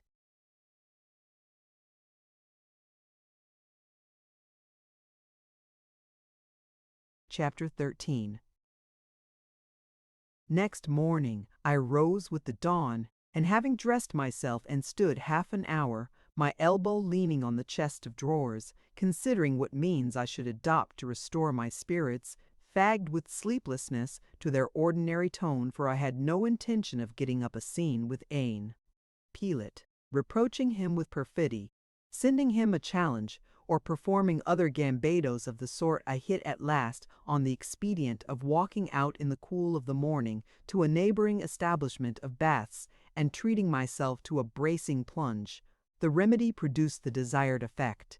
I came back at 7 o'clock steadied and invigorated, and was able to greet Min Pellet when he entered to breakfast with an unchanged and tranquil countenance.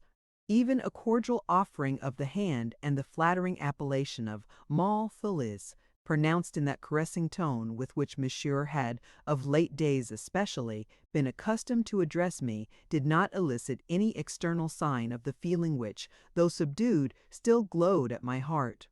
Not that I nursed vengeance, no, but the sense of insult and treachery lived in me like a kindling, though as yet smothered coal.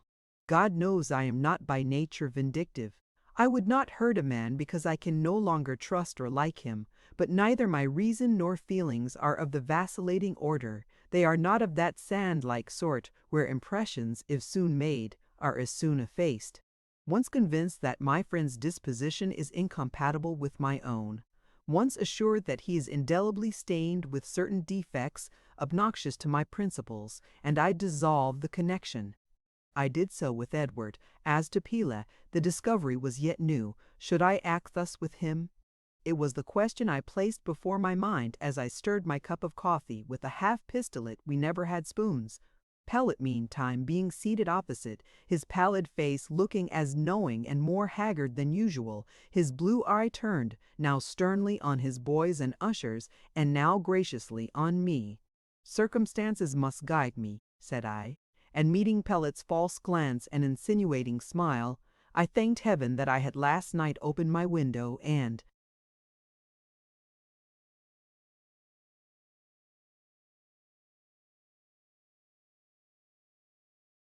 read by the light of a full moon the true meaning of that guileful countenance. I felt half his master, because the reality of his nature was now known to me. Smile and flatter as he would, I saw his soul lurk behind his smile, and heard in every one of his smooth phrases a voice interpreting their treacherous import. But Zoraide Reuter, of course her defection had cut me to the quick. That stint must have gone too deep for any consolations of philosophy to be available in curing its smart? Not at all. The night fever over, I looked about for balm to that wound also, and found some nearer home than at Gilead. Reason was my physician. She began by proving that the prize I had missed was of little value. She admitted that, physically, Zoraide might have suited me, but affirmed that our souls were not in harmony, and that discord must have resulted from the union of her mind with mine. She then insisted on the suppression of all repining, and commanded me rather to rejoice that I had escaped a snare. Her medicament did me good. I felt its strengthening effect when I met the directress the next day. Its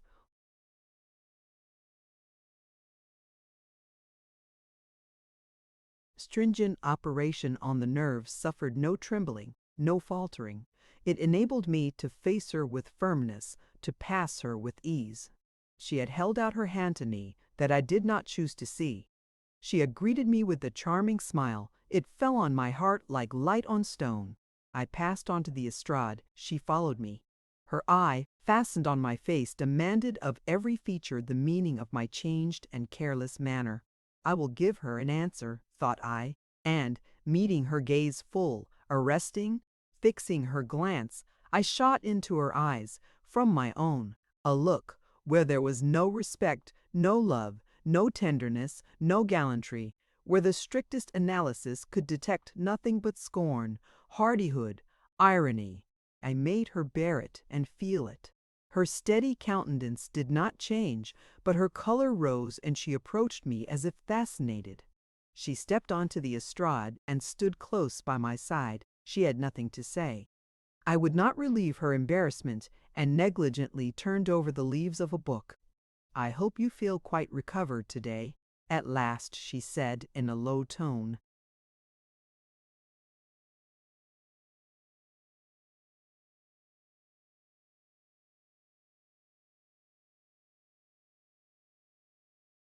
"And I, mademoiselle, hope that you took no cold last night in consequence of your late walk in the garden."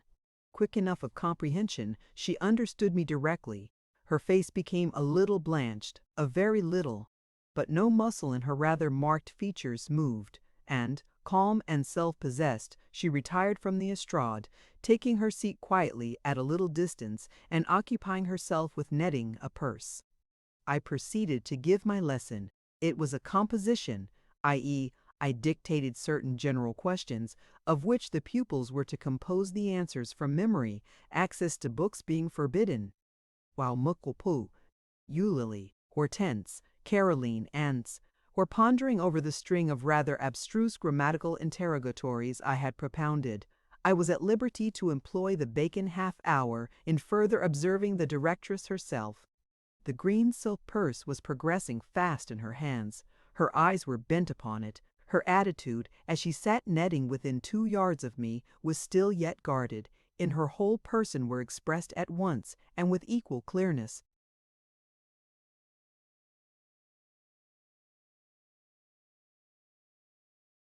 vigilance and repose, a rare union.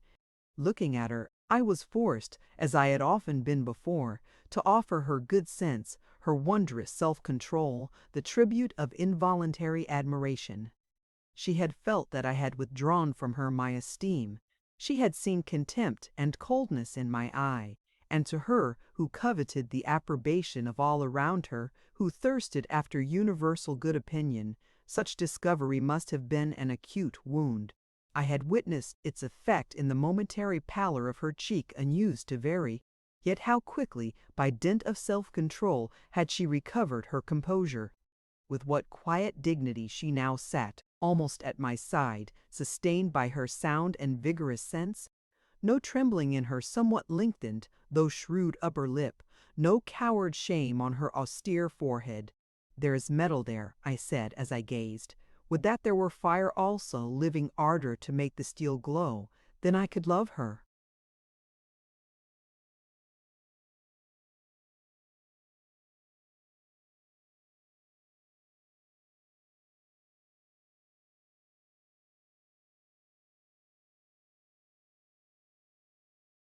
Presently I discovered that she knew I was watching her, for she stirred not, she lifted not her crafty eyelid. She had glanced down from her netting to her small foot, peeping from the soft folds of her purple merino gown, thence her eye reverted to her hand, ivory white, with a bright garnet ring on the forefinger and a light frill of lace round the wrist. With a scarcely perceptible movement she turned her head, causing her nut-brown curls to wave fully. In these slight signs I read that the wish of her heart, the design of her brain, was to lure back the game she had scared. A little incident gave her the opportunity of addressing me again. While all was silence in the class silence, but for the rustling of copybooks and the traveling of pens over their pages, a leaf of the large folding door, opening from the hall, unclosed, admitting a pupil who, after making a hasty obeisance, ensconced herself with some appearance of trepidation, probably occasioned by her entering so late, in a vacant seat at the desk nearest the door. Being seated, she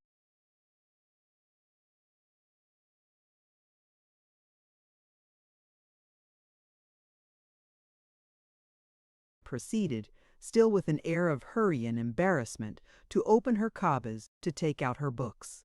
And while I was waiting for her to look up, in order to make out her identity for, short-sighted as I was, I had not recognized her at her entrance, Maclaw. Reuter, leaving her chair, approached the estrade. "Monsieur Crimsworth," said she in a whisper, for when the schoolrooms were silent, the directress always moved with velvet tread and spoke in the most subdued key, enforcing order and stillness fully as much by example as precept. "Monsieur Crimsworth, that young person who has just entered wishes to have the advantage of taking lessons with you in English. She is not a pupil of the house. She is, indeed, in one sense, a teacher, for she gives instruction, and what art she very properly proposes to qualify herself for a higher department of education and has asked permission to attend your lessons in order to perfect her knowledge of English, in which language she has, I believe, already made some progress. Of course it is.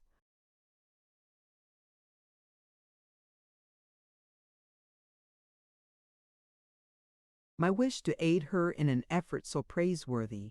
You will permit her then to benefit by your instruction, n'est-ce pas, monsieur? M. Leclerc? Reuter's eyes were raised to mine with a look at once naive, benign, and beseeching. I replied, "Of course," very laconically, almost abruptly. "Another word," she said with softness, "Chloe. Henri has not received a regular education. Perhaps her natural talents are not of the highest order, but I can assure you of the excellence of her intentions, and even of the amiability of her disposition.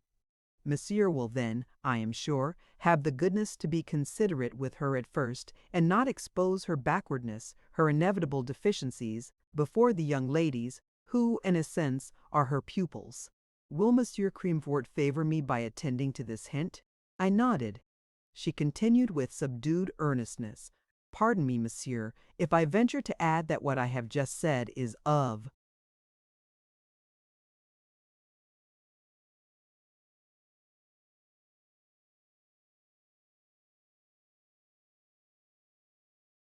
importance to the poor girl.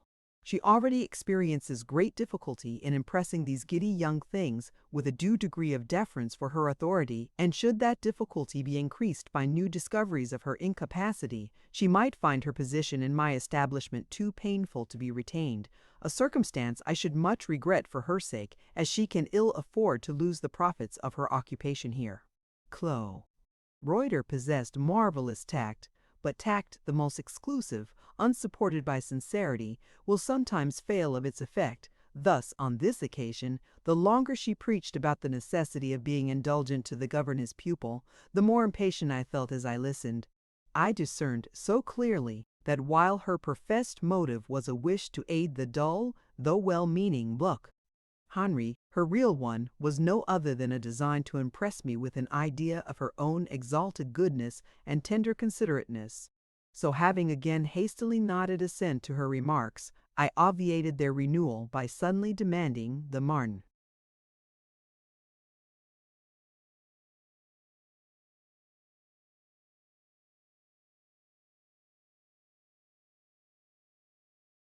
Compositions in a sharp accent, and stepping from the estrade I proceeded to collect them. As I passed the governess pupil, I said to her, "You have come in too late to receive a lesson today.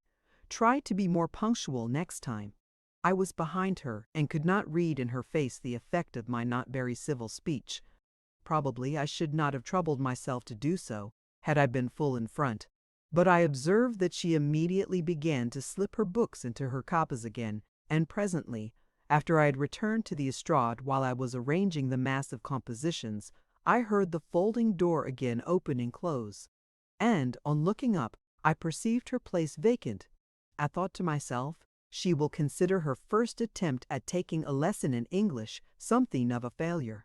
And I wondered whether she had departed in the sulks, or whether stupidity had induced her to take my words too literally, or, finally, whether my irritable tone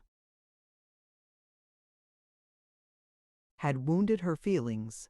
The last notion I dismissed almost as soon as I had conceived it, for not having seen any appearance of sensitiveness in any human face since my arrival in Belgium, I had begun to regard it almost as a fabulous quality. Whether her physiognomy announced it, I could not tell, for her speedy exit had allowed me no time to ascertain the circumstance. I had indeed, on 2 or 3 previous occasions, caught a passing view of her, as I believe has been mentioned before, but I had never stopped to scrutinize either her face or person, and had but the most vague idea of her general appearance.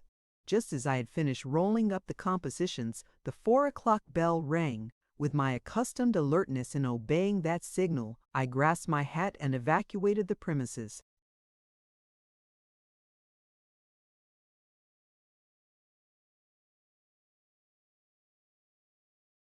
Chapter 14.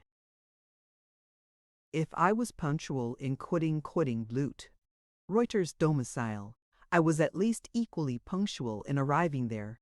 I came the next day at 5 minutes before 2, and on reaching the schoolroom door, before I opened it, I heard a rapid, gabbling sound, which warned me that the prière du midi was not yet concluded. I waited the termination thereof. It would have been impious to intrude my heretical presence during its progress. How the repeater of the prayer did cackle and splutter! I never before or since heard language enounced with such steam-engine haste. Notre Père qui es au ciel went off like a shot.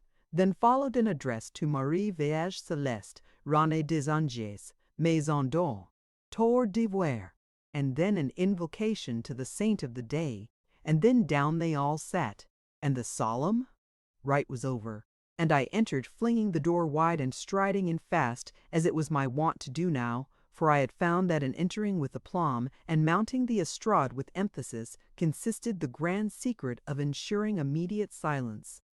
The folding doors between the two classes opened for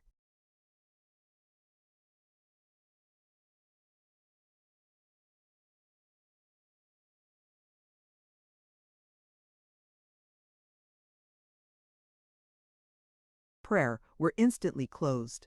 A maîtresse, workbox in hand, took her seat at her appropriate desk. The pupils sat still with their pens and books before them. My 3 beauties in the van, now well humbled by a demeanor of consistent coolness, sat erect with their hands folded quietly on their knees. They had given up giggling and whispering to each other, and no longer ventured to utter pert speeches in my presence. They now only talked to me occasionally with their eyes, by means of which Orget had affection, goodness, modesty, real talent, ever employed those bright orbs as interpreters. I do not think I could have refrained from giving a kind and encouraging, perhaps an ardent reply now and then, but as it was, I found pleasure in answering the glance of vanity with the gaze of stoicism.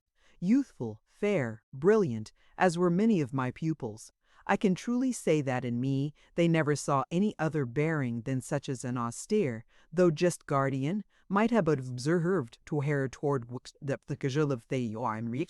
if any doubt the accuracy of this assertion, as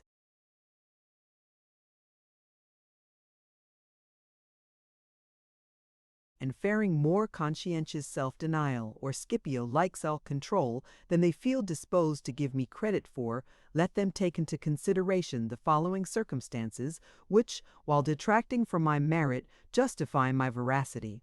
Know, O incredulous reader, that a master stands in a somewhat different relation towards a pretty, light-headed, probably ignorant girl, to that occupied by a partner at a ball, or a gallant on the promenade. A professor does not meet his pupil to see her dressed in satin and muslin, with hair perfumed and curled, neck scarcely shaded by aerial lace, round white arms circled with bracelets, feet dressed for the gliding dance. It is not his business to whirl her through the waltz, to feed her with compliments, to heighten her beauty by the flush of gratified vanity. Neither does he encounter her on the smooth-rolled, tree-shaded boulevard in the green and sunny park, whither she repairs clad in her becoming walking dress, her scarf thrown with grace over her shoulders, her little bonnet scarcely screening her curls, the red rose under its brim adding a tint to the draki. Softer rose on her cheek, her face and eyes, too, illumined with smiles, perhaps as transient as the sunshine of the gala day, but also quite as brilliant. It is not his office to walk by her side, to listen to her lively chat, to carry her parasol, scarcely larger than a broad green leaf, to lead in a ribbon her Blenheim spaniel or Italian greyhound. No, he finds her in the schoolroom, plainly dressed, with books before her, owing to her education or her nature books, are to her a nuisance, and she opens them with aversion, yet her teacher must instill into her mind the contents of these books. That mind resists the admission of grave information, it recoils, it grows restive, sullen tempers are shown, disfiguring frowns spoil the symmetry of the face. Sometimes coarse gestures banish grace from the deportment, while muttered expressions, redolent of native and ineradicable vulgarity, decibed this quit de voix, where the temperament is serene though the intellect be sluggish and unconquerable dullness opposes every effort to instruct. Where there is cunning but not energy, dissimulation, falsehood, thousand schemes and tricks are put in play to evade the necessity of application. In short, to the tutor, female youth, female charms are like tapestry hangings, of which the wrong side is continually turned towards him, and even when he sees the smooth, neat external surface he so well knows what knots, long stitches, and jagged ends are behind, that he has scarce a temptation to admire too fondly the seemly forms and bright colors exposed to general view. Our likings are regulated by our circumstances. The artist prefers a hilly country because it is picturesque, the engineer a flat one because it is convenient. The man of pleasure likes what he calls a fine woman, she suits him. The fashionable young gentleman admires the fashionable young lady, she is of his kind. The toil-worn, fagged, probably irritable tutor, blind almost to beauty, insensible to airs and graces, glories chiefly in certain mental qualities, application, love of knowledge, natural capacity, docit defraulicht. These he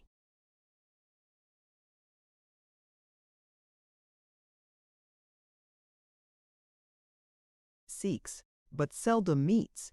These, if by chance he finds, he would fain retain forever, and when separation deprives him of them, he feels as if some ruthless hand had snatched from him his only ewe-lamb.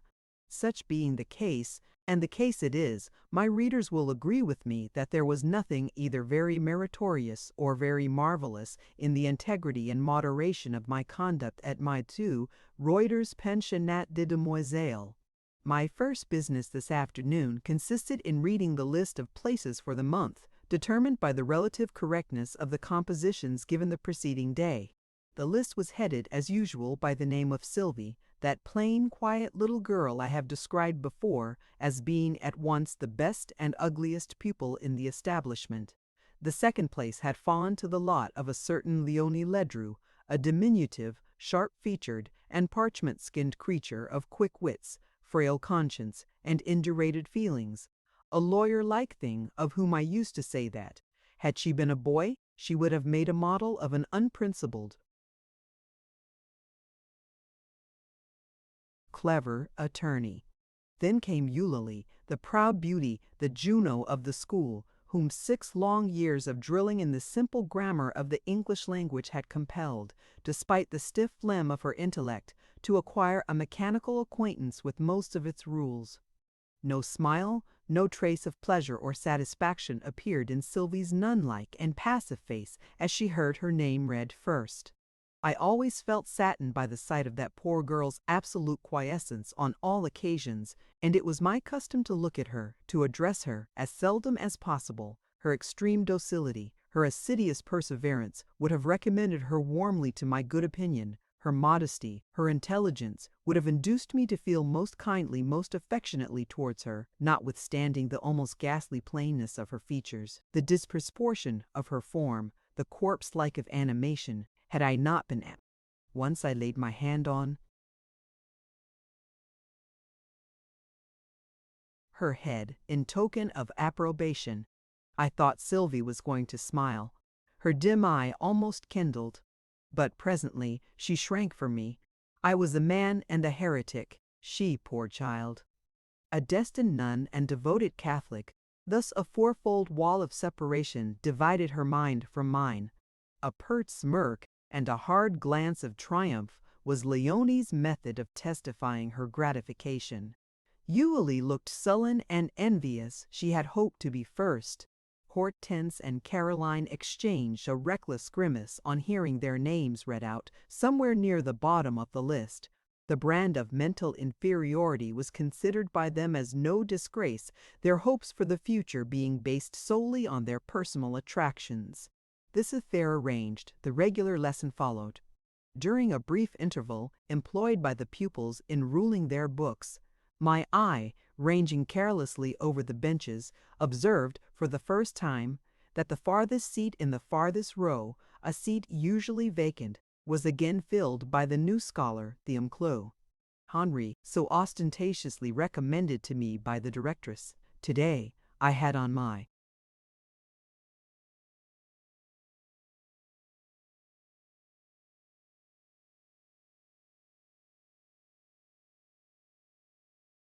spectacles. Her appearance, therefore, was clear to me at the first glance. I had not to puzzle over it. She looked young, yet, had I been required to name her exact age, I should have been somewhat nonplussed. The slightness of her figure might have suited 17. A certain anxious and preoccupied expression of face seemed the indication of riper years. She was dressed, like all the rest, in a dark stuff gown and a white collar. Her features were dissimilar to any there, not so rounded, more defined yet scarcely regular. The shape of her head, too, was different, the superior part more developed, the base considerably less. I felt assured, at first sight, that she was not a Belgian. Her complexion, her countenance, her lineaments, her figure were all distinct from theirs, and, evidently, the type of another race, of a race less gifted with fullness of flesh and plenitude of blood, less jocund, material, unthinking. When I first cast my eyes on her, she sat looking fixedly down, her chin resting on her hand, and she did not change her attitude till I commenced the lesson. None of the Belgian girls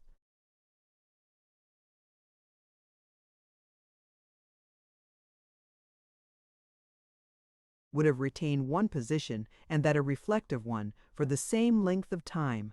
Yet, having intimated that her appearance was peculiar as being unlike that of her Flemish companions, I have little more to say respecting it. I can pronounce no encomiums on her beauty, for she was not beautiful, nor offer condolence on her plainness, for neither was she plain. A careworn character of forehead and a corresponding molding of the mouth struck me with a sentiment resembling surprise, but these traits would probably have passed unnoticed by any less crotchety observer. Now, reader, though I have spent more than a page in describing Amtiol, Henri, I know well enough that I have left on your mind's eye no distinct picture of her. I have not painted her complexion, nor her eyes, nor her hair, nor even drawn the outline of her shape. You cannot tell whether her nose was aquiline or retrousse, whether her chin was long or short, her face square or oval. Nor could I the first day, and it is not my intention to communicate to you at once a knowledge I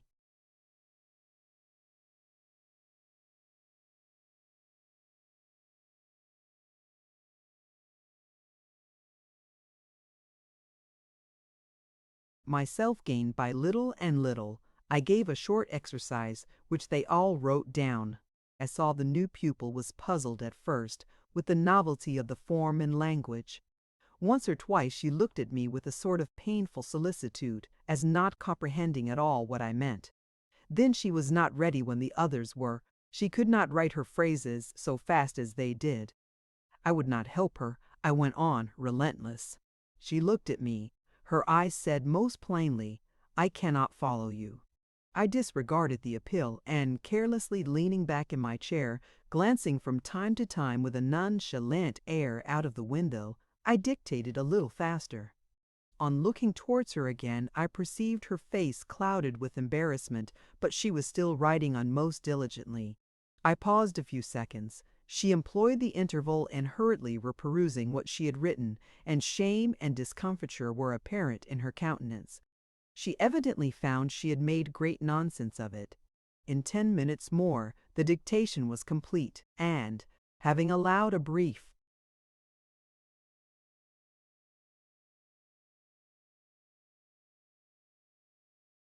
space in which to correct it, I took their books. It was with a reluctant hand emble play. Henri gave up hers, but having once yielded it to my possession, she composed her anxious face, as if, for the present, she had resolved to dismiss regret, and had made up her mind to be thought unprecedentedly stupid. Glancing over her exercise, I found that several lines had been omitted, but what was written contained very few faults. I instantly inscribed "bone" at the bottom of the page, and returned it to her. She smiled, at first incredulously, then as if reassured, but not little the verdict. But it's not how it's such that mechanic.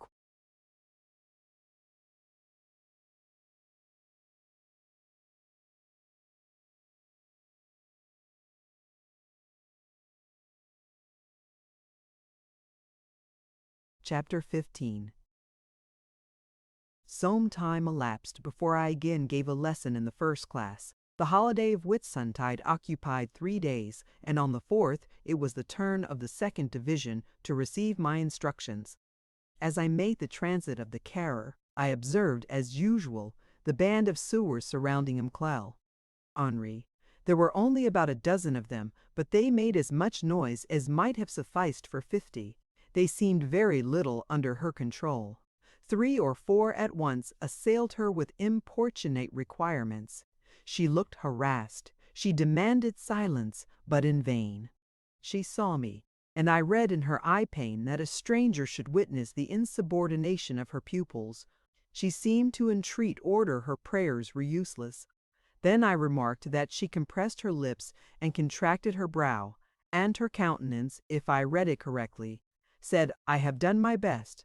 I seemed to merit blame notwithstanding. Blame you then who will. I passed on. As I closed the schoolroom door, I heard her say, suddenly and sharply, addressing one of the eldest and most turbulent of the lot,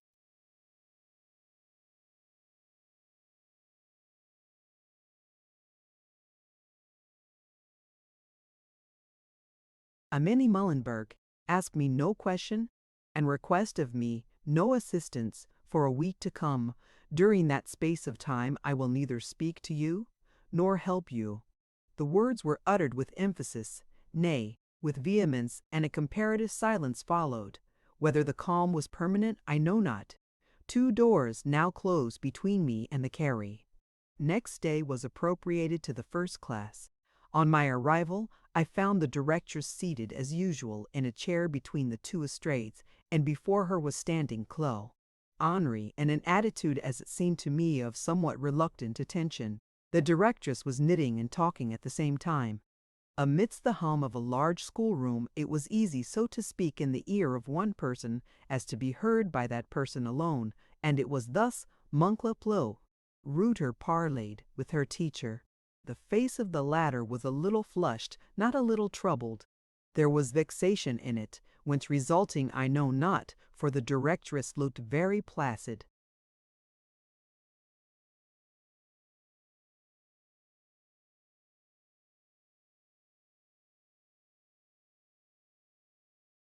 Indeed, she could not be scolding in such gentle whispers, and with so equable a moyenne. No, it was presently proved that her discourse had been of the most friendly tendency, for I heard the closing words, "C'est says, ma bonne amie.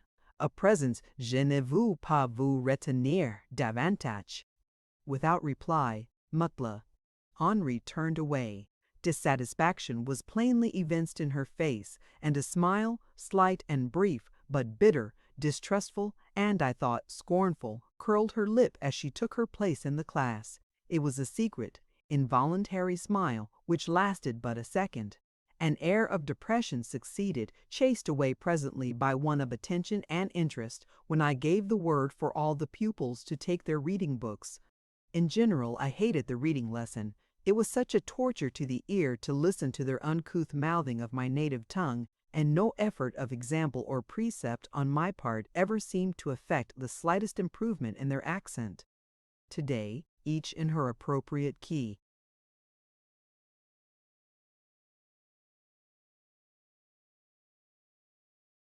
lisped, stuttered, mumbled, and jabbered as usual. About 15 had racked me in turn, and my auricular nerve was expecting with resignation the discords of the 16th, when a full though low voice read out in clear, correct English. On his way to Perth, the king was met by a Highland woman, calling herself a prophetess. She stood at the side of the ferry by which he was about to travel to the north, and cried with a loud voice, "My lord the king, if you pass this water, you will never return again alive." Videth the history of Scotland. I looked up in amazement. The voice was a voice of Albion, the accent was pure and silvery, it only wanted firmness and assurance to be the counterpart of what any well-educated lady in Essex or Middlesex might have announced, yet the speaker or reader was no other than Thumpluly.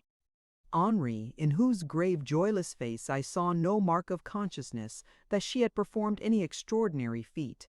No one else evinced surprise either. Buchli. Reuter knitted away assiduously. I was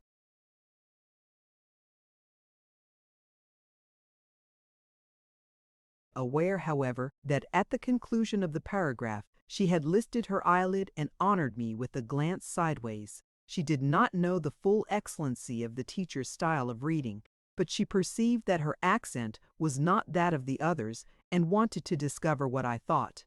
I masked my visage with indifference and ordered the next girl to proceed. When the lesson was over, I took advantage of the confusion caused by breaking up to approach Clell. Henri. She was standing near the window and retired as I advanced. She thought I wanted to look out and did not imagine that I could have anything to say to her. I took her exercise book out of her hand. As I turned over the leaves, I addressed her. "You have had lessons in English before?" I asked. "No, sir."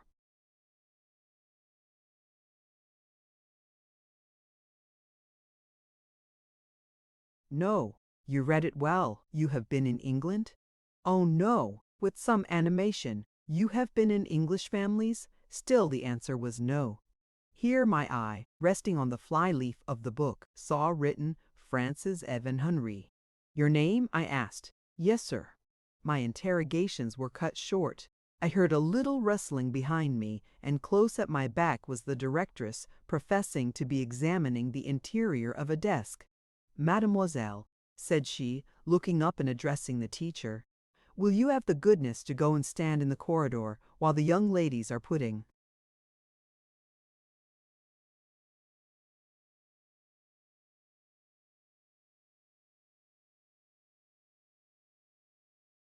on their things and try to keep some order?" Tillars. Henri obeyed. "What splendid weather!" observed the directress cheerfully, glancing at the same time from the window. I assented and was withdrawing. "What of your new pupil, monsieur?" continued she, following my retreating steps. "Is she likely to make progress in English?" "Indeed, I can hardly judge. She possesses a pretty good accent. Of her real knowledge of the language I have as yet had no opportunity of forming an opinion." "And her natural capacity, monsieur?"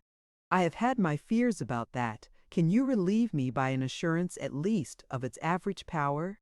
"I see no reason to doubt its average power, mademoiselle, but really I scarcely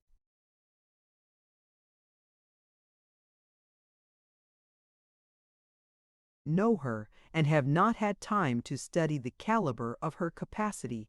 I wish you a very good afternoon." She still pursued me.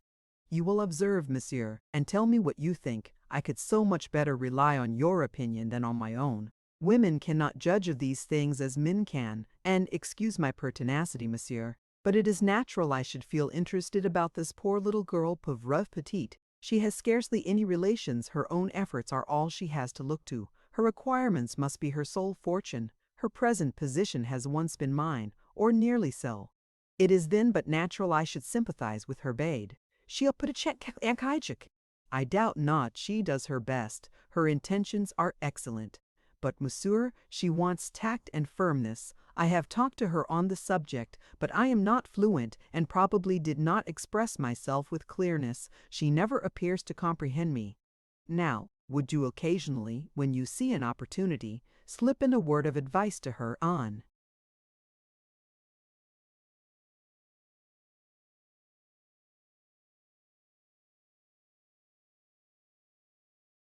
the subject?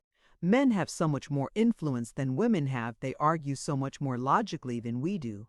And you, monsieur in particular, have so paramount a power of making yourself obeyed. A word of advice from you could not but do her good. Even if she were sullen and headstrong, which I hope she is not, she would scarcely refuse to listen to you. For my own part, I can truly say that I never attend one of your licenses without deriving benefit from witnessing your bifit from witnessing sing narrabits The other masters are a constant source of anxiety to me. They cannot impress the young ladies with sentiments of respect, nor restrain the levity natural to youth. In you, monsieur, I feel the most absolute confidence. Try then to put this poor child into the way of controlling our giddy, high-spirited Brabanteses. But, monsieur, I would add one word more. Don't alarm her. Amor proprof. Beware of inflicting a wound there. I reluctantly admit that in that particular she is blamably, some would say ridiculously susceptible. I fear I have touched this sore point inadvertently, and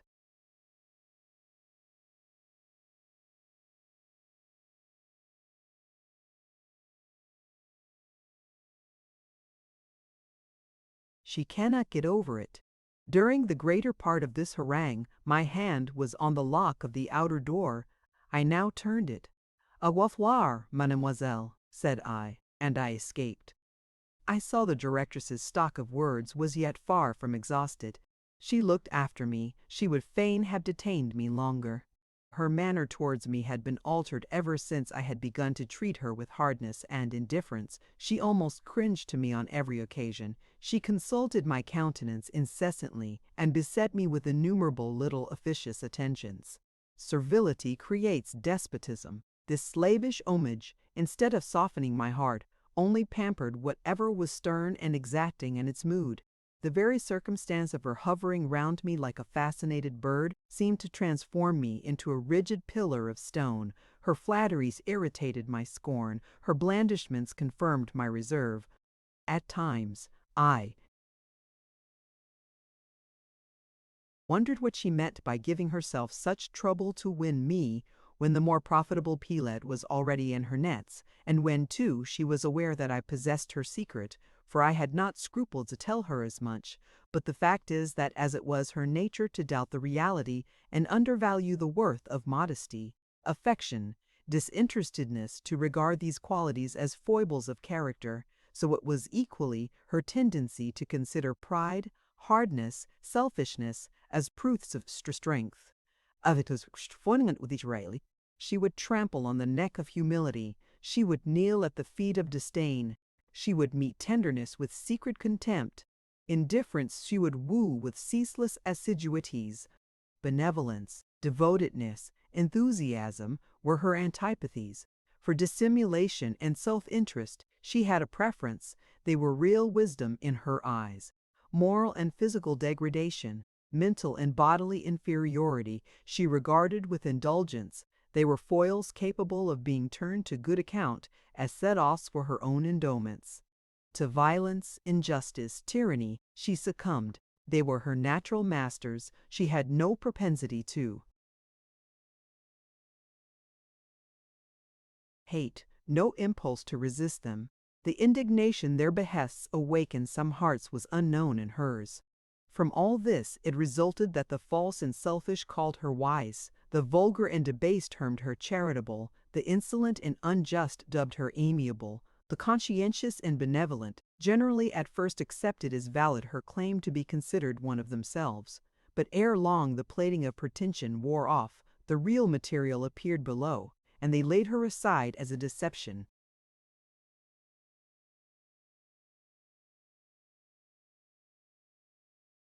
Chapter 16. In the course of another fortnight, I had seen sufficient of Frances Evans Henri to enable me to form a more definite opinion of her character. I found her possessed in a somewhat remarkable degree of at least two good points, viz., perseverance and a sense of duty. I found she was really capable of applying to study, of contending with difficulties. At first I offered her the same help which I had always found it necessary to confer on the others. I began with unloosing for her each knotty point, but I soon discovered that such help was regarded by my new pupil as degrading. She recoiled from it with a certain proud impatience. Hereupon I appointed her long lessons and left her to solve alone any perplexities they might present. She set to the task with serious ardor, and having quickly accomplished one labor, eagerly demanded more. So much for her perseverance.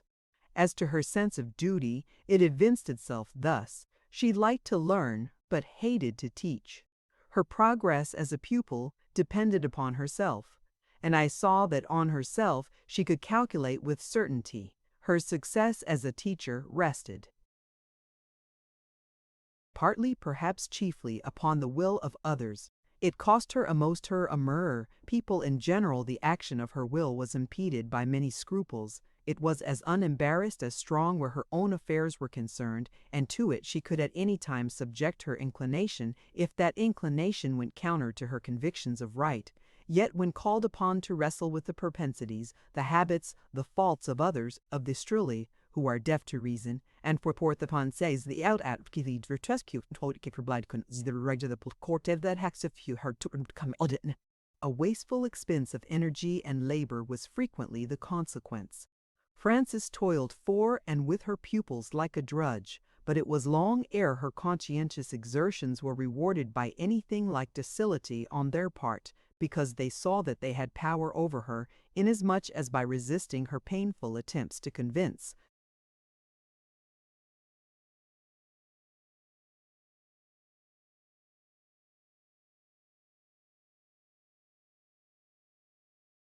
persuade, control by forcing her to the employment of coercive measures they could inflict upon her exquisite suffering. Human beings, human children especially, seldom deny themselves the pleasure of exercising a power which they are conscious of possessing, even though that power consists only in a capacity to make others wretched. A pupil whose sensations are duller than those of his instructor, while his nerves are tougher and his bodily strength perhaps greater, has an immense advantage over that instructor, and he will generally use it relentlessly, because the very young, very healthy, very thoughtless, know neither how to sympathize nor how to seeper. Frances, I fear, suffered much. A continual weight seemed to oppress her spirits. I have said she did not live in the house, and whether in her own abode, wherever that might be, she wore the same preoccupied, unsmiling, sorrowfully resolved air that always shaded her features under the roof of Leclue. Writer, I could not tell.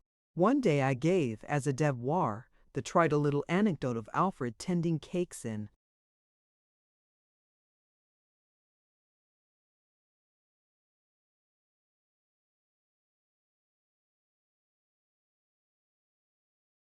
the herdsman's hut to be related with amplifications.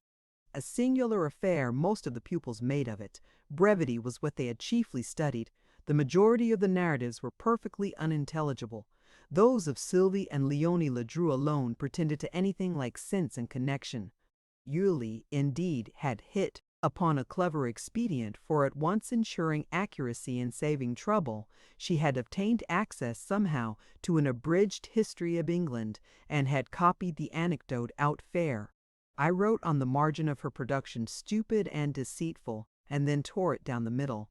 Last, in the pile of single-leaved devoirs, I found one of several sheets neatly written out and stitched together. I knew the hand and scarcely needed the evidence of the signature, Frances Evanswanry, to confirm my conjecture as to the writer's identity.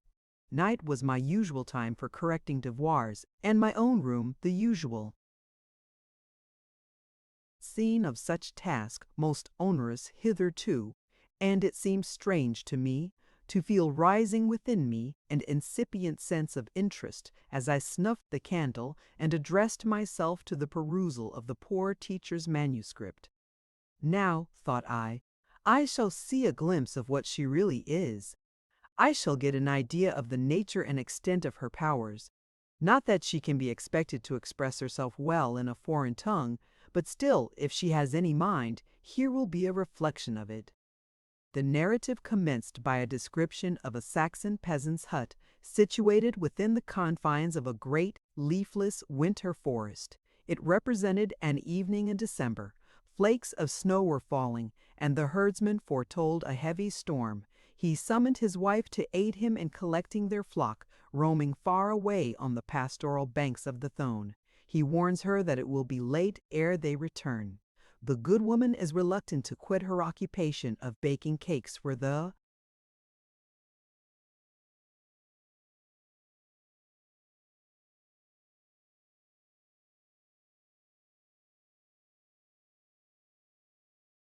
evening meal. But acknowledging the primary importance of securing the herds and flocks, she puts on her sheepskin mantle, and, addressing a stranger who rests half reclined on a bed of rushes near the hearth, bids him mind the bread till her return. "Take care, young man," she continues, "that you fasten the door well after us, and above all, open to none in our absence. Whatever sound you hear, stir not, and look not out. The night will soon fall. This forest is most wild and lonely. Strange noises are often heard therein after sunset. Wolves haunt these glades, and Danish warriors infest the country. Worse things are talked of. You might chance to hear, as it were, a child cry, and on opening the door to afford it succor, a great black bull, or a shadowy goblin dog might rush over the threshold, or, more awful still, if something flapped, as with wings, against the lattice, and then a raven and array doves source the credge.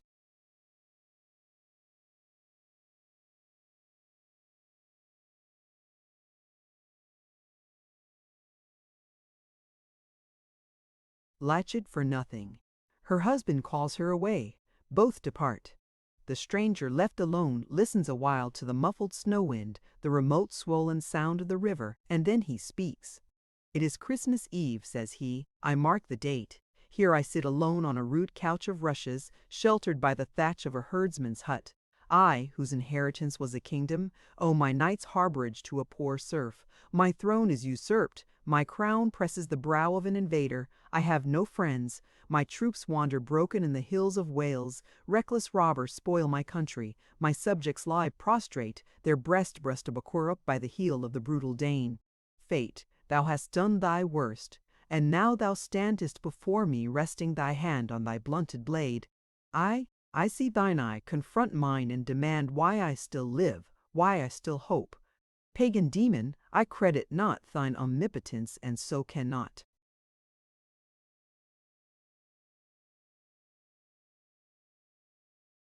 Succumb to thy power.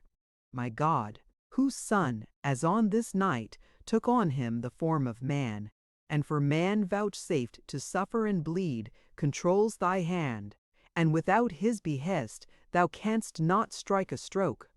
My God is sinless, eternal, all-wise. In him is my trust, and though stripped and crushed by thee, though naked, desolate, void of resource, I do not despair. I cannot despair were the lance of Guthrum now wet with my blood. I should not despair. I watch, I toil, I hope, I pray. Jehovah, in his own time, will aid. I need not continue the quotation. The whole devoir was in the same strain. There were errors of orthography, there were foreign idioms, there were some faults of construction, there were verbs irregular, transformed into verbs regular. It was mostly made up, as the above example shows, of short and somewhat rude sentences, and the style stood in great need of polish and sustained dignity. Yet such as it was, I had hitherto seen nothing like it in the course of my professorial experience. The girl's mind had conceived a picture of the hut, of the two.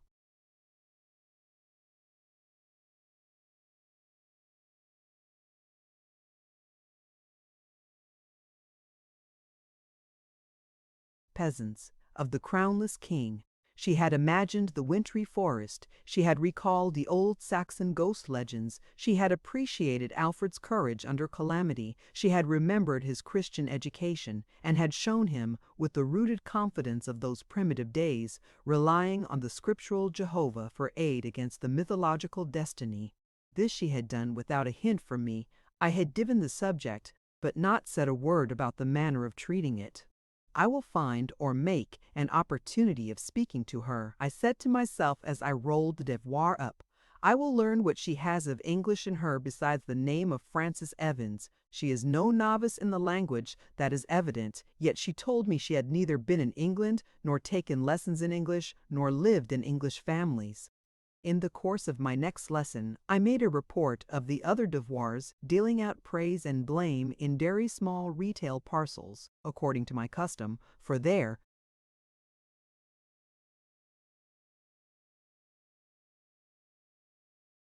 was no use in blaming severely, and high encomiums were rarely merited. I said nothing of Claw.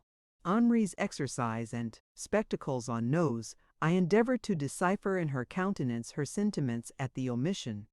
I wanted to find out whether in her existed a consciousness of her own talents.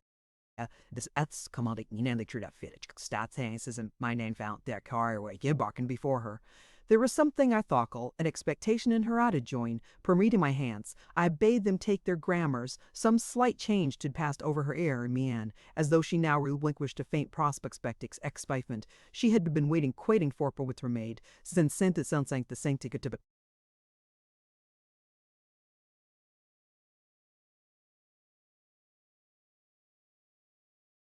Than saw, during the whole course of the lesson, that a hope had been wrenched from her, and that if she did not show distress, it was because she would not. At 4 o'clock, when the bell rang and the room was in immediate tumult, instead of taking my hat and starting from the estrade, I sat still a moment. I looked at Frances. She was putting her books into her cabas. Having fastened the button, she raised her head. Encountering my eye, she made a quiet, respectful obeisance, as bidding good afternoon, and was turning to depart. "Come here," said I, lifting my finger at the same time. She hesitated. She could not hear the words amidst the uproar now pervading both schoolrooms. I repeated the sign. She approached. Again she paused within half a yard of the estrade, and looked shy and still doubtful whether she had mistaken my meaning. "Step up," I said, speaking with decision. "It is the only way of dealing with."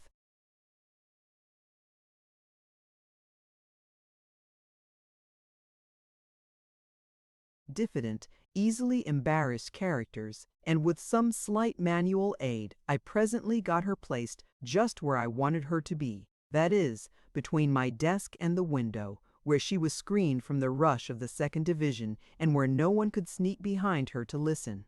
"Take a seat," I said, placing a tabouret, and I made her sit down. I knew what I was doing would be considered a very strange thing, and, what was more, I did not care. Frances knew it also, and, I fear, by an appearance of agitation and trembling, that she cared much. I drew from my pocket the rolled-up devoir. "This is yours, I suppose?" said I, addressing her in English, for I now felt sure she could speak English. "Yes," she answered distinctly, and as I unrolled it and laid it out flat on the desk before her with my hand upon it, and a pencil in that hand, I saw her mood and, as it were, kindled, her depression beamed as a cloud might behind.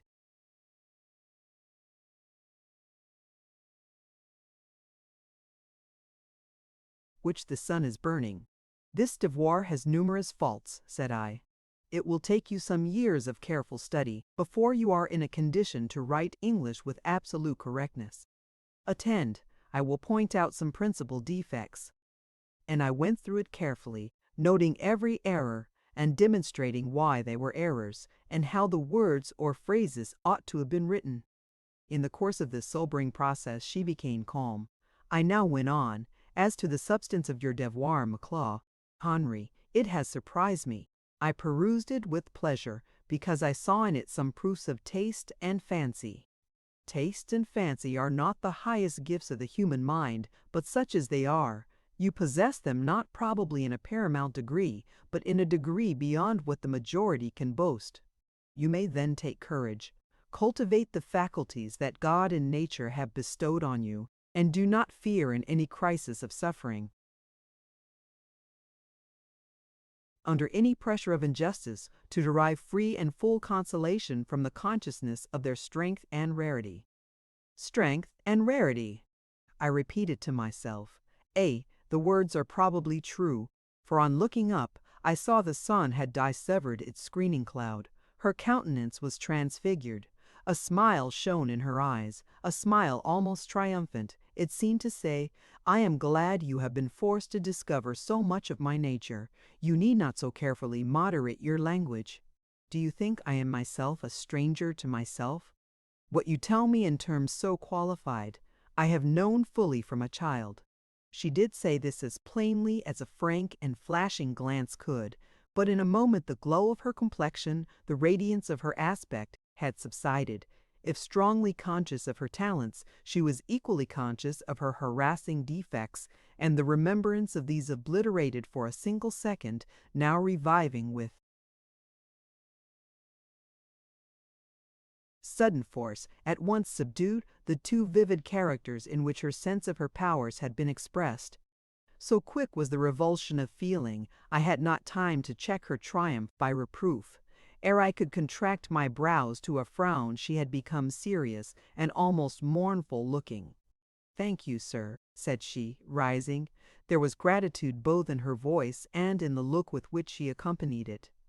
It was time, indeed, for our conference to terminate, for, when I glanced around, behold, all the boarders the day scholars had departed were congregated within a yard or two of my desk and stood staring with eyes and mouths wide open. The three maitresses formed a whispering knot in one corner, and close at my elbow was the directress, sitting on a low chair, calmly clipping the tassels of her finished purse.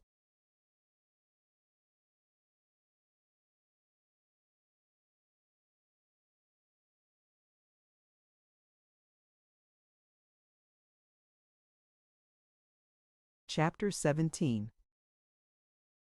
After all, I had profited but imperfectly by the opportunity I had so boldly achieved of speaking to Henri. It was my intention to ask her how she came to be possessed of two English baptismal names, Frances and Evans, in addition to her French surname, also whence she derived her good accent. I had forgotten both points, or, rather, our colloquy had been so brief that I had not had time to bring them forward. Moreover, I had not half tested her powers of speaking English. All I had drawn from her in that language were the words "yes" and "thank you, sir." No matter, I reflected, what has been left incomplete now shall be finished another day, nor did I fail to keep the promise thus made to myself. It was difficult to get even a few words of particular conversation with one pupil among so many, but according to the old proverb, where there is a will, there is a way. And again I managed to find an opportunity for exchanging a few words with M. Clay. Henri, regardless that envy stared and detraction whispered whenever I approached her.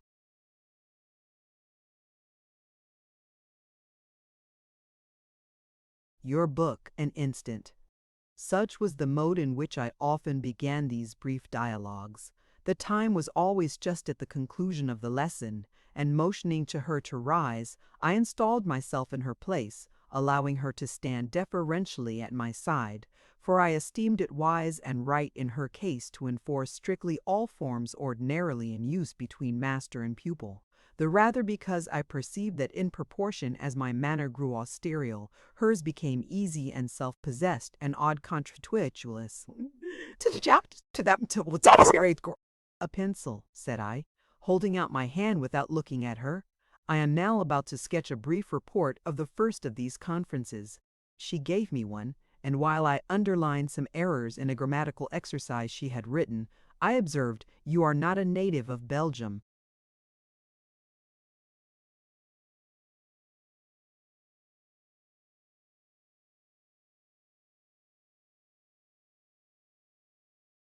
No. Nor France? No. Where then is your birthplace? I was born at Geneva. You don't call Francis and Evan Swiss names, I presume? No, sir. They are English names. Just so. And is it the custom of the Genevese to give their children English appellatives? Non, monsieur, mais...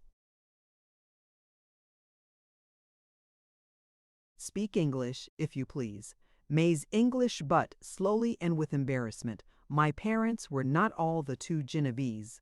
Say both, instead of all the two, mademoiselle. Not both Swiss, my mother was English. Ah! And of English extraction? Yes, her ancestors were all English. And your father? He was Swiss. What besides? What was his profession?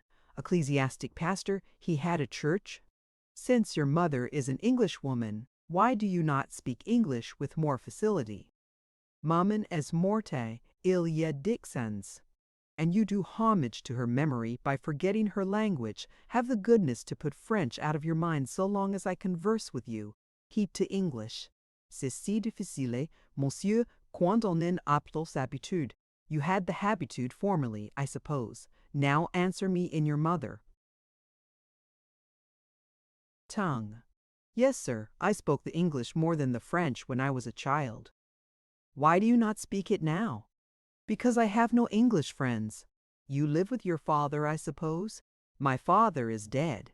You have brothers and sisters? Not one. Do you live alone? No. I have an aunt, ma tante Julienne. Your father's sister? Just met, monsieur. Is that English? No. But I forget, for which, mademoiselle, if you were a child I should certainly devise some slight punishment. At your age you must be 2 or 3 and 20, I should think. Pas encore. Monsieur on moi j'avais 19 ans. Well, 19 is a mature age, and, having attained it, you ought to be so solicitous for your own improvement that it should not be needful for a master to remind you twice of the expediency of your speaking English whenever practicable. To this wise speech I received no answer, and when I looked up, my pupil was smiling to herself, a much-meaning, though not very gay smile. It seemed to say, "He talks of he knows not what." It said this so plainly that I determined to request information on the point concerning which my ignorance seemed to be thus tacitly affirmed. Are you solicitous for your own improvement? Rather. How do you prove it, mademoiselle? An odd question and bluntly put, it excited a second smile. Why, monsieur, I am not inattentive, am I? I learn my lessons well.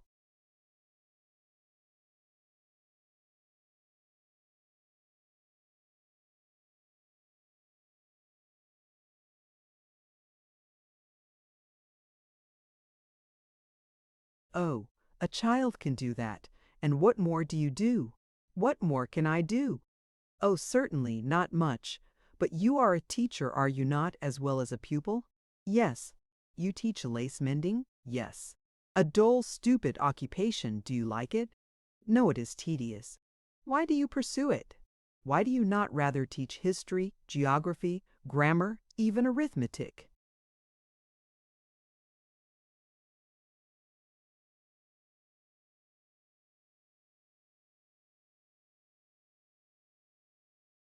Is monsieur certain that I am myself thoroughly acquainted with these studies? I don't know. You ought to be at your age. But I never was at school, monsieur. Indeed. What then were your friends? What was your aunt about? She is very much to blame. No, monsieur, no. My aunt is good. She is not to blame. She does what she can. She lodges and nourishes me. I report Maclon. Henri's phrases literally, and it was thus she translated from the French. She is not rich. She has only an annuity of 1,200 francs, and it would be impossible for her to send me to school. Rather, thought I to myself on hearing this, but I continued in the dogmatical tone I had adopted.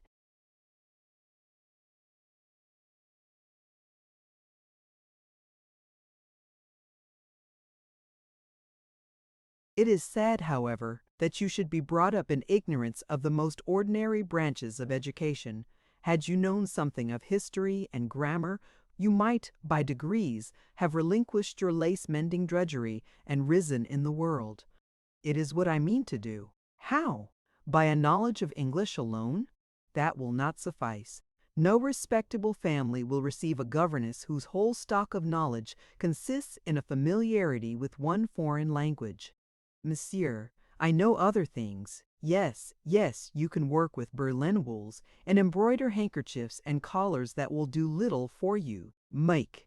Henri's lips were unclosed to answer, but she checked herself as, thinking the discussion had been sufficiently pursued, and remained silent. Speak, I continued impatiently. I never like the appearance of acquiescence when the reality is not there, and you had a contradiction at your tongue's end. Monsieur, I have had many lessons both in grammar, history, geography, and arithmetic. I have gone through a course of each study. Bravo!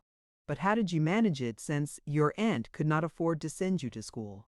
By lace mending, by the thing monsieur despises so much. Truly.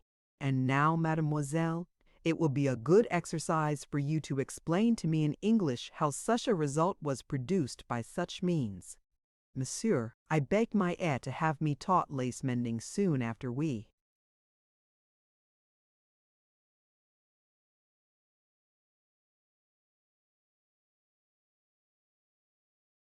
came to Brussels, because I knew it was a métier, a trade which was easily learnt, and by which I could earn some money very soon. I learnt it in a few days, and I quickly got work, for all the Brussels ladies have old lace, very precious, which must be mended all the times it is washed. I earned money a little, and this money I gave for lessons in the studies I have mentioned. Some of it I spent in buying books, English books especially. Soon I shall try to find a place of governess or school teacher when I can write and speak English well, but it will be difficult because those who know I have been a lace mender will despise me, as the pupils here despise me. Pourtant, Jai, mon projet, she added in a lower tone. What is it? I will go and live in England. I will teach French there. The words were pronounced emphatically. She said, England, as you might.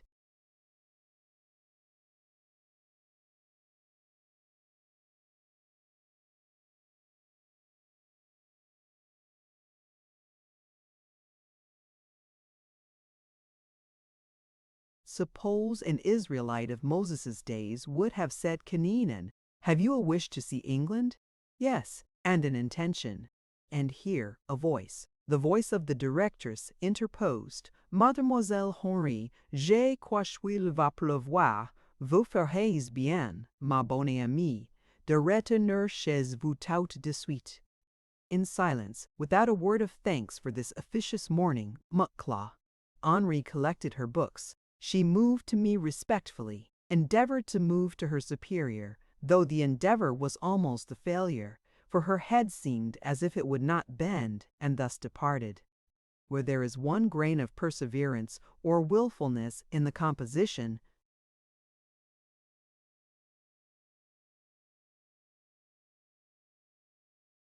trifling obstacles are ever known rather to stimulate than discourage. Reuter might as well have spared herself the trouble of giving that intimation about the weather by her prediction was falsified by the event. It did not rain that evening. At the close of the next lesson I was again at Maclel, Henri's desk. Thus did I accost her. What is your idea of England, mademoiselle? Why do you wish to go there?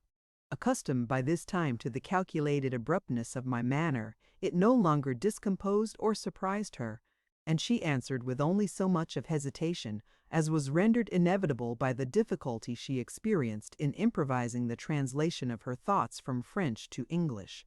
England is something unique, as I have heard and read.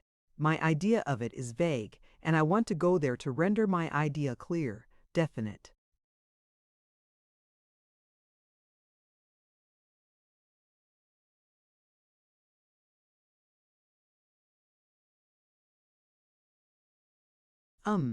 How much of England do you suppose you could see if you went there in the capacity of a teacher?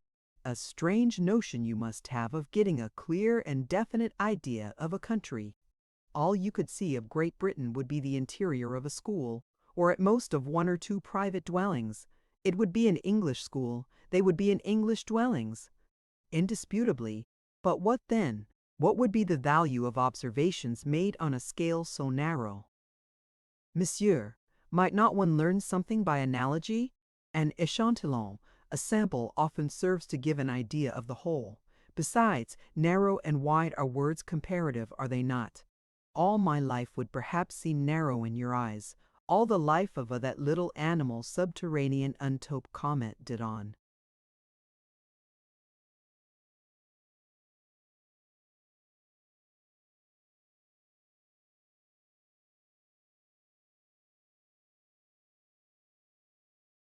Mole. Yes, a mole which lives underground would seem narrow even to me. Well, mademoiselle, what then? Proceed. Monsieur, vous me comprenez? Not in the least. Have the goodness to explain. Why, monsieur, it is just so. In Switzerland I have done but little. learnt but little, and seen but little. My life there was in a circle. I walked the same round every day. I could not get out of it. Had I remained there even till my death, I should never have enlarged it, because I am poor and not skilful. I have not great acquirements. When I was quite tired of this round, I begged my aunt to go to Brussels. My existence is no larger here, because I am no richer or higher. Nowhere I will but the scene.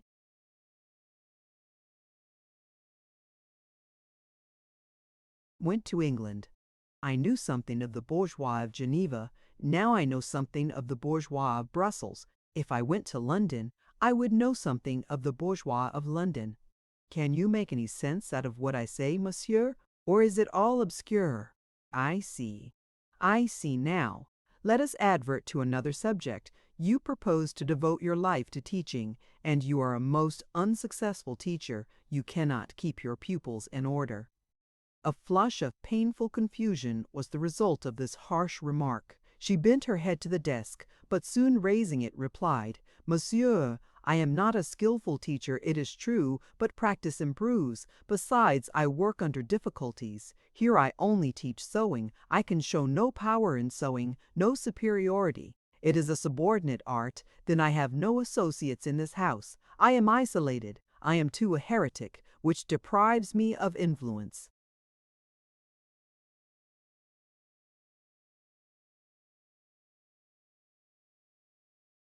And in England you would be a foreigner. That too would deprive you of influence, and would effectually separate you from all round you. In England you would have as few connections, as little importance as you have here. But I should be learning something. For the rest, there are probably difficulties for such as I everywhere. And if I must contend, and perhaps be conquered, I would rather submit to English pride than to Flemish coarseness. Besides, monsieur, she stopped not evidently from any difficulty in finding words to express herself, but because discretion seemed to say, "You have said enough." "Finish your phrase," I urged. "Besides, monsieur, I long to live once more among Protestants. They are more honest than Catholics. A Romish school is a building with porous walls, a hollow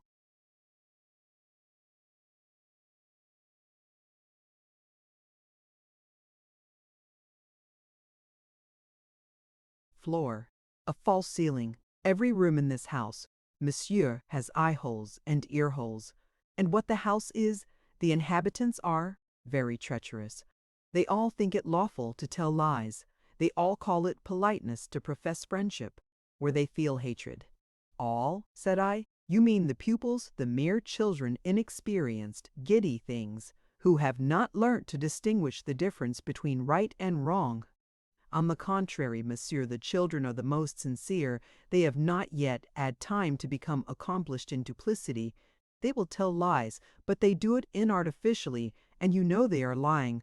But the grown-up people are very false. They deceive strangers, they deceive each other." A servant here entered. Pla. Henri Umcla. Writer vous prie de vouloir bien convier la petite de Dorlodose et le vous attend dans le cabinet de Rosalie, la portière, c'est que ça bonne, n'est-ce pas venu la chère voyez-vous? "Eh bien, est-ce que je suis ça bon moi?" demanded Macleod. Henri, then smiling with that same bitter, derisive smile I had seen on her lips once before, she hastily rose and made her exit.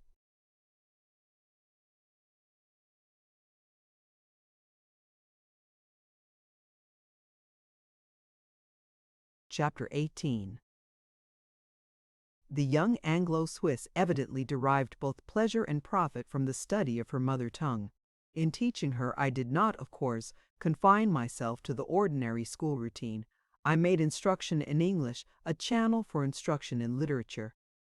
I prescribed to her a course of reading.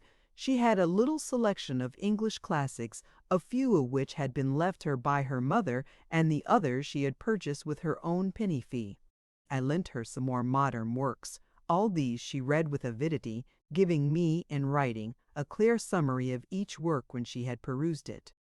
Composition, too, she delighted in. Such occupation seemed a very breath of her nostrils, and soon her improved productions wrung from me the avowal that those qualities in her I had termed taste and fancy ought rather to have been denominated judgment and imagination. When I intimated so much, which I did as usual in dry and stinted phrase, I looked for the radiant and exulting smile my one word of eulogy had elicited before. But Frances colored. If she did smile, it was very softly and shyly, and instead of looking up to me with a conquering glance, her eyes rested on my hand, which, stretched over her shoulder, was writing some directions with a pencil on the margin of her book. "Well, are you pleased that I am satisfied with your progress?" I asked. "Yes," said she slowly, gently, the blush that had half subsided returning. "But I do not say enough, I suppose," I continued. "My praises are too cool." She made no answer, and, I thought, looked a little sad.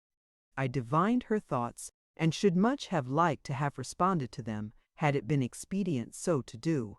She was not now very ambitious of my admiration, not eagerly desirous of dazzling me. A little affection ever so little pleased her better than all the panegyrics in the world. Feeling this, I stood a good while behind her, writing on the margin of her book. I could hardly quit my station or relinquish my occupation. Something retained me bending there, my head very near hers, and my hand near hers too, but the margin of a copybook is not an illimitable space. So doubtless the directress thought, and she took occasion to walk past in order to ascertain by what art I prolonged so disproportionately the period necessary for filling it. I was obliged to go. Distasteful effort to leave what we most prefer. Frances did not become pale or feeble in consequence of her sedentary employment. Perhaps the stimulus it communicated to her mind counterbalanced the inaction it imposed on her body. She changed, indeed, changed obviously and rapidly. But it was for the better. When I first saw her, her countenance was sunless, her complexion colorless. She looked like one who had no source of enjoyment, no store of bliss anywhere in the world. Now the cloud had passed from her mien, leaving space for the dawn of hope and interest, and those feelings rose like a clear morning, animating what had been depressed.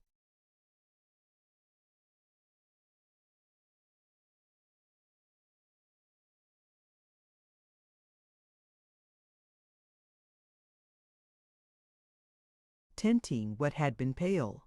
Her eyes, whose color I had not at first known, so dim were they with repressed tears, so shadowed with ceaseless dejection, now lit by a ray of the sunshine that cheered her heart, revealed irids of bright hazel irids, large and full, screened with long lashes, and pupils instinct with fire. That look of wan emaciation which anxiety or low spirits often communicates to a thoughtful, thin face, rather long than round, having vanished from hers, a plublimets decidedement, and at the dicothad bat. Her figure shared in this beneficial change. It became rounder, and as the harmony of her form was complete and her stature of the graceful middle height, one did not regret, or at least I did not regret, the absence of confirmed fullness, in contours, still slight, though compact, elegant, flexible, the exquisite turning of waist, wrist, hand, foot, and ankle, satisfied completely my notions of symmetry, and allowed a lightness and freedom of movement which corresponded with my ideas of grace.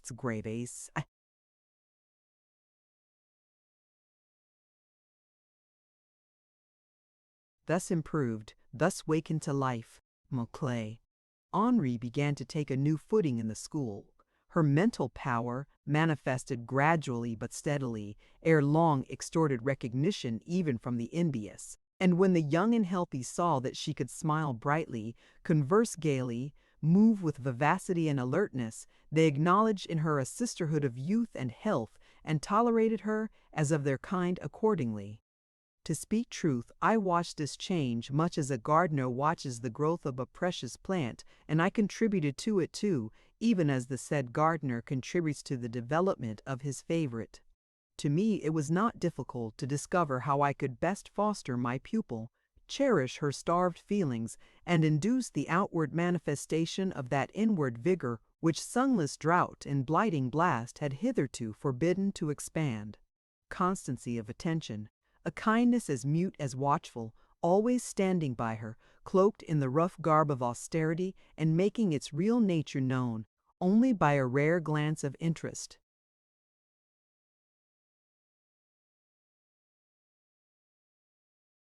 Or a cordial and gentle word, real respect masked with seeming imperiousness, directing, urging her actions, yet helping her too, and that with devoted care.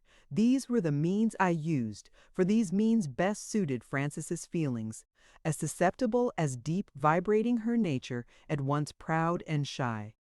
The benefits of my system became apparent also in her altered demeanor as a teacher. She now took her place amongst her pupils with an air of spirit and firmness which assured them at once that she meant to be obeyed, and obeyed she was. They felt they had lost their power over her. If any girl had rebelled, she would no longer have taken her rebellion to heart. She possessed a source of comfort they could not drain, a pillar of support they could not overthrow. Formerly, when insulted, she wept. Now she smiled. The public reading of one of her devoirs achieved the revelation of her talents to all and sundry. I remember the subject. It was an emigrant's letter to his friends.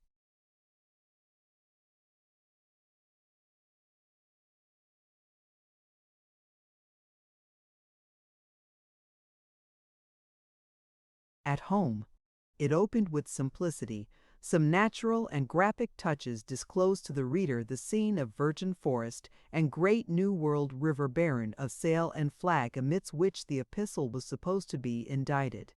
The difficulties and dangers that attend a settler's life were hinted at, and in the few words said on that subject, Henri failed not to render audible the voice of resolve, patience, endeavor. The disasters which had driven him from his native country were alluded to. Stainless honor, inflexible independence, indestructible self-respect, there took the word. Past days were spoken of, the grief of parting, the regrets of absence were touched upon, feeling forcible and fine, breathed eloquent in every period. At the close, consolation was suggested. Religious bait became there the speaker, and she spoke well.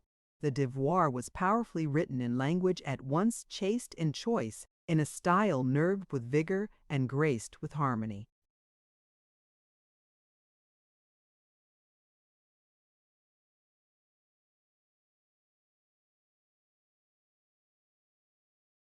Nicola. Writer was quite sufficiently acquainted with English to understand it when read or spoken in her presence, though she could neither speak nor write it herself. During the perusal of this devoir, she sat placidly busy, her eyes and fingers occupied with the formation of a riviere or open work hem round a cambric handkerchief. She said nothing, and her face and forehead, clothed with a mask of purely negative expression, were as blank of comment as her lips. As neither surprise, pleasure, approbation, nor interest were evinced in her countenance, so no more were disdain, envy, annoyance, weariness. If that inscrutable means said anything, it was simply this: the matter is too trite to excite an emotion or call forth an opinion. As soon as I had done, a hum rose, several of the pupils pressing round a Maclel. Henri began to beset her with compliments. The composed voice of the directress was now heard. Young ladies, such of you as have cloaks and umbrellas will hasten to return home before the shower becomes heavier. It was raining a little. The remainder will wait till their respective servants arrive to fetch them. And the school dispersed, for it was 4 o'clock. Monsieur, a word, said Maclel. Reuter, stepping on to the estrade, and signifying by a movement of the hand that she wished me to relinquish for an instant the castor I had clutched. Mademoiselle, I am at your service. Monsieur, it is of course an excellent plan to encourage effort in young people by making conspicuous the progress of any particularly industrious pupil. But do you not think that in the present instance, Miss Henri can hardly be considered as a concurrent with the other pupils? She is older than most of them and has had advantages of an exclusive nature for acquiring a knowledge of English. On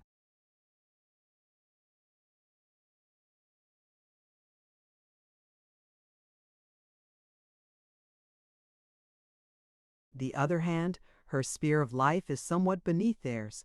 Under these circumstances, a public distinction conferred upon Henri may be the means of suggesting comparisons and exciting feelings such as would be far from advantageous to the individual forming their object. The interest I take in Henri's real welfare makes me desirous of screening her from annoyances of this sort. Besides, monsieur, as I have before hinted to you, the sentiment of amour propre has a somewhat marked preponderance in her character. Celebrity has a tendency to foster this sentiment, and in her it should be rather repressed. She rather needs keeping down than bringing forward. And then I think, monsieur, it appears to me that ambition, literally appears à mise, keeping down with Mademoiselle Bonnet. Henri be much safer and happier if taught to believe that in the quiet discharge of social duties consists her real vocation than if stimulated to aspire after applause and publicity.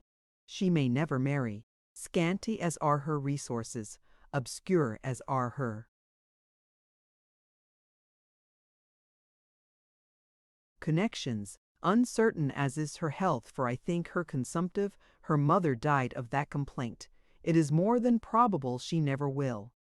I do not see how she can rise to a position when such a step would be possible, but even in celibacy it would be better for her to retain the character and habits of a respectable, decorous female.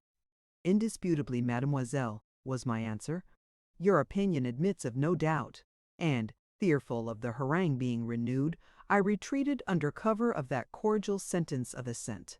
At the date of a fortnight after the little incident noted above, I find it recorded in my diary that a hiatus occurred in Ploubru, Henri's usually regular attendance in class. The first day or two, I wondered at her absence, but did not like to ask an explanation of it. I thought indeed some chance word might be dropped which would afford me the information I wished to obtain, without my running the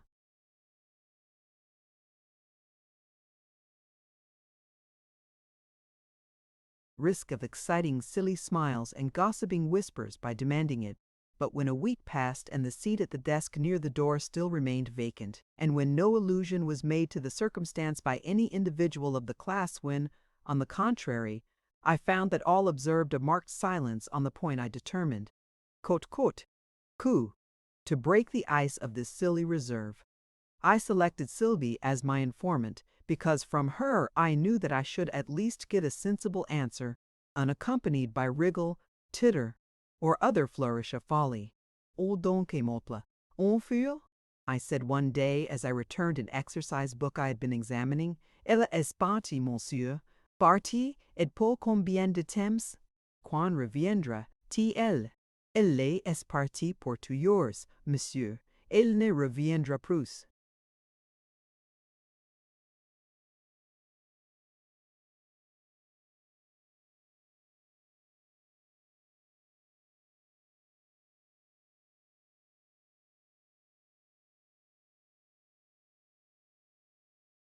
"Ah," was my involuntary exclamation.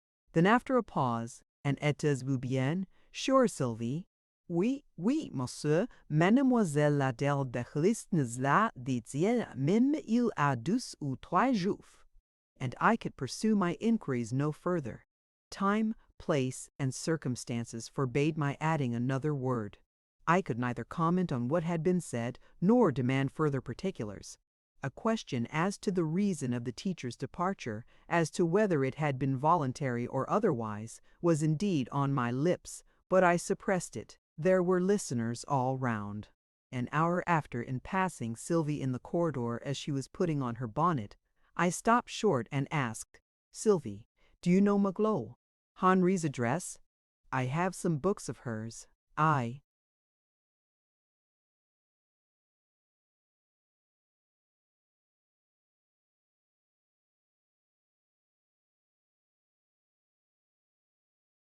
added carelessly, "and I should wish to send them to her." No, monsieur, replied Sylvie, but perhaps Rosalie, the portress, will be able to give it you. Rosalie's cabinet was just at hand. I stepped in and repeated the inquiry. Rosalie, a smart French grisette, looked up from her work with a knowing smile, precisely the sort of smile I had been so desirous to avoid exciting. Her answer was prepared. She knew nothing whatever of Nkle. Henri's address had never known it. Turning from her with impatience, for I believed she lied and was hired to lie, I almost knocked down someone who had been standing at my back. It was the directress. My abrupt movement made her recoil 2 or 3 steps. I was obliged to apologize, which I did more concisely than politely. No man likes to be dogged, and in the very irritable mood in which I then was, the sight of Maclay, Reuter thoroughly incensed me. At the moment I turned her countenance.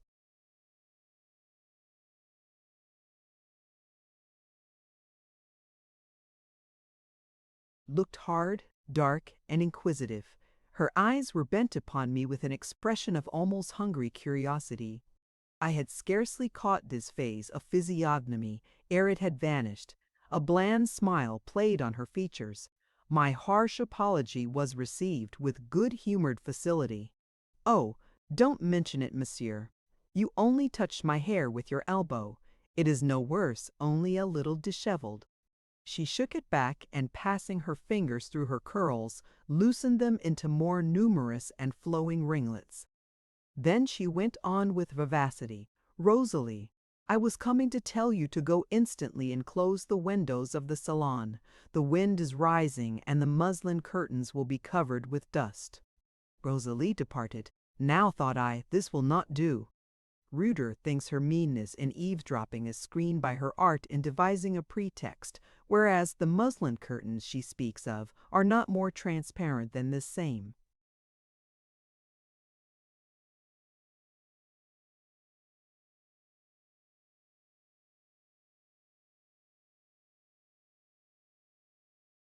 Pretext. An impulse came over me to thrust the flimsy screen aside and confront her craft boldly with a word or two of plain truth. The rough-shod foot treads most firmly on slippery ground, thought I. So I began. "Mademoiselle Henri has left your establishment, been dismissed, I presume?" "Ah, I wish to have a little conversation with you, monsieur," replied the directress with the most natural and affable air in the world. "But we cannot talk quietly here. Will monsieur step into the garden a minute?" And she preceded me, stepping out through the glass door I have before mentioned. "There," said she, when we had reached the center of the middle alley, and when the foliage of shrubs and trees, now in their summer pride, closing behind and around us, shut out the view of the house, and thus imparted a sense of seclusion even to this little plot of ground in the very core of a capital.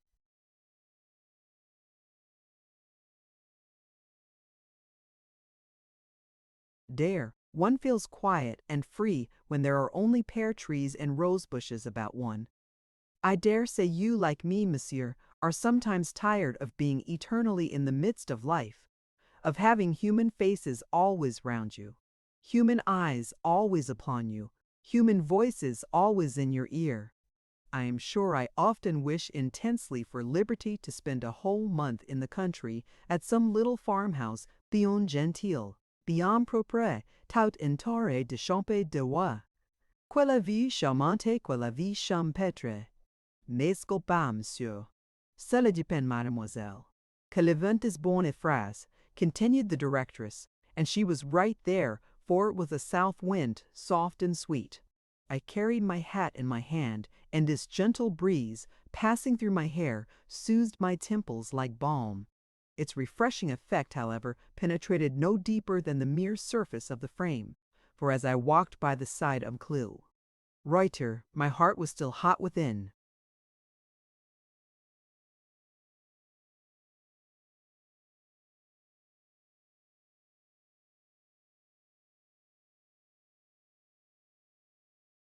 Me, and while I was musing the fire burned. Then spake I with my tongue. "I understand, M'Clow. Henri is gone from hence, and will not return?" "Ah, true! I meant to have named the subject to you some days ago, but my time is so completely taken up, I cannot do half the things I wish. Have you never experienced what it is, monsieur, to find the day too short by 12 hours for your numerous duties? Not often, Clouet. Henri's departure was not voluntary, I presume. If it had been, she would certainly have given me some intimation of it, being my pupil. Oh, did she not tell you? That was strange. For my part, I never thought of adverting to the subject. When one has so many things to attend to, one is apt to forget little incidents that are not of primary importance. You consider Henri's dismission, then, as a very insignificant event.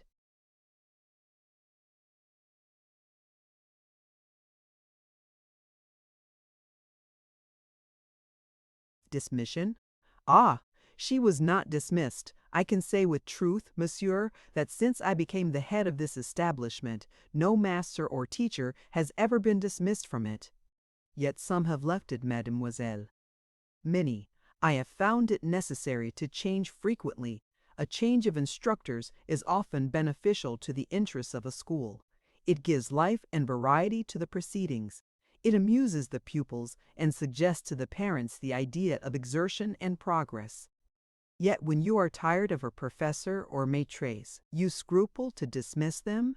No need to have recourse to such extreme measures, I assure you. Allons, monsieur le professeur Essioms, nous, je vais vous donner une petite leçon.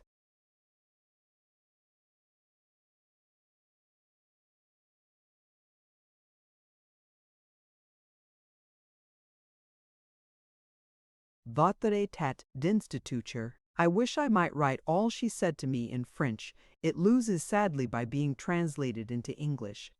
We had now reached the garden chair. The directress sat down and signed to me to sit by her, but I only rested my knee on the seat and stood leaning my head and arm against the embowering branch of a huge laburnum, whose golden flowers, blent with the dusky green leaves of a lilac bush, formed a mixed arch of shade and sunshine over the retreat. Maclep.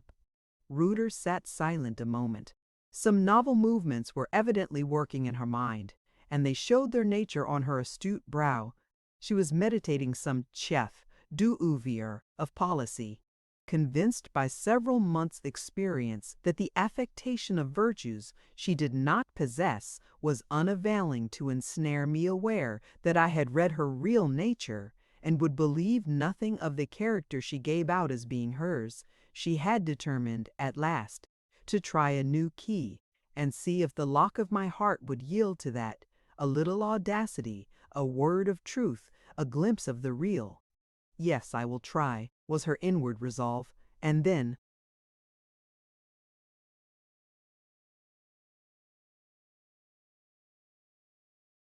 her blue eye glittered upon me. It did not flash nothing a flame ever kindled in its temperate gleam. Monsieur fears to sit by me? She inquired playfully. I have no wish to usurp Pellet's place, I answered, for I had got the habit of speaking to her bluntly, a habit begun in anger, but continued because I saw that, instead of offending, it fascinated her. She cast down her eyes and drooped her eyelids. She sighed uneasily. She turned with an anxious gesture, as if she would give me the idea of a bird that flutters in its cage and would fain fly from its jail and jailer and seek its natural mate and pleasant nest. Well, in your lesson, I demanded briefly. Ah! She exclaimed, recovering herself. You are so young, so frank and fearless, so talented, so impatient of imbecility, so disdainful of vulgarity. You need a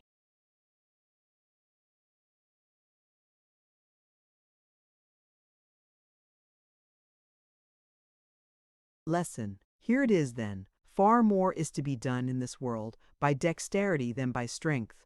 But perhaps you knew that before, for there is delicacy as well as power in your character policy, as well as pride. Go on, said I, and I could hardly help smiling. The flattery was so piquant, so finely seasoned. She caught the prohibited smile, though I passed my hand over my month to conceal it, and again she made room for me to sit beside her. I shook my head, though temptation penetrated to my senses at the moment, and once more I told her to go on. Well then, if ever you are at the head of a large establishment, dismiss nobody. To speak truth, monsieur, and to you I will speak truth. I despise people who are always making rows, blustering, sending off one to the right and another to the left, urging and hurrying circumstances. I'll tell you what I like best to do, monsieur, shall I? She looked up again. She had compounded her glance well this time much archness, more deference, a spicy dash of coquetry, an unveiled consciousness of capacity. I nodded. She treated me like the great mogul, so I became the great mogul as far as she was concerned. I like, monsieur, to take my knitting in my hands and to sit quietly down in my chair. Circumstances defile past me. I watch their march. So long as they follow the course I wish, I say nothing and do nothing. I don't clap my hands and cry out, "Bravo! How lucky I am!" To attract the attention and envy of my neighbors, I am merely passive. But when events fall out ill, when circumstances become adverse, I watch very vigilantly. I knit on still, and still I hold my tongue. But every now and then, monsieur, I just put my toe out so and give the rebellious circumstance a little secret push, without noise, which sends it the way I wish, and I am successful after all, and nobody has seen my expedient. So, when teachers or masters become troublesome and inefficient, when, in short, the interests of the school would suffer from their retaining their places, I mind my knitting. Events progress, circumstances glide past. I see one which, if pushed ever so little awry, will render untenable the post I wish to have vacated. The deed is done, the stumbling block removed, and no one saw me. I have not made an enemy. I am rid of an encumbrance. A moment since, and I thought her alluring. This speech concluded, I looked on her with distaste. "Just like you," was my cold answer. "And in this way you have ousted McClure.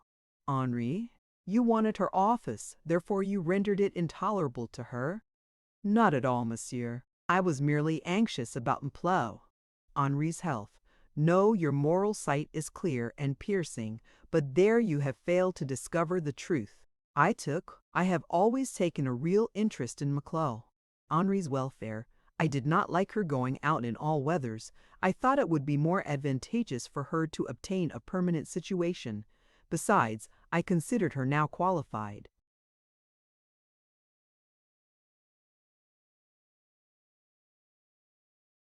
to do something more than teach sewing.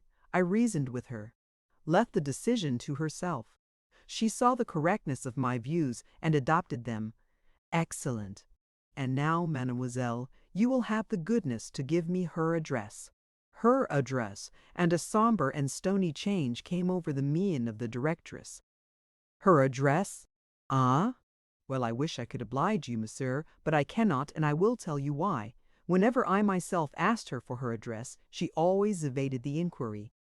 I thought I may be wrong, but I told her motive for doing so was a natural, though mistaken reluctance to introduce me to some, probably very poor abode. Her means were narrow, her origin obscure. She lived somewhere, doubtless, in the Bosseville. "I'll not lose sight of my best pupil yet," said I, "though she were born of beggars and lodged in a cellar. For the rest, it is absurd to make a bugbear a Hurricane too." Me. I happened to know that she was a Swiss pastor's daughter, neither more nor less, and as to her narrow means, I care nothing for the poverty of her purse, so long as her heart overflows with affluence. "Your sentiments are perfectly noble, monsieur," said the directress, affecting to suppress a yawn. Her sprightliness was now extinct, her temporary candor shut up. The little red-colored, piratical-looking pennon of audacity she had allowed to float a minute in the air was furled, and the broad, sober-hued flag of dissimulation again hung low over the citadel. I did not like her thus, so I cut short the tete, and departed.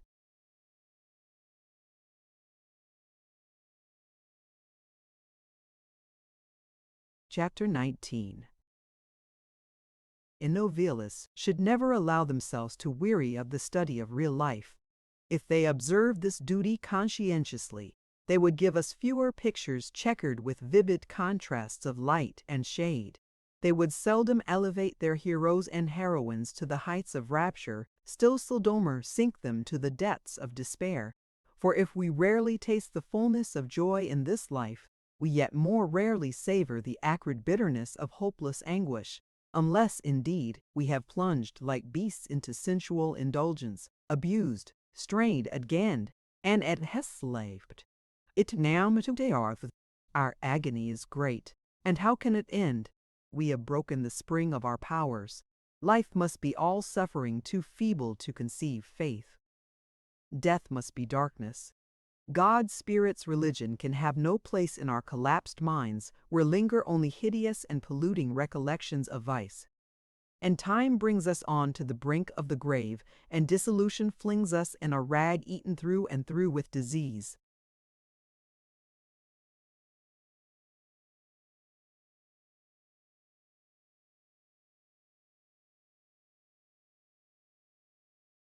Rummed together with pain, stamped into the churchyard sod by the inexorable heel of despair. But the man of regular life and rational mind never despairs. He loses his property. It is a blow. He staggers a moment. Then, his energies roused by the smart, are at work to seek a remedy. Activity soon mitigates regret. Sickness affects him. He takes patience, endures what he cannot cure.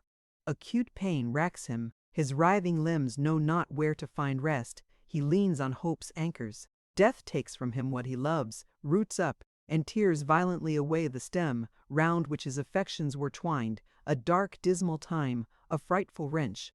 But some morning, religion looks into his desolate house with sunrise, and says that in another world, another life, he shall meet his kindred again. She speaks of that world as a place unsullied by sin of that life, as an era, unembittered by suffering. She mightily strengthens her consolation by connecting with it two ideas which mortals cannot comprehend, but on which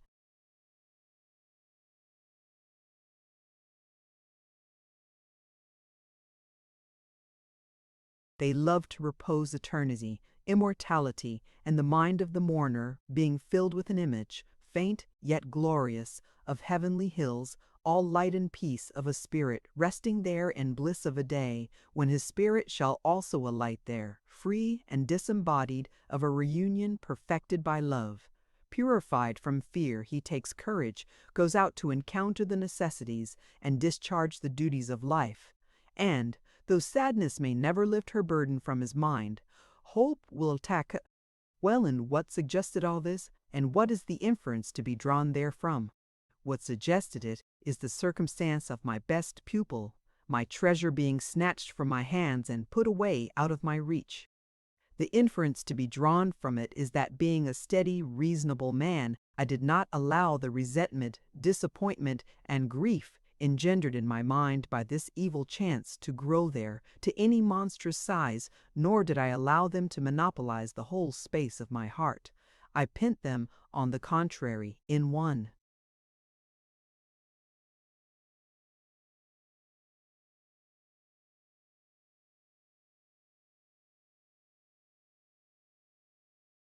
Straight and secret nook. In the daytime, too, when I was about my duties, I put them on the silent system, and it was only after I had closed the door of my chamber at night that I somewhat relaxed my severity towards these morose nurslings, and allowed vent to their language of murmurs. Then, in revenge, they sat on my pillow, haunted my bed, and kept me awake with their long midnight cry. A week passed. I had said nothing more to Mickly. Reuter. I had been calm in my demeanor to her, though stony cold and hard. When I looked at her, it was with the glance fitting to be bestowed on one who I knew had consulted jealousy as an adviser, and employed treachery as an instrument, the glance of quiet disdain and rooted distrust. On Saturday evening, ere I left the house, I stepped into the salle à manger, where she was sitting alone, and placing myself before her, I asked, with the same tranquil tone and manner that I should have used had I put the question for the first time,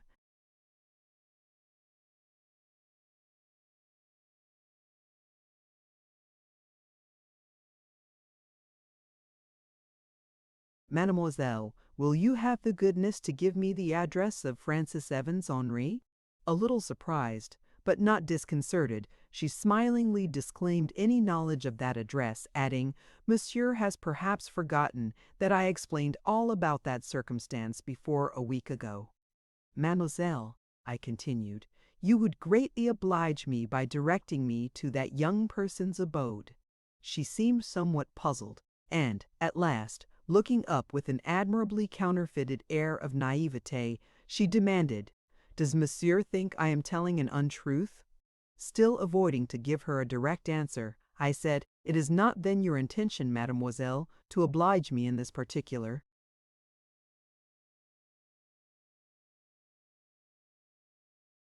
But, monsieur, how can I tell you what I do not know? Very well.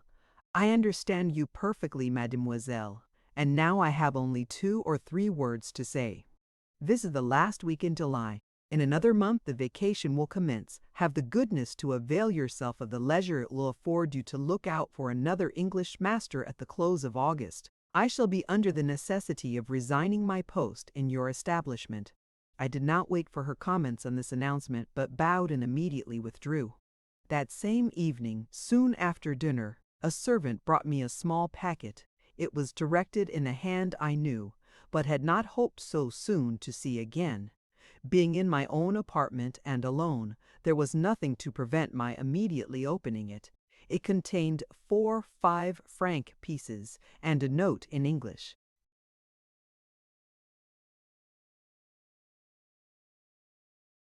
Monsieur, I came to play Reuter's house yesterday, at the time when I knew you would be just about finishing your lesson, and I asked if I might go into the schoolroom and speak to you.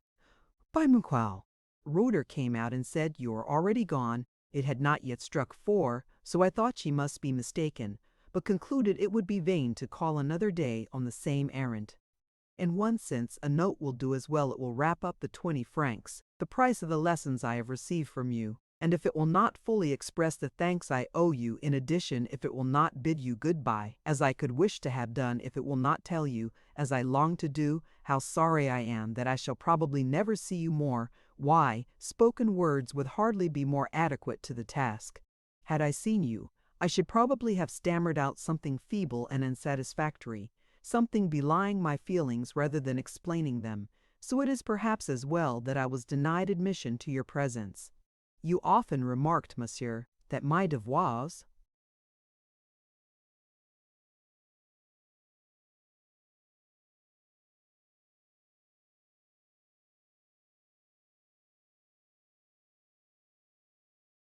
dwelt a great deal on fortitude and bearing grief. You said I introduced that theme too often. I find indeed that it is much easier to write about a severe duty than to perform it, for I am oppressed when I see and feel to what a reverse fate has condemned me. You were kind to me, monsieur, very kind. I am afflicted. I am heartbroken to be quite separated from you. Soon I shall have no friend on earth, but it is useless troubling you with my distresses. What claim have I on your sympathy? None. I will then say no more. Farewell, monsieur. F.A.N. Henry. I put up the note in my pocketbook. I slipped the 5-franc pieces into my purse, then I took a turn through my narrow chamber. Clue. Reuter talked about her poverty, said I, and she is poor, yet she pays.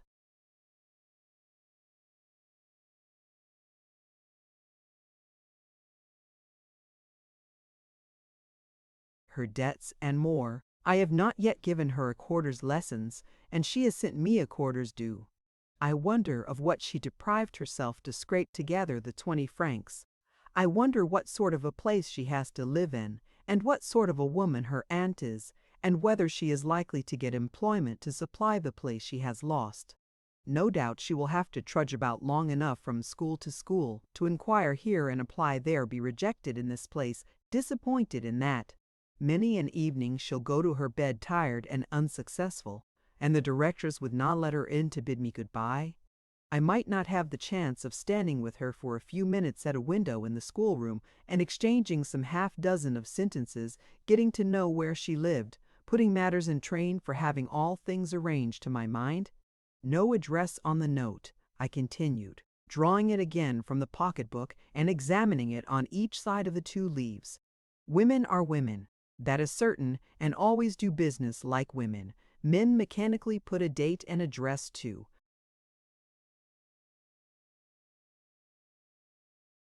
their communications, and these 5 franc pieces?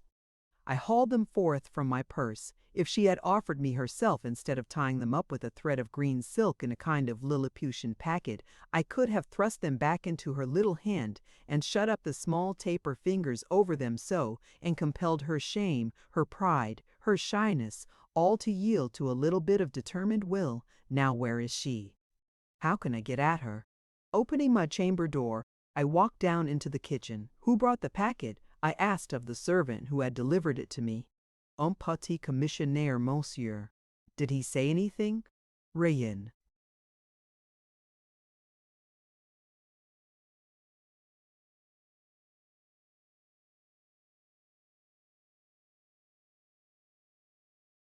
And I wended my way up the back stairs, wondrously the wiser for my inquiries.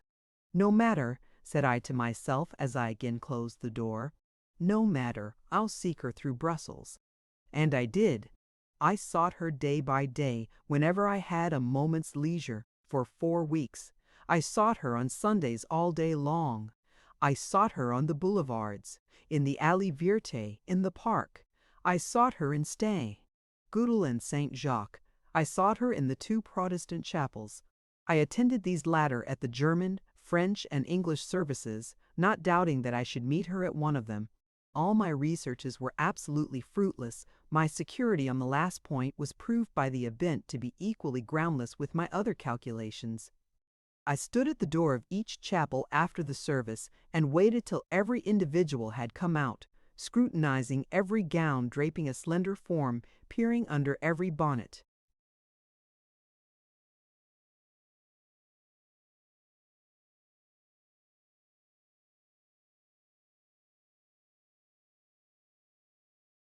Covering a young head. In vain. I saw girlish figures pass me, drawing their black scarfs over their sloping shoulders, but none of them had the exact turn and air of Leclos. Henri's. I saw pale, unthoughtful faces in quadrilles and bands of brown hair, but I never found her forehead, her eyes, her eyebrows. All the features of all the faces I met seemed frittered away, because my eye failed to recognize the peculiarities it was bent upon. An ample space of brow and a large, dark, and serious eye, with a fine but decided line of eyebrow traced above. She has probably left Brussels, perhaps is gone to England, as she said she would, muttered I inwardly, as on the afternoon of the 4th Sunday, I turned from the door of the Chapel Royal, which the doorkeeper had just closed and locked, and followed in the wake of the last of the congregation, now dispersed and dispersing over the square. I had soon outwalked the couples of English gentlemen and ladies. Gracious goodness, why don't they dress better? My eye is yet filled with visions of the high-flounced, slovenly, and tumbled dresses in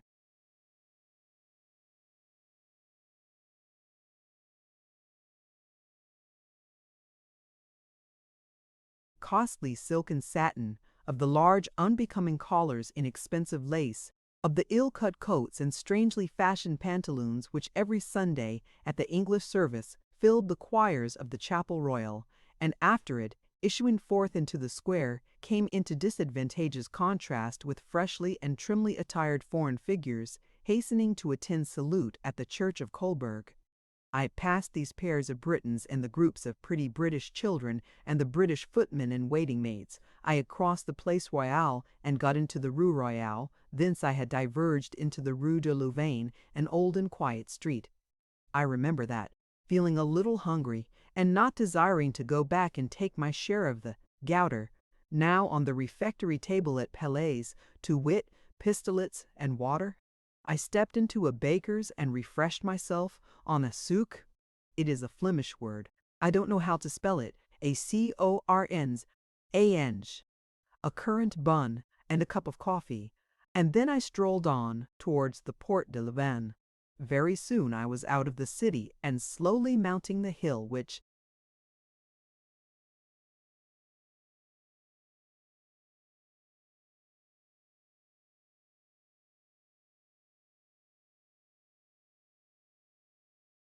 ascends from the gate, I took my time, for the afternoon, though cloudy, was very sultry, and not a breeze stirred to refresh the atmosphere. No inhabitant of Brussels need wander far to search for solitude. Let him but move half a league from his own city, and he will find her brooding still and blank over the wide fields, so drear though so fertile, spread out treeless and trackless round the capital of Brabant. Having gained the summit of the hill, and having stood and looked long over the cultured but lifeless campaign, I felt a wish to quit the high road, which I had hitherto followed, and get in among those tilled grounds, fertile as the beds of a Brobdingnagian kitchen garden, spreading far and wide even to the boundaries of the horizon, where from a dusk green, distance changed them to a sullen blue, and confused their tints with those of the livid and thunderous-looking sky. Accordingly, I turned up a by-path to the right. I had not followed it far ere it brought me, as I expected, into the fields, amidst which, just before me, stretched a long and lofty white wall enclosing, as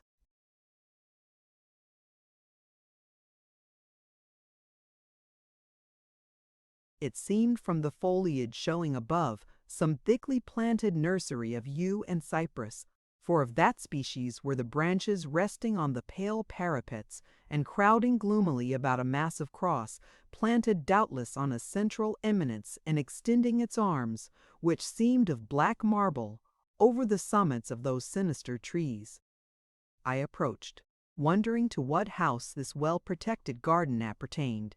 I turned the angle of the wall, thinking to see some stately residence. I was close upon great iron gates. There was a hut serving for a lodge near, but I had no occasion to apply for the key. The gates were open.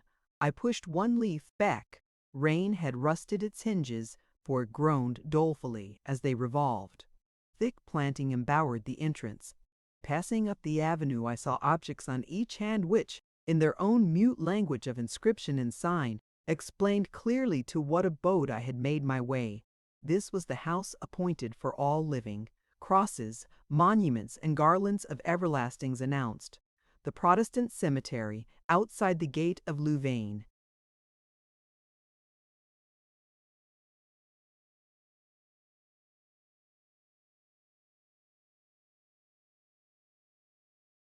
The place was large enough to afford half an hour strolling without the monotony of treading continually the same path. And, for those who love to peruse the annals of graveyards, here was variety of inscription, enough to occupy the attention for double or treble that space of time. Hither people of many kindreds, tongues, and nations had brought their dead for interment, and here on pages of stone, of marble, and of brass were written names, dates, last tributes of pomp or love, in English, in French, in German, and Latin. Here the Englishman had erected a marble monument over the remains of his Mary Smith or Jane Brown, and inscribed it only with her name. There the French widower had shaded the grave of his Almire or Celestine with a brilliant thicket of roses, amidst which a little tablet rising bore an equally bright testimony to her countless virtues. Every nation, tribe, and kindred mourned after its own fashion, and how soundless was the mourning of all. My own tread, though slow and upon smooth-rolled paths, seemed to startle because it formed the sole break to a silence otherwise total. Not only the winds, but the very fitful, wandering airs were that afternoon, as by common consent, all fallen asleep in their various quarters. The north was hushed, the south silent, the east sobbed not, nor did the west whisper. The clouds in heaven were condensed and dull, but apparently quite motionless. Under the trees of the cemetery nestled a warm, breathless gloom, out of which the cypresses stood up straight and mute, above which the willows hung low and still, where the flowers, as languid as fair, waited listless for night dew or thunder shower, where the tombs, and those they hid, lay impassable to sun or shadow, to rain or drought. Importuned by the sound of my own footsteps, I turned off upon the turf, and slowly advanced to a grove of yews. I saw something stir among the stems. I thought it might be a broken branch swinging. My short-sighted vision had caught no form, only a sense of motion. But the dusky shade passed on, appearing and disappearing at the openings in the avenue. I soon discerned it was a living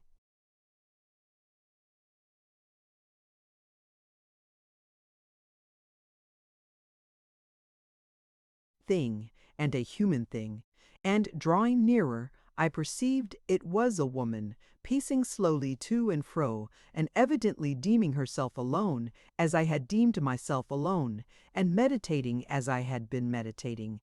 Ere long she returned to a seat which I fancy she had but just quitted, or I should have caught sight of her before. It was in a nook, screened by a clump of trees. There was the white wall before her, and a little stone set up against the wall, and at the foot of the stone was an allotment of turf freshly turned up, a new-made grave. I put on my spectacles and passed softly close behind her. Glancing at the inscription on the stone, I read, Julien Henry, died at Brussels, aged 60, August 10th, 18. Having perused the inscription, I looked down at the form sitting bent and thoughtful just under my eyes, unconscious of the vicinity of any living thing. It was a slim, youthful figure in mourning apparel of the plainest black stuff, with a little simple black crape bonnet. I felt as well as saw who it was, and moving neither hand nor foot, I stood some moments enjoying the security of conviction.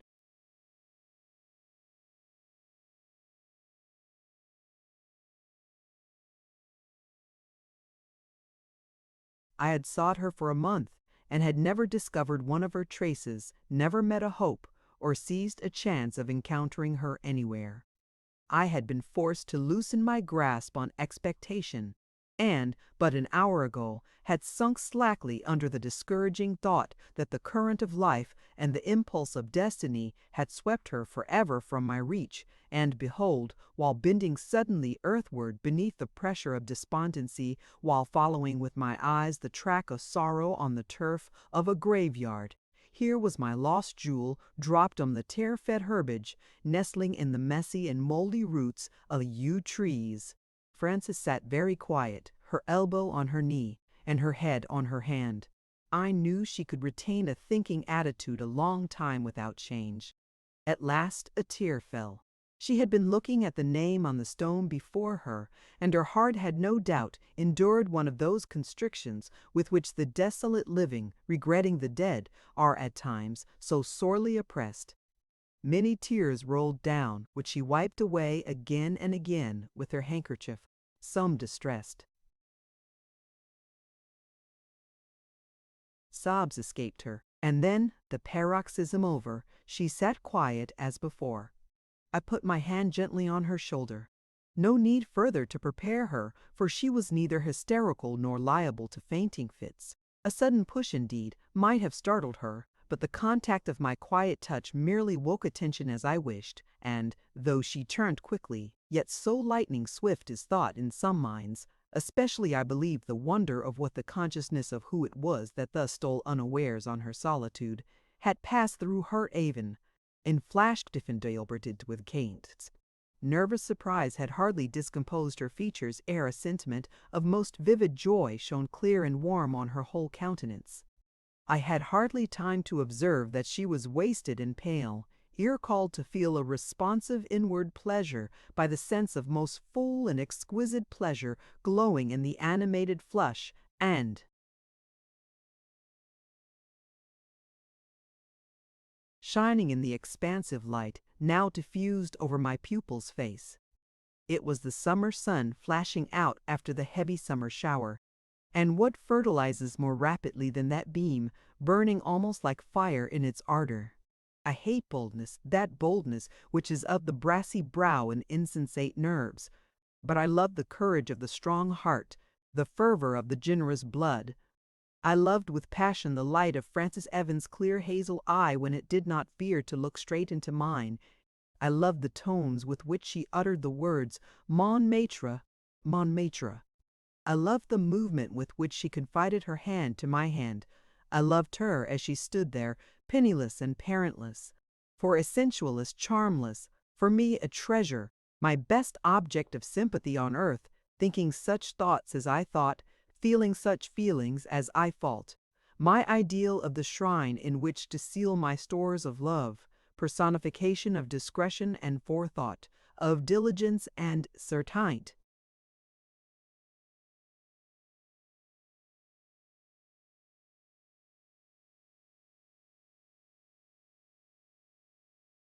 Perseverance, of self-denial and self-control, those guardians, those trusty keepers of the gift I long to confer on her, the gift of all my affections, model of truth and honor, of independence and conscientiousness, those refiners and sustainers of an honest life, silent possessor of a well of tenderness, of a flame, as genial as still, as pure as quenchless, of natural feeling, natural passion, those sources of refreshment and comfort to the sanctuary of home.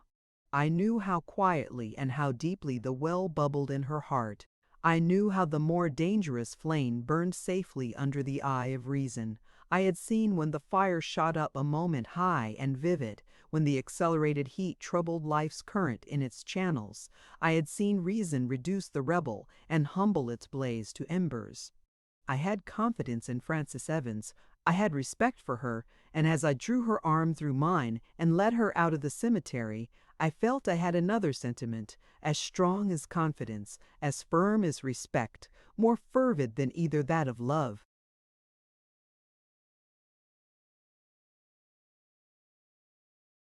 "Well, my pupil," said I, as the ominous sounding gate swung to behind us, "well, I have found you again. A month's search has seemed long, and I little thought to have discovered my lost sheep straying amongst graves." Never had I addressed her but as mademoiselle before, and to speak thus was to take up a tone new to both her and me. Her answer surprised me that this language ruffled none of her feelings, woke no discord in her heart. "Mon maître," she said, "have you troubled yourself to seek me? I little imagined you would think much of my absence, but I grieved bitterly to be taken away from you. I was sorry for that circumstance, when heavier troubles ought to have made me forget it. Your aunt is dead?" "Yes, a fortnight since, and she died full of regret, which I could not chase from."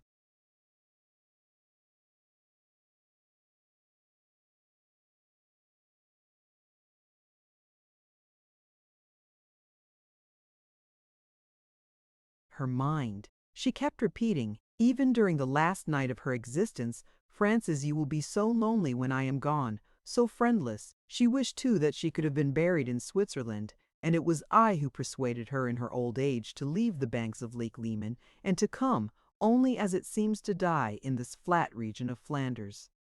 Willingly would I have observed her last wish and taken her remains back to our own country, but that was impossible. I was forced to lay her here.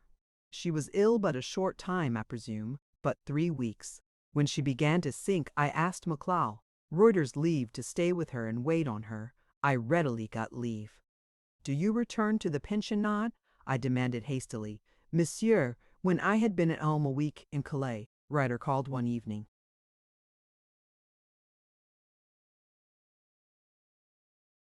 Question parabits have it then happened to Omoisa Michel. "I shall not soon cease to regret your departure from my establishment, though indeed it is true that you have taught your class of pupils so well that they are all quite accomplished in the little works you manage so skillfully, and have not the slightest need of further instruction. My second teacher must in 12 years, with was somewhere near." And then she paid me my last quarter's salary. I asked, as mademoiselle would no doubt think very bluntly, if she designed to discharge me from the establishment. She smiled in my inelegance of speech, and answered that our connection as employer and employed was.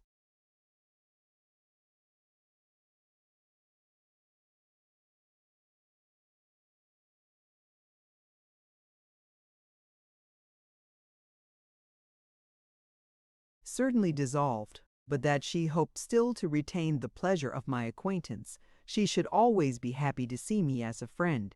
And then she said something about the excellent condition of the streets and the long continuance of fine weather, and went away quite cheerful. I laughed inwardly. All this was so like the directress, so like what I had expected and guessed of her conduct, and then the exposure and proof of her lie, unconsciously afforded by Frances. She had frequently applied for Montcouplion Henry's address forsooth, manque Plile. Henri had always evaded giving it Ansi, and here I found her a visitor at the very house of whose locality she had professed absolute ignorance. Any comments I might have intended to make on my pupil's communication were checked by the plashing of large raindrops on our faces and on the path, and by the muttering of a distant but coming storm. The warning obvious then. Stagnant air and leaden sky had already induced me to take the road leading back to Brussels, and now I hastened my own steps and those of my companion, and as our way lay downhill, we got on rapidly. There was an interval after the fall of the first broad drops before heavy rain came on. In the meantime, we had passed through the Porte de Louvain and were again in the city. "Where do you live?" I asked. "I will see you safe home." "Rue Notre Dame aux Négriers," answered Francis. It was not far from the Rue de Louvain, and we stood on the doorsteps of the house we sought, ere the clouds, severing with loud peal and shattered cataract of lightning, emptied their livid folds in a torrent, heavy, prone, and broad. Come in," said Francis, as, after putting her into the house, I paused. Ere I followed, the word decided me. I stepped across the threshold, shut the door on the rushing, flashing, whitening storm, and followed her upstairs to her apartments. Neither she nor I were wet. A projection over the door had warded off the straight descending flood. None but the first large drops had touched our garments. 1 minute more and we should not have had a dry thread on us. Stepping over a little mat of green wool, I found myself in a small room with a painted floor and a square of green carpet in the middle. The articles of furniture were few, but all bright and exquisitely clean. Order reigned through its narrow limits, such order as it soothed my punctilious soul to behold. And I had hesitated to enter the abode because I apprehended after all that in Clal. Writer's hint about its extreme poverty might be too well founded, and I feared to embarrass the lace-mender by entering her lodgings unawares. Poor the place might be, poor truly it was, but its neatness was better than elegance, and had but a bright little fire shone on that clean hearth, I should have deemed it more attractive than a palace. No fire was there, however, and no fuel laid ready to light. The lace-mender was unable to allow herself that indulgence, especially now when, deprived by death of her sole relative, she had only her own unaided exertions to rely on.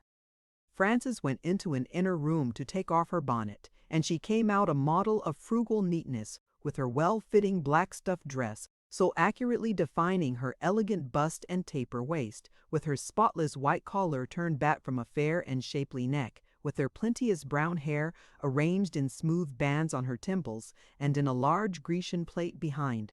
Ornaments she had none neither. Rook, ring, nor ribbon. She did well enough without them perfection of form, grace of grace. Her eye, as she re-entered the small sitting-room, instantly sought mine, which was just then lingering on the hearth. I knew she read at once the sort of inward ruth and pitying pain which the chill vacancy of that hearth stirred in my soul. Quick to penetrate, quick to determine, and quicker to put in practice, she had in a moment tied a holland apron round her waist. Then,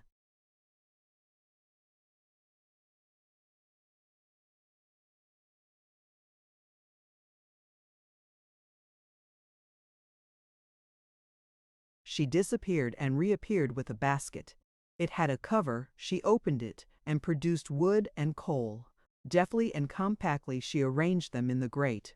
It is her whole stock, and she will exhaust it out of hospitality, thought I. "What are you going to do?" I asked. "Not surely to light a fire this hot evening?" "I shall be smothered." "Indeed, monsieur." "I feel it very chilly since the rain began. Besides, I must boil the water for my tea, for I take tea on Sundays. You will be obliged to try and bear the heat." She had struck a light. The wood was already in a blaze, and truly, when contrasted with the darkness, the wild tumult of the tempest without, that peaceful glow which began to beam on the now animated hearth seemed very cheering. A low purring sound from some quarter announced that another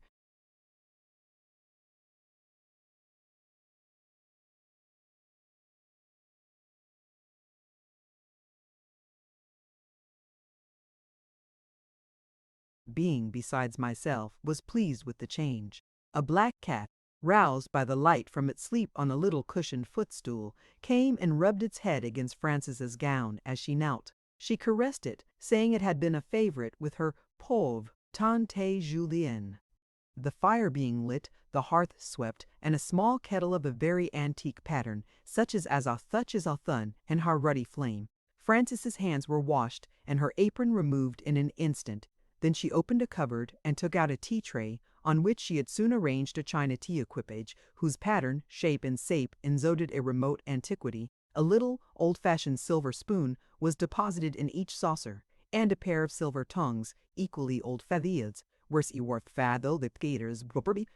While making these preparations, she chanced to look up, and, reading curiosity in my eyes, she smiled and asked,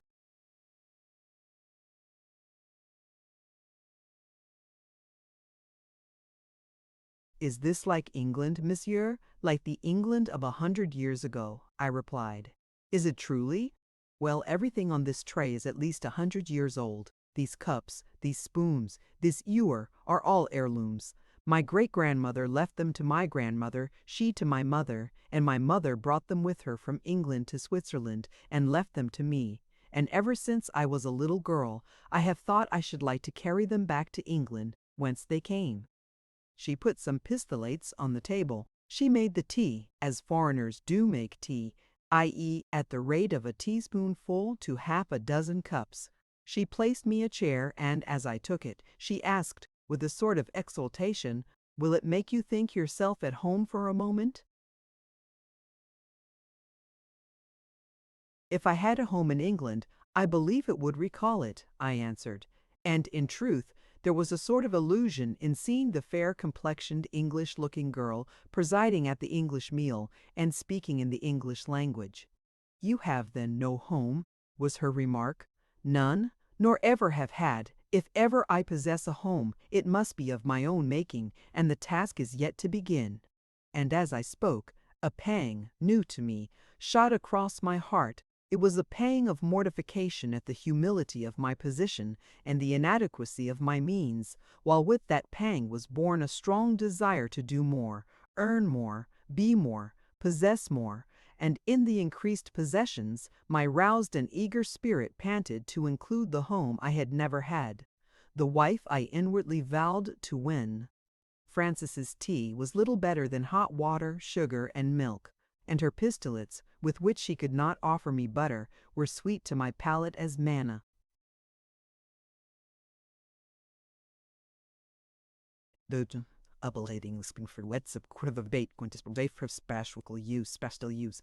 A few stray cinders and a scattering of ashes too, being swept from the hearth, Frances at last sat down, and then as she took a chair opposite to follow to the molestum of persevere for evening, where it may already imbled.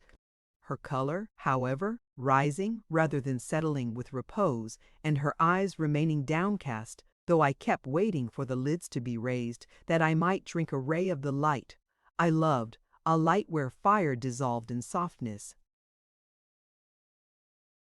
where affection tempered penetration, where, just now at least, pleasure played with thoughtless expectation not being gratified, I began at last to suspect that I had probably myself to blame for the disappointment. I must cease gazing and begin talking if I wished to break the spell under which she now sat motionless. So, recollecting the composing effect which an authoritative tone and manner had ever been wont to produce on her, I said, "Get one of your English books, madame, longer." Released and set at ease, up she rose, got her book, and accepted at once the chair I placed for her at my side. She had selected Paradis Lost from her shelf of classics, thinking, I suppose, the religious character of the book best adapted it to Sunday. I told her to begin at the beginning, and while she read Milton's invocation to that heavenly muse who on the secret top of Arabia or Sinai had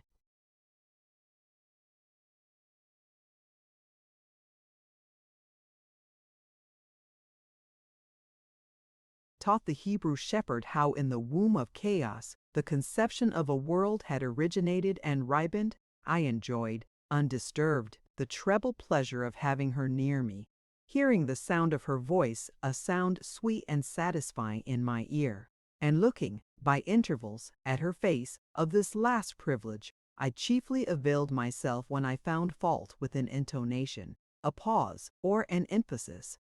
As long as I dogmatized, I might also gaze with quiet arcades. "Enough," said I, when she had gone through some half-dozen pages a work of time with her, for she read slowly and paused often to ask and receive information. "Enough, and now the rain is ceasing, and I must soon go."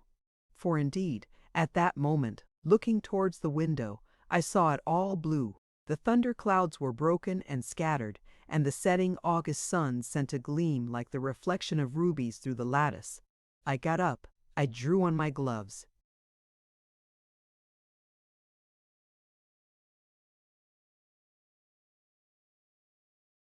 You have not yet found another situation to supply the place of that from which you were dismissed by McClell. Reuter. No, monsieur. I have made inquiries everywhere, but they all ask me for references.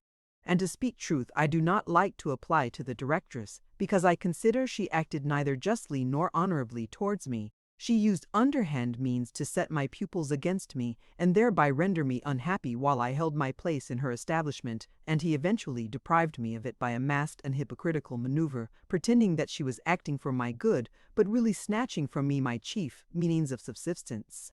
How then do you propose to get on? How do you live now?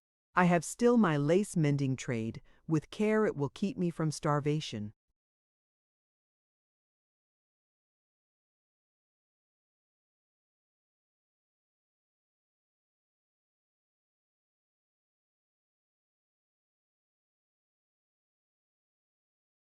And I doubt not by dint of exertion to get better employment yet.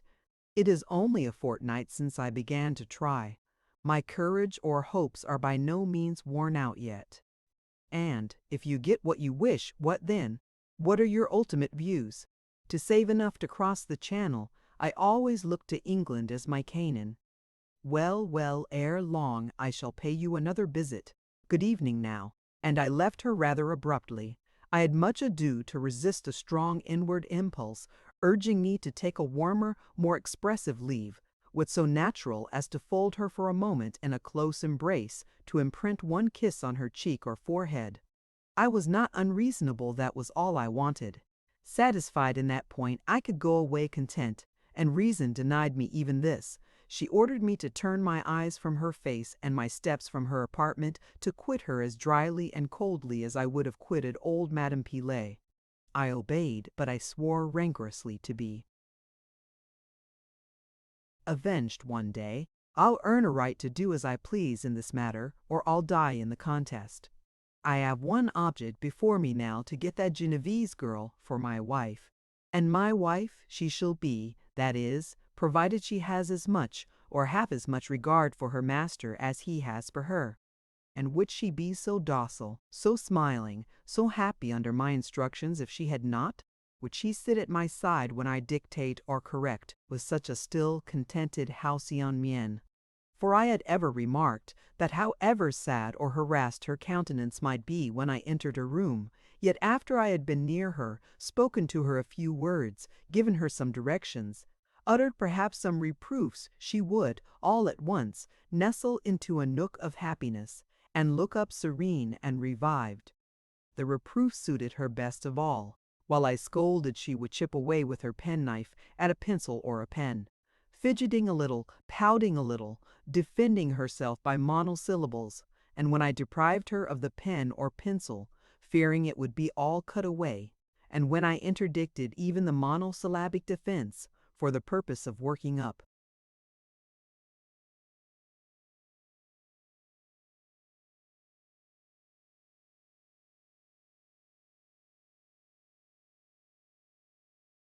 the subdued excitement a little higher, she would at last raise her eyes and give me a certain glance, sweetened with gaiety and pointed with defiance, which, to speak truth, thrilled me as nothing had ever done, and made me, in a fashion though happily she did not know it, her subject, if not her slave. After such little scenes her spirits would maintain their flow, often for some hours, and, as I remarked before, her health therefrom took a sustenance and vigor which, previously to the event of her aunt's death and her dismissal, had almost recreated her whole frame. It has taken me several minutes to write these last sentences, but I had thought all their purport during the brief interval of descending the stairs from Francis's room. Just as I was opening the outer door, I remembered the 20 francs which I had not restored. I paused, impossible to carry them away with me, difficult to force them back on their original owner. I had now seen her in her own humble abode, witnessed the dignity of her poverty, the pride of order, the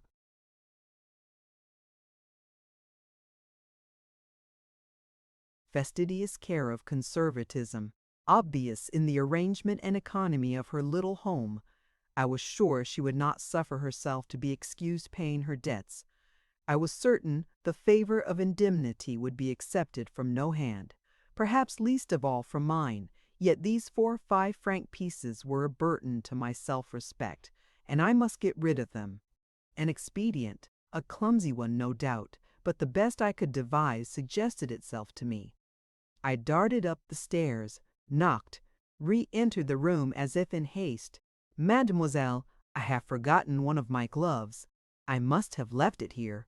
She instantly rose to seek it. As she turned her back, I being now at the hearth noiselessly lifted a little vase, one of a set of china ornaments, as old-fashioned as the teacup, slipped the money under it, then saying, "Oh, here is my glove," I had dropped it within the fender. "Good evening, mademoiselle." I made my second exit.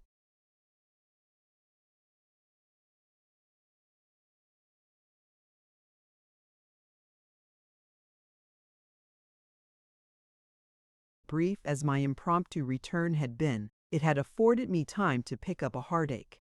I remarked that Frances had already removed the red embers of her cheerful little fire from the grate, forced to calculate every item, to save in every detail. She had instantly on my departure retrenched a luxury too expensive to be enjoyed alone. I am glad it is not yet winter, thought I. But in 2 months more come the winds and rains of November. Would to God that before then I could earn the right and the power to shovel coals into that great ad libitum. Already the pavement was drying. A balmy and fresh breeze stirred the air, purified by lightning. I felt the west behind me, where spread a sky like opalazure, immingled with crimson. The enlarged sun, glorious in Tyrian tints, dipped his brim already.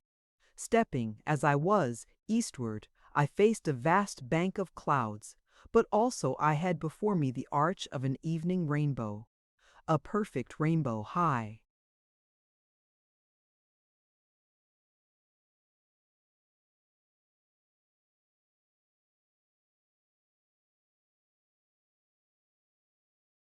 Wide, vivid, buccasols.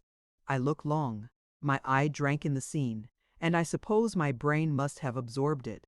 For that night, after lying awake in Pleasant Beaver a long time, watching the silent sheet lightning, which still played among the retreating clouds, and flashed silvery over the stars, I at last fell asleep, and then in a dream were reproduced the setting sun, the bank of clouds, the mighty rainbow. I stood, methought, on a terrace. I leaned over a parapeted wall. There was space below me, depth I could not fathom, but hearing an endless dash of waves, I believed it to be the sea. Sea spread to the horizon, sea of changeful green and intense blue. All was soft in the distance, all vapor veiled. A spark of gold glistened on the line between water and air, floated up, approached, enlarged, changed. The object hung midway between heaven and earth, under the arch of the rainbow, the soft but dust clouds diffused behind. It hovered as on wings. Purely fleecy gleaming air streamed like raiment round it, light, tinted with carnation, colored what seemed face and limbs. A large star shone with still,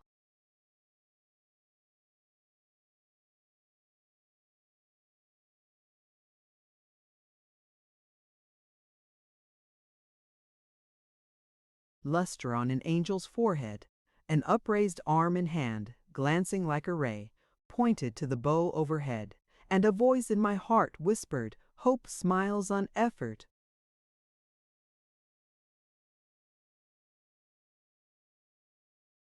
Chapter 20.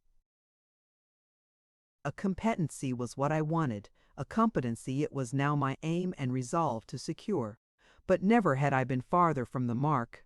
With August, the school year l'année scolaire closed, the examinations concluded. The prizes were adjudged.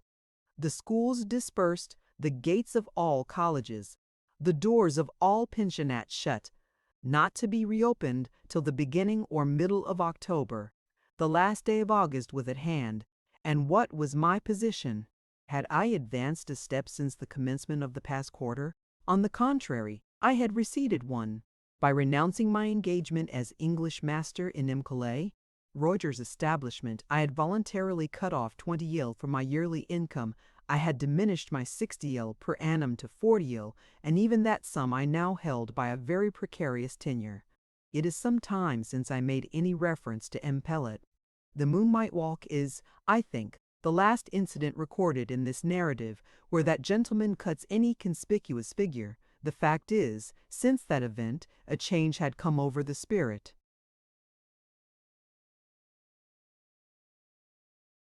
of our intercourse.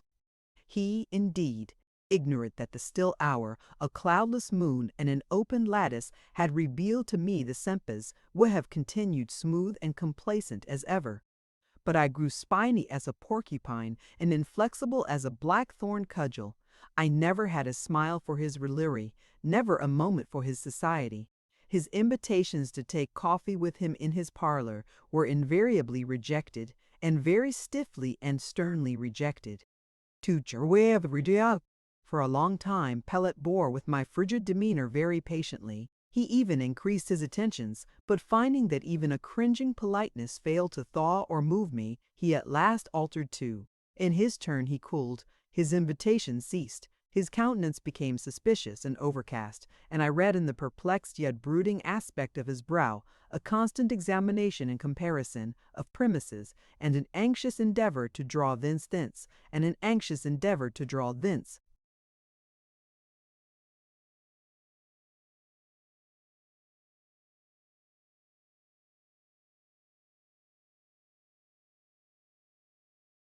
Explanatory inference. Ere long, I fancy, he succeeded, for he was not without penetration.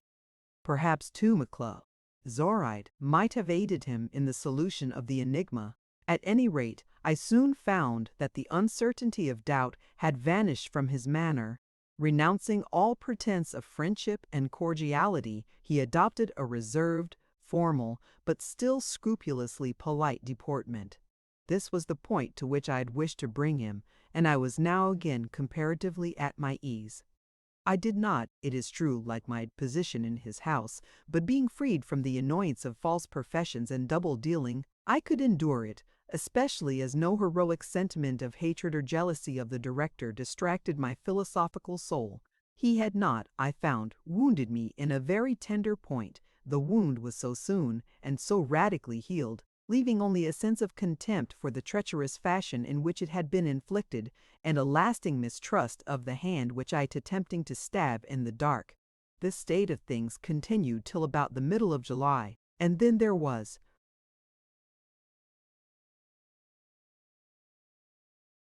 a little change. Pellet came home one night, an hour after his usual time, in a state of unequivocal intoxication, a thing anomalous with him, for if he had some of the worst faults of his countrymen, he had also one at least of their virtues, i.e. sobriety. So drunk, however, was he upon this occasion that after having roused the whole establishment except the pupils, whose dormitory being over the classes in a building apart from the dwelling-house, was consequently out of the reach of disturbance by violently ringing the hall bell and ordering lunch to be brought in immediately. For he imagined it was noon, whereas the city bells had just tolled midnight, after having furiously rated the servants for their want of punctuality, and gone near to chastise his poor old mother, who had bed mindla Anglaise. I had not yet retired. Some German books I had got hold of had kept me up late. I heard the uproar below and could distinguish the director's voice exalted in a manner as appalling as it was unusual. Opening my door a little, I became aware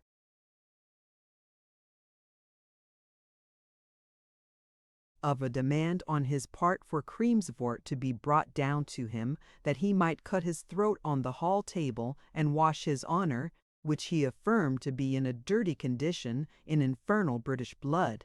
He is either mad or drunk, thought I, and in either case the old woman and the servants will be the better of a man's assistance, so I descended straight to the hall. I found him staggering about, his eyes in a fine frenzy, rolling a pretty sight he was, a just medium between the fool and the lunatic.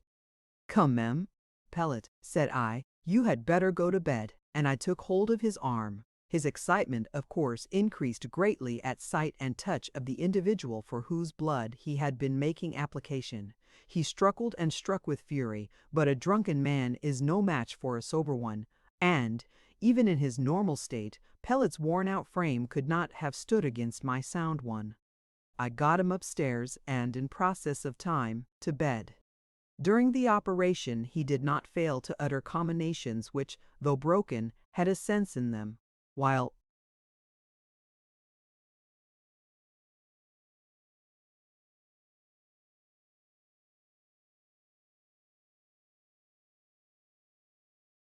stigmatizing me as the treacherous spawn of a perfidious country, he, in the same breath, anathematized Charlotte Reuter.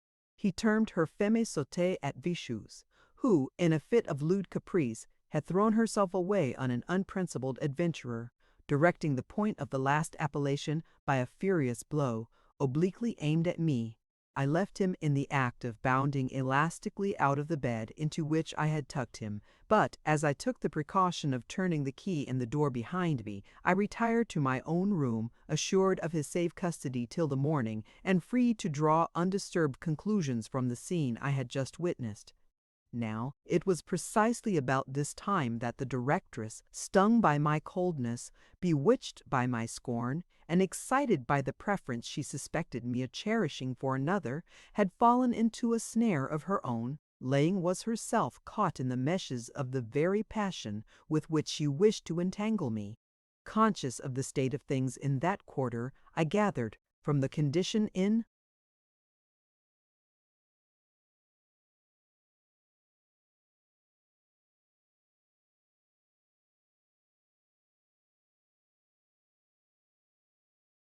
which I saw my employer, that his lady love had betrayed the alienation of her affections, inclinations, rather, I would say.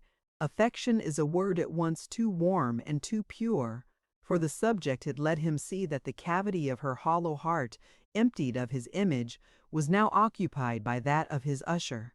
It was not without some surprise that I found myself obliged to entertain this view of the case. Pellet, with his old established school, was so convenient, so profitable a match. Zoraide was so calculating, so interested a woman. I wondered mere personal preference could, in her mind, have prevailed for a moment over worldly advantage.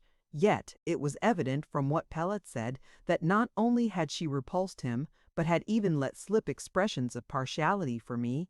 One of his drunken exclamations was, "And the jade dotes on your youth, you raw blockhead," and talks of your noble deportment, as she calls your accursed English formality and your pure morals. Forsooth, der muss de Katten atone et tel dat sot. Hers, I thought, must be a curious soul, where in spite of a strong natural tendency to estimate unduly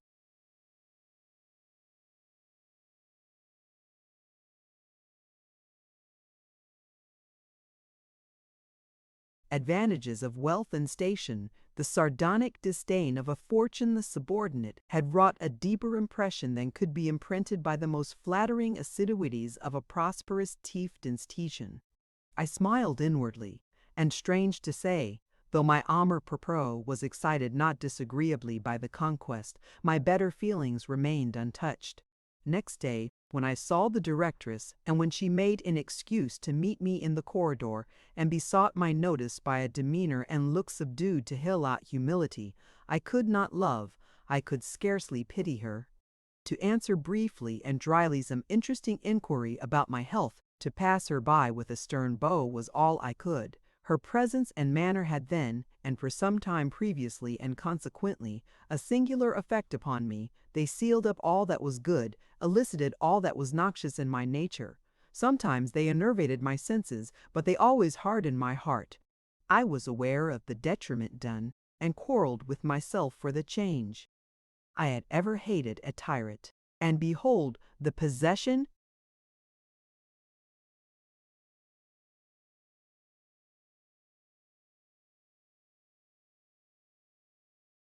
of a slave self-given went near to transform me into what I abhorred. There was at once a sort of low gratification in receiving this luscious incense from an attractive and still young worshipper, and an irritating sense of degradation in the very experience of the pleasure. When she stole about me with the soft step of a slave, I felt at once barbarous and sensual as a pasha. I endured her homage sometimes I rebuked it.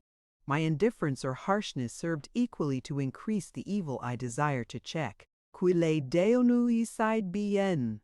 I once overheard her say to her mother, Il ist beau comme, Apollone quand il sarit di sonea hautan.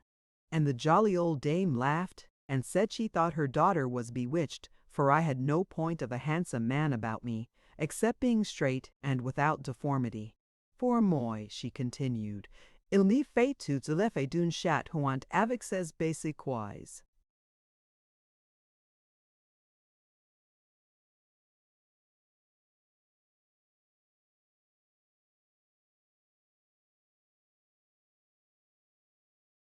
Worthy old girl.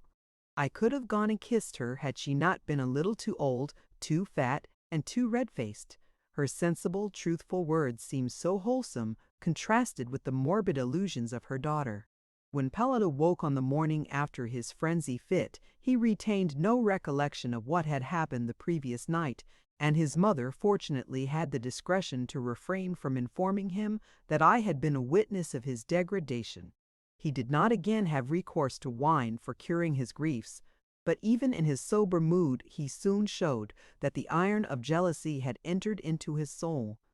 A thorough Frenchman, the national characteristic of ferocity, had not been omitted by nature in compounding the ingredients of his character.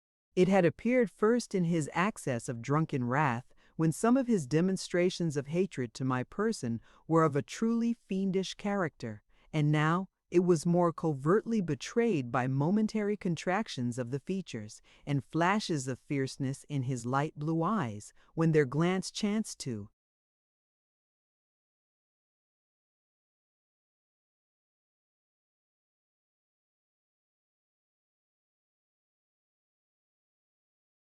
encounter mine. He absolutely avoided speaking to me. I was now spared even the falsehood of his politeness. In this state of our mutual relations, my soul rebelled sometimes almost ungovernably against living in the house and discharging the service of such a man. But who is free from the constraint of circumstances? At that time spake pai eden mi habar devinims hatin quais alias, a certain pleasant voice in my ear, a certain face so intelligent yet so sow, a certain cast of character, at once proud and salmontinence, serious dar, blonged of demodit, and crabulum, pure and mild, and sinsen of the my hated in the gromum, for peart and beteet.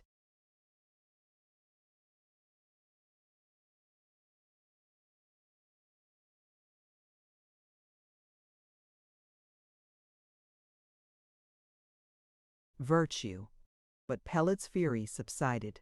A fortnight sufficed for its rise, progress, and extinction. In that space of time, the dismissal of the obnoxious teacher had been effected in the neighboring house, and in the same interval I had declared my resolution to follow and find out my pupil, and upon my application for her address being refused, I had summarily resigned my own post.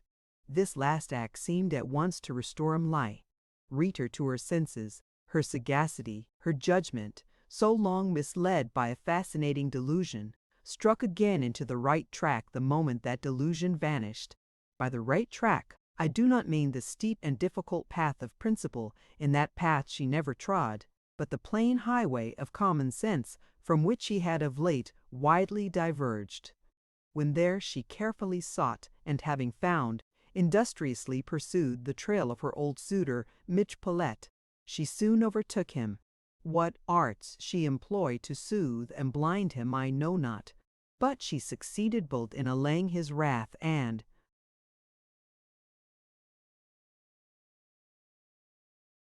hoodwinking his discernment, as was soon proved by the alteration in his mien and manner.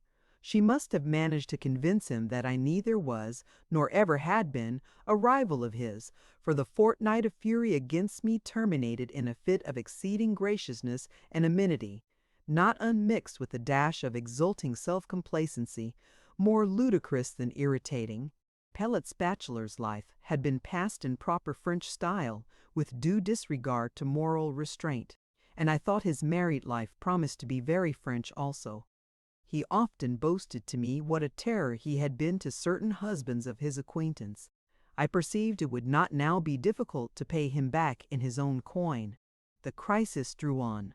No sooner had the holidays commenced than note of preparation for some momentous event sounded all through the premises of Pellet. Painters, polishers, and upholsterers were immediately set to work, and there was talk of La Chambre de Madame, Le Salon de Madame. Not deeming it probable that the old duenna at present graced with that title in our house had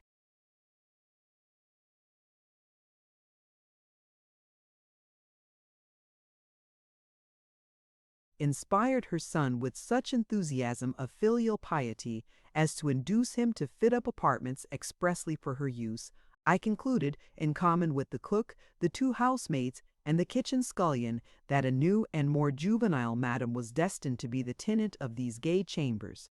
Presently official announcement of the coming event was put forth.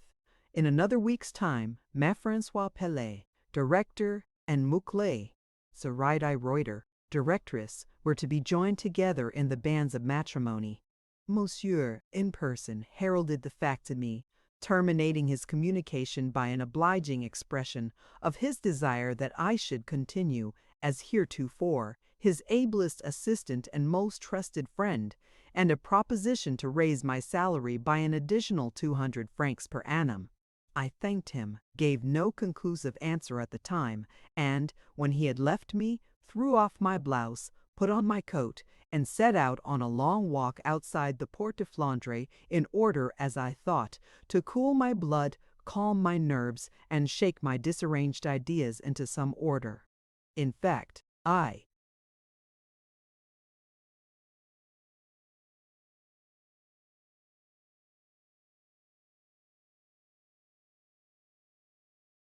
had just received what was virtually my dismissal. I could not conceal, I did not desire to conceal from myself the conviction that, being now certain that Reuter was destined to become Madame Pellet, it would not do for me to remain a dependent dweller in the house which was soon to be hers. Her present demeanor towards me was deficient neither in dignity nor propriety, but I knew her former feeling was unchanged. Decorum now repressed, and policy masked it, but opportunity would be too strong for either of these. Temptation would shiver their restraints. I was no pope. I could not boast infallibility. In short, if I stayed, the probability was that, in 3 months' time, a practical modern French novel would be in full process of concoction under the roof of the unsuspecting Pella. Now, modern French novels are not to my taste, either practically or theoretically. Limited as had yet been my experience of life, I had once had the opportunity of contemplating, near at hand, an example of the results produced.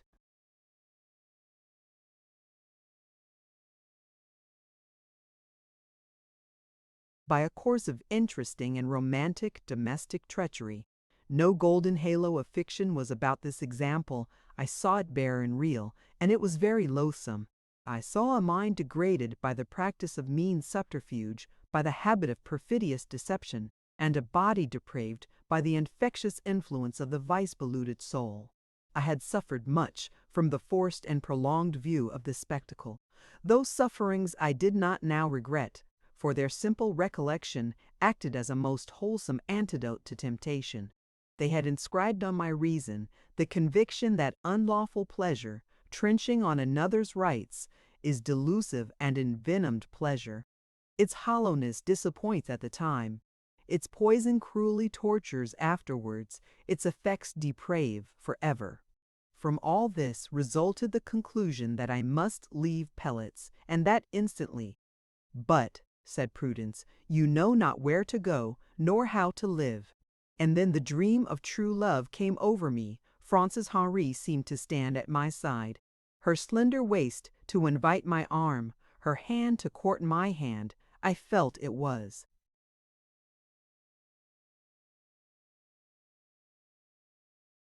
Made to nestle in mine, I could not relinquish my right to it, nor could I withdraw my eyes forever from hers, where I saw so much happiness, such a correspondence of heart with heart, over whose expression I had such influence, where I could kindle bliss, infuse awe, stir deep delight, rouse sparkling spirit, and sometimes waken pleasurable dread. My hopes to will and possess, my resolutions to merit and rise, rose in array against me, and here I was about to plunge into the gulf of absolute destitution, and all this, suggested an inward voice, because you fear an evil which may never happen. "It will happen, you know it will," answered that stubborn monitor, conscience. "Do what you feel is right, obey me, and even in the slows of want, I will plant for you firm footing." And then, as I walked fast along the road, there rose upon me a strange, inly felt idea of some great being, unseen but all present, who in his beneficence desired only my welfare, and now watched the struggle of good and evil in my heart, and waited to see whether I should obey his voice, heard in the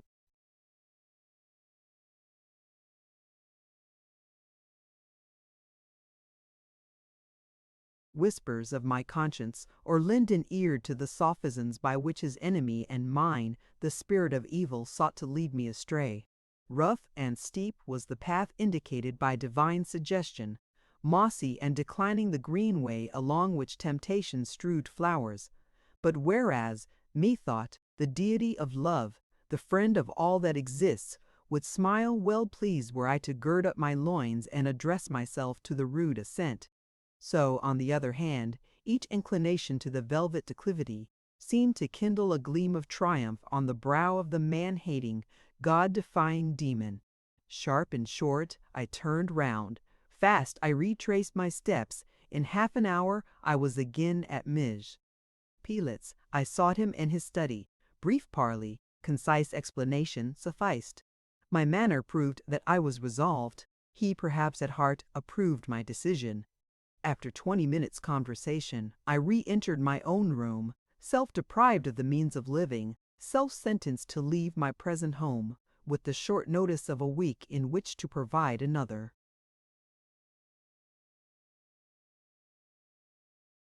The end. Thank you for listening to this story. I hope you enjoyed the journey, the characters, and the world they carried with them. If you enjoyed this audiobook, please subscribe to the channel and leave a comment below. Your support helps keep these stories alive and allows more timeless books to be shared with listeners around the world. Until next time, thank you for listening.